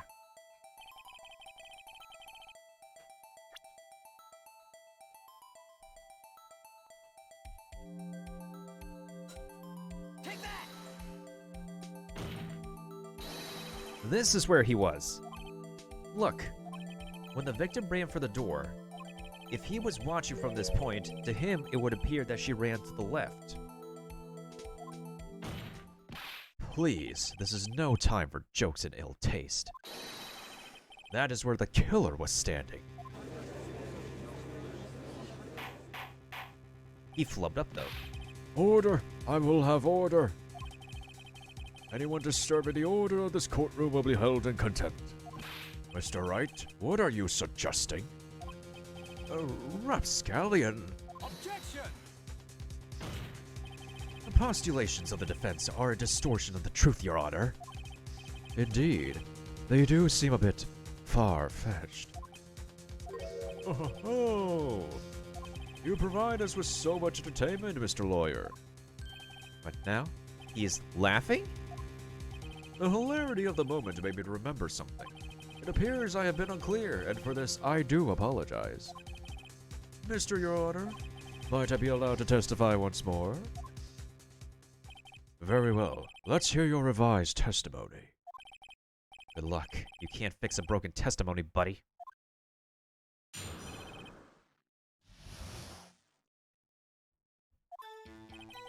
Miss May's testimony was correct, as was mine. When you assaulted the girl, she first ran to the left. And then when you hit her, so savagely, that is what I saw.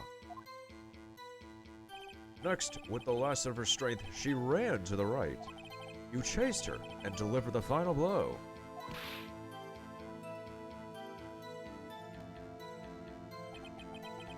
That is what Miss May saw. You see, you hit her twice. Don't you remember, Mr. Lawyer? I do remember the facts, and the facts state that she died instantaneously after. No, not instantaneously. She got hit once. That does seem to make sense.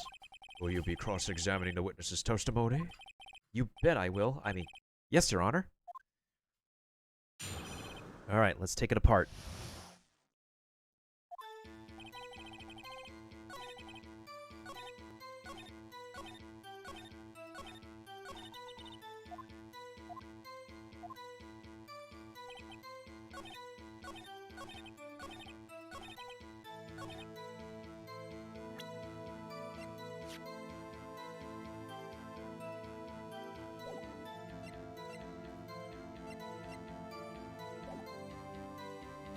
Hold it. So were you watching both times? I suppose I was. And please excuse me for not testifying to this sooner.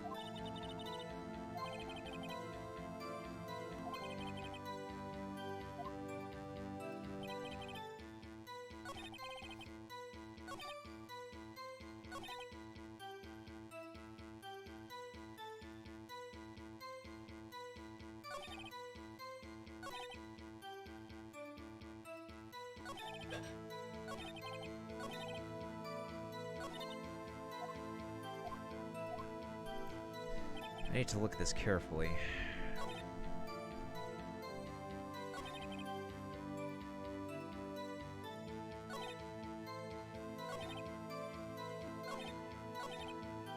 Hold it! Stop saying it was me. But it was you. Objection! Mr. Wright, if you claim that it was not you, then show us proof. May I continue?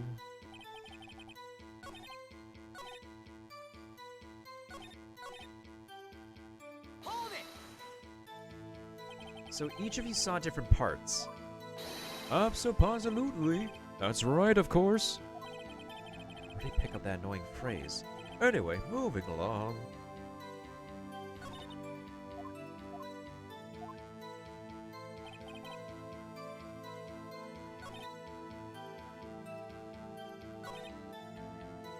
Hold it!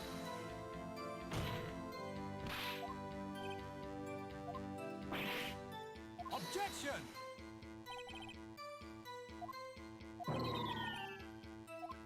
That didn't amount to anything. Alright, let's take a look at whatever evidence we have. The autopsy report died from a blow by a blunt object. May have lived for a few minutes after being hit, which justifies that she had a chance to run to the door.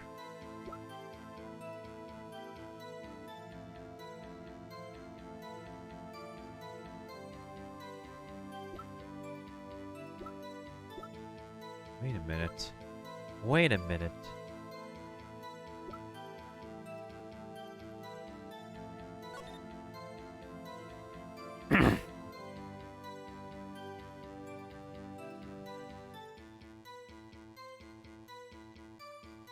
No, he already explained that it would be a dead end. Damn, okay.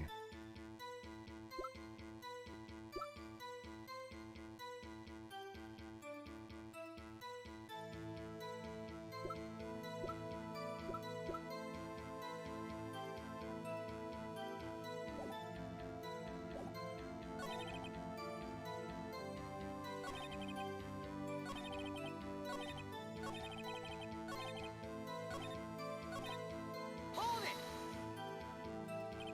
What do you mean first? First, that is what comes forward before what happens next. You do speak English, correct? Please sit back, relax. I will try to use simple words for your benefit. First, she ran to the left, and then... Oh my god. Hold it!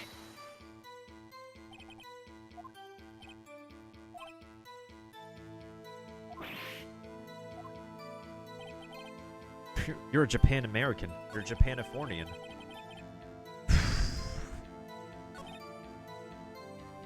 Hold it!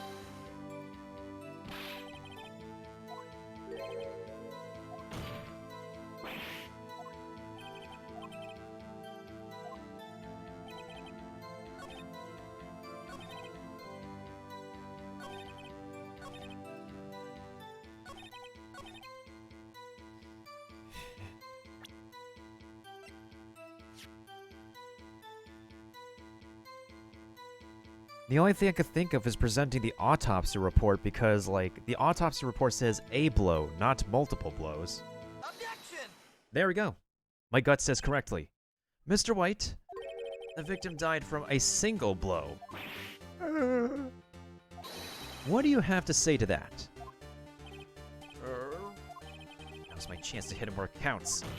Mr. White, wasn't it you who told this court you were absolutely perfect? I will refrain from using this phrase From now on. Exactly, now shut up. Your Honor, if you could ask the witness for a new testimony. Objection! The witness is obviously confused, Your Honor. I would like to request a 10-minute break. Yes, quite. Objection! I object. The witness is confused because he's lying. I emphatically... Oh, that is a word I do not say often. Emphatically request that there would be no break, Your Honor. Jesus Christ, I need to add more words to my vocab.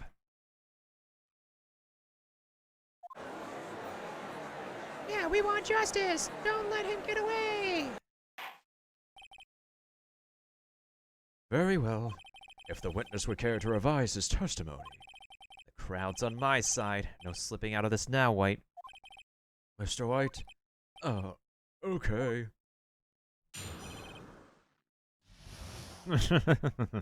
We got him where we want him.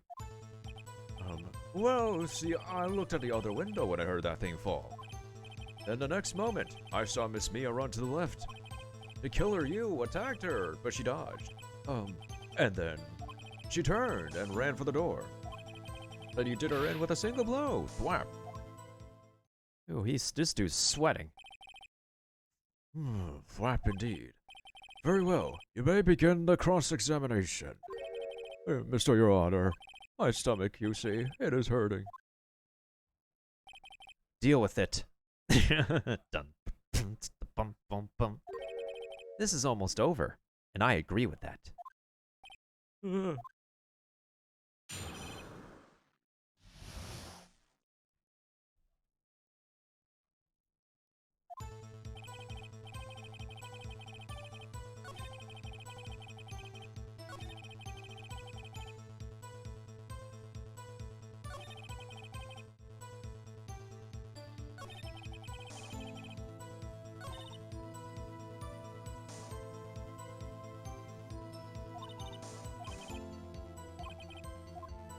Alright, we gotta press him now. Wait, what other window? What other window? You heard that thing what exactly was that thing?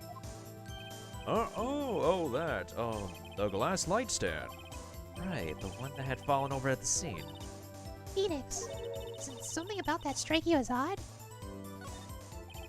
Yeah, that is odd. I'll press further. Mr. White, What? you're saying you saw the glass light stand? Yes. Then change your testimony to reflect that. Sorry, my bad. Okay, of course.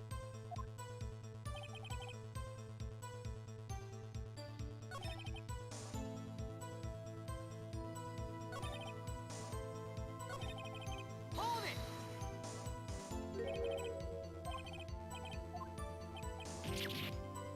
Objection! I see nothing odd about the witness knowing the name of the victim. Mr. Wright, I will not have you harrying the witness.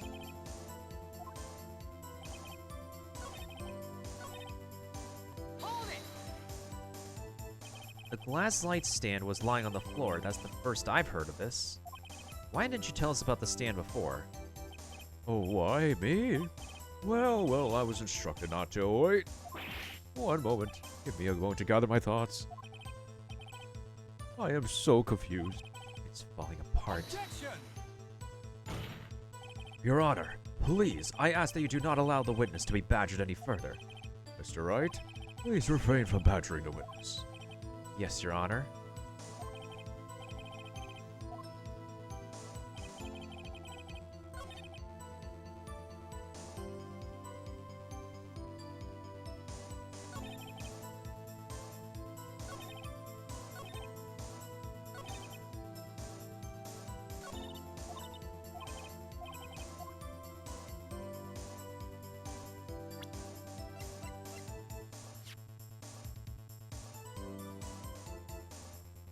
How could you tell it was a light stand when it's completely broken and it's broken beyond recognition? Objection! Haha! Mr. White, it was impossible for you to have seen the light stand. Huh? The stand broke into pieces when it fell.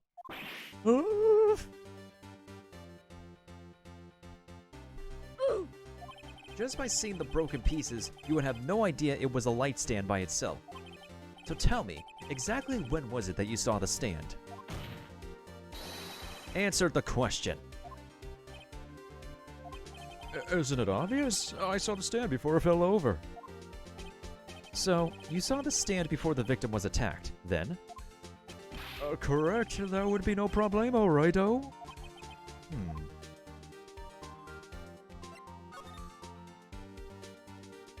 There's a big problem here. What problem is this? Mr. White, let me make sure I have this straight. You saw the glass light stand through the window from the hotel before the incident occurred? Correct, that is so. It's conclusive, definitive, undeniable, unimpeachable. No, it's impossible. You couldn't have seen the stand. What? Why could he? You have proof. I sure do, Your Honor. A person in the hotel could have not seen the stand before it fell over because if you look at the floor plans here,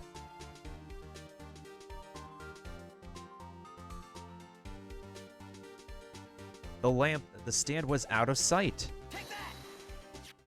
Look at this. These are the floor plans of the scene of the murder, yes? Mm-hmm. Correct, Your Honor. Now look.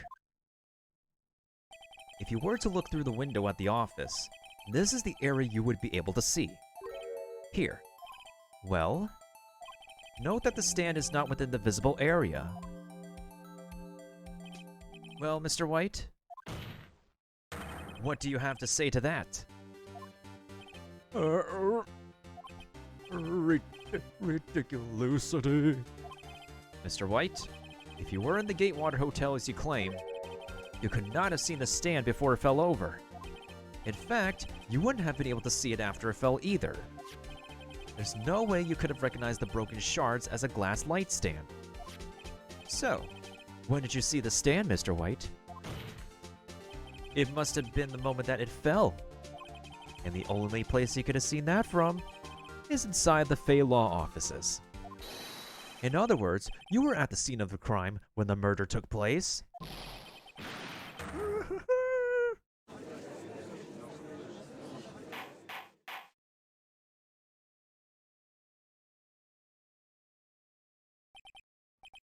Mr. White?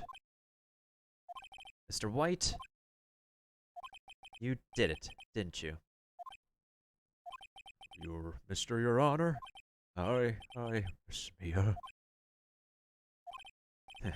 Looks like we're about to get our verdict. Objection! That's far enough, Mr. Phoenix Wright. Eh? What?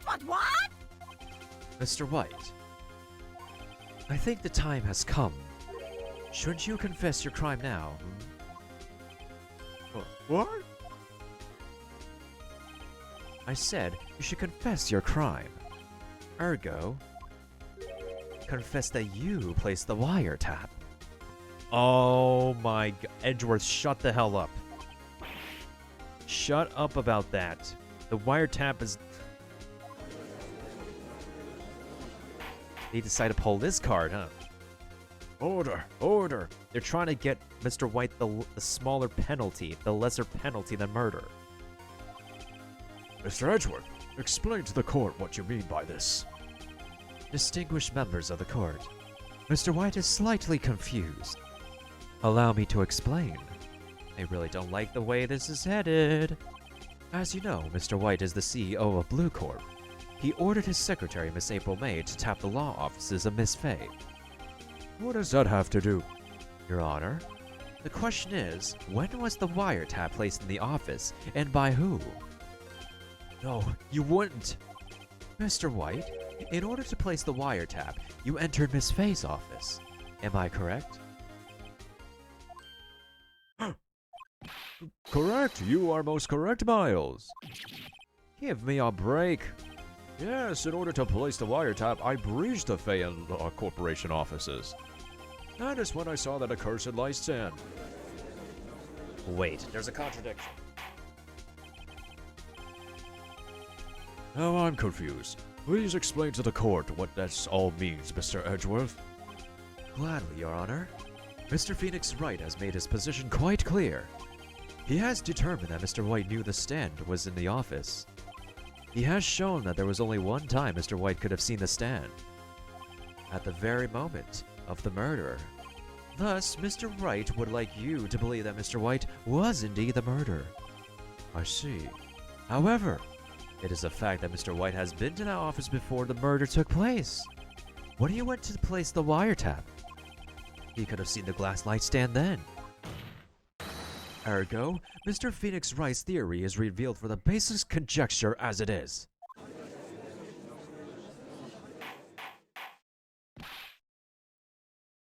Mr. White, you will testify to the court about this wiretapping.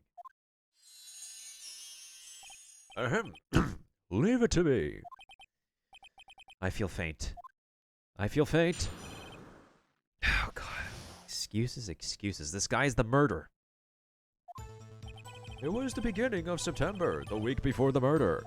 I had entered the Fay and Corporation law offices. Of course, I had done so to place the wiretap. That is when I saw this glass light stand.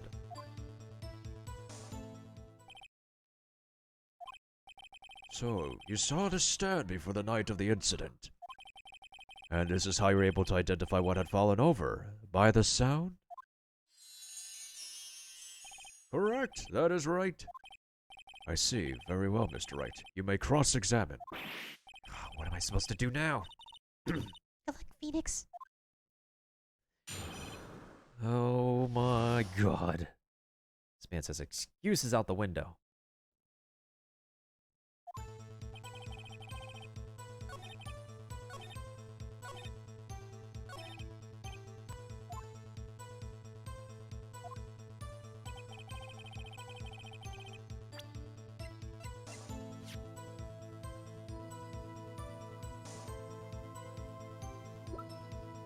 I don't know what's the back of this receipt, though.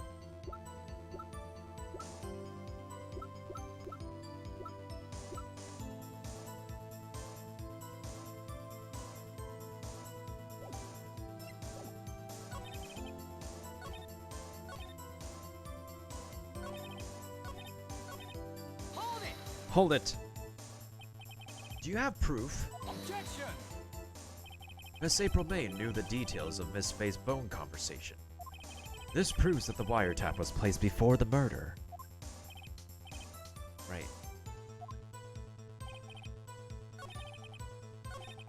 Hold it! Why did you notice something as innocuous as a light stand? The light stand was made entirely out of glass. It was quite stylish, so I guess it made a lasting impression on me. Such a beauticious thing deserves attention, does it not? That is all. Damn it, there's an impressive one. Hold it! Objection! Unidentified fingerprints several days old were found in the Fay and Co. law offices. Those are obviously Mr. White's.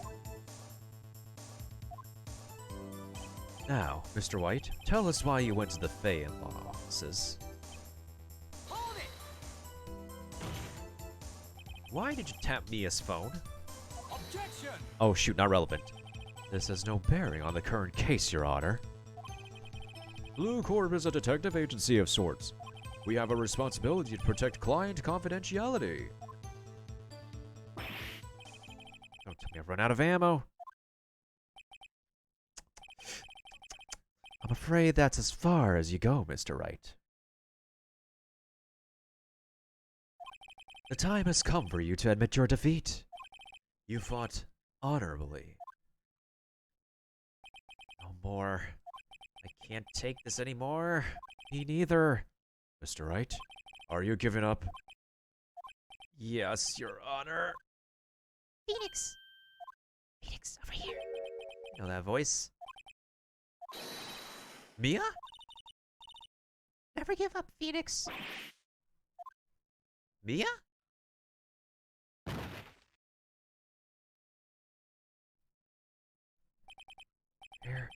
Where am I? Waiting lobby? What happened? Oh, right. Lost the trial. I was hallucinating. Ah, you're finally awake. Yeah.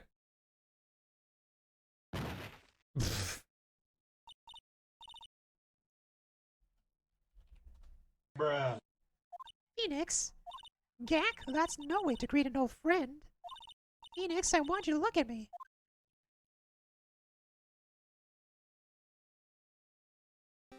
Oh.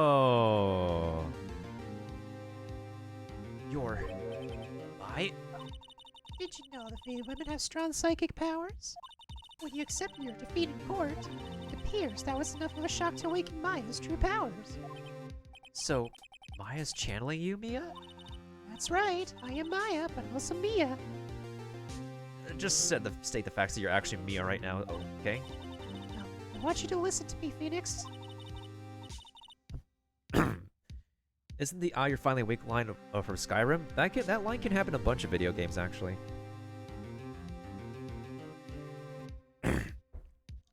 Maya never gave up. You can't either. That's what I came here to tell you. But We don't have much time, Phoenix. Now listen. You've already won. huh? You have that receipt in the court record, right? Yeah, the one you wrote Maya on. Phoenix, Wright wrote that, not me. Of course, White wrote that. So what do I do with it? Front of the receipt. The front? No wonder I couldn't examine it. I was gate blocked by the plot. I got plot blocked. I'm just gonna add that as a quote.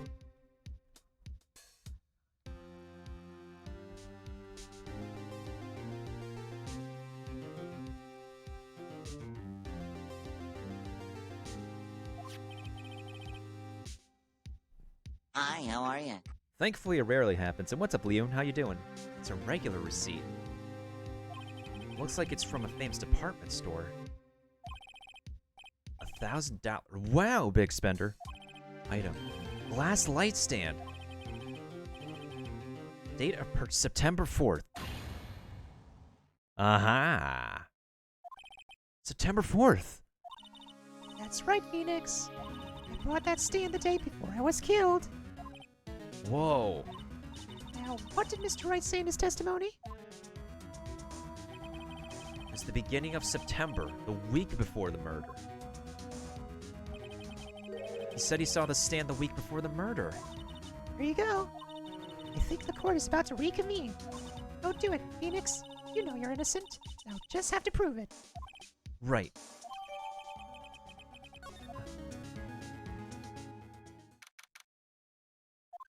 September 9th, 1:16 p.m. Courtroom number 1. Court will now reconvene for the trial of Mr. Phoenix Wright. Is the defendant, rather, are you all right, Mr. Wright? Yes, sorry, Your Honor. I'm fine now. Then let's start where we left off. Your Honor, there is nothing to go back to. The cross-examination of Mr. White is finished. All that is required now is for you to pass judgment on the defendant, Phoenix Wright. Your Honor, please, give me one more chance. I promise you, this is the last time I'll ask of you. But as Mr. Edgeworth has noted, the trial is more or less finished. Oh, it's about to be finished. Mr. Edgeworth, you have an opinion on this matter? I say, let us give Mr. Phoenix Wright his last chance. Very well. You may begin your cross-examination once more. I know where to do this.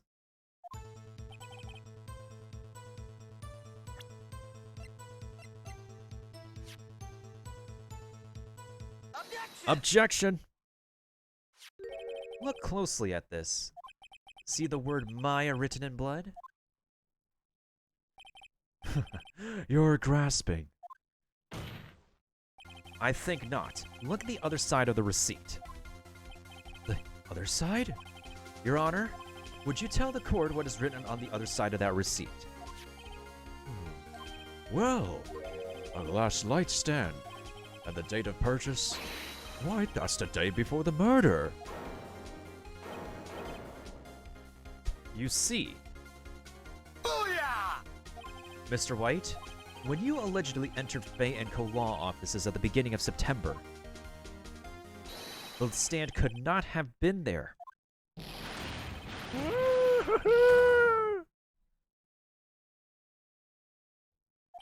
Well, Mr. White, can't get out of this one, can you? No, it's achievable. Uh-oh, he's losing it. Well, Your Honor, I understand there must be quite a bit of pressure on you. But I think you'll agree you can't judge me guilty under these circumstances. Very well. Then, that is all for the trial of... Objection! Oh, God. Edgeworth, what is it now? Not so fast, Phoenix Wright. Eh? Why can he worm his way out of this one? Oh, wait, I forgot. It's Edgeworth. There's a certain thread of logic to the defendant's claims. However, there is no concrete proof that Phoenix Wright is innocent. Ergo, I would like to request one more day before Phoenix Wright is granted his freedom. I need time to make one more inquiry into this matter. An inquiry? This isn't going to be another one of those updated autopsy reports. This guy just makes up evidence as he pleases. This is bad. I object. Mr. White's guilt is obvious. There's no need to prolong this trial any further. Well, Mr. Edgeworth, If anyone is going to call Mr. White to trial, it would be me, the prosecution. I need a day to ascertain whether these new claims have any basis in factual evidence. I see. Objection denied. Come on. Nani? The completion of the trial of Mr. Phoenix Wright will be postponed until tomorrow. Come on. There's no telling what will happen if I can't end this now. Edgeworth is sure to come up with just pick up something. After Mia showed up to help me and all. Mr. Your Honor, may I go home? Of course. Thank you for your time. The witness will stay. Mia. Phoenix, read this note out loud. Mia? What's this? Okay. Mia's memo. Your Honor, if I may. You're quite persistent today, Mr. Wright. I am persistent, and I'm persistent right now. Bet I am. My life is riding on this one. I have something I would like to read to the court. Take that! The memo Mia had given me was a list of names. Many of them sounded strangely familiar. People in finance, famous celebrities. That's when it happened. Stop! Stop! Desist! Halt! Please, stop! Make him stop! How did you get that list? Mr. White, admit your guilt right here, right now. Or else this list will be released to the press. How does it feel to get the tables turned on you, Mr. Blackmailer? I hit her. I hit her with a thinker. Case closed, Your Honor. Case closed.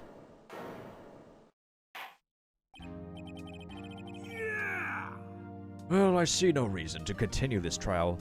There is no reason, period. Mr. Wright, Yes, Your Honor. you've done it again. That was quite a spirited defense. Yes, Your Honor. I guess you could say that. If only you knew how spirited it was. Well, this court finds the defense, rather, the defendant, Mr. Phoenix Wright, Not guilty.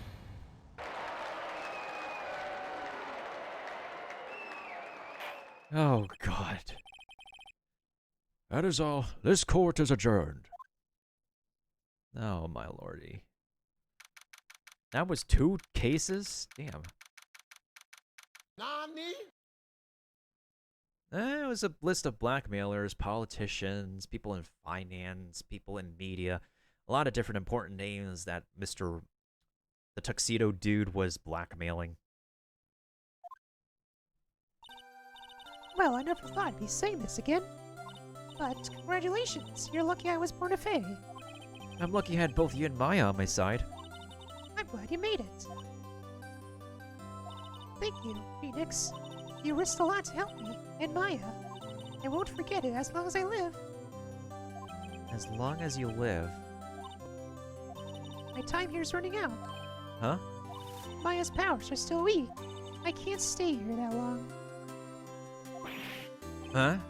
No, there's still so much to say. Don't worry. I'm sure we'll meet again. Chief. Hehe, I'm not the chief anymore. Phoenix?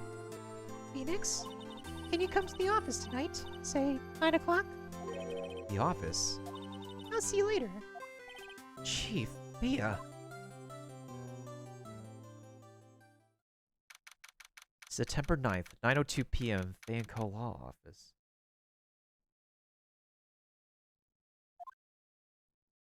Oh, we needed to get him convicted because he's the actual murderer. In every Ace Attorney case, they always show the murder at the very beginning. Being here, it's hard not to think about that night. Mia, I was kind of worried it might not. of course I can't. Oh, then. I'm pretty hungry. How about a burger? Yeah? You should see your face. What are you talking about? It's me, Maya. Maya, What did I look like my sister? looks like you were her. I might be able to use that. Oh, Phoenix, go to the store and buy me lunch, would you? Maya, why are you here? Oh, because of this. See? Mia wrote me a letter. Take care of Phoenix for me. Take care of, huh? She means the office. This office. Someone has to help the new Wright and Koloff office is right. And who better but me, Maya Fey, reporting for duty. Wait, no, on second thought. Let's make this casual. Yo, Nick, Maya here, ready to get down to business. Oh, this is where she starts calling him Nick. Okay. You don't mind me calling you Nick, do you? It's a great name. Mia, so that's what your friend Larry calls you. Nick. You know what this means. We're partners. Oh boy. He first being caught with murder, then the blackmail? That is a pretty good question, Liam. You know, when I think about it, it is Maya's fault I'm here now. But if it wasn't for her, I'd probably be in jail. Oh, you would be. Whether it be American law or Japanese law. Wright and Co. law offices. It's got a good ring to it. Yeah. Thanks, Maya. Oh, I like this picture.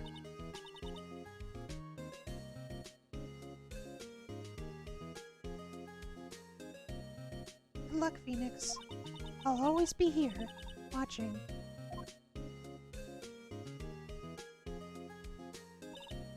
Right, okay, Nick, let's do it. Huh? Do what?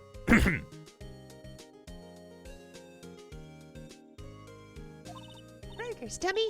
Burgers! This is Japanifornia, after all. We're known for being a melting pot with burgers. There's a great burger joint just down the street. Come on, time's a wasting. Okay, wait up.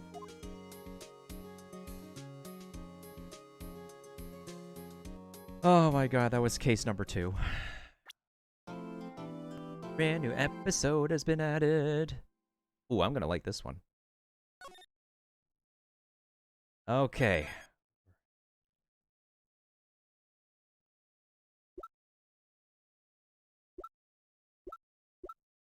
I like the artwork stuff that we got going on here. Most everyone knows like Rice Ball. Oh yeah, you know, remember the time when like 4Kids was like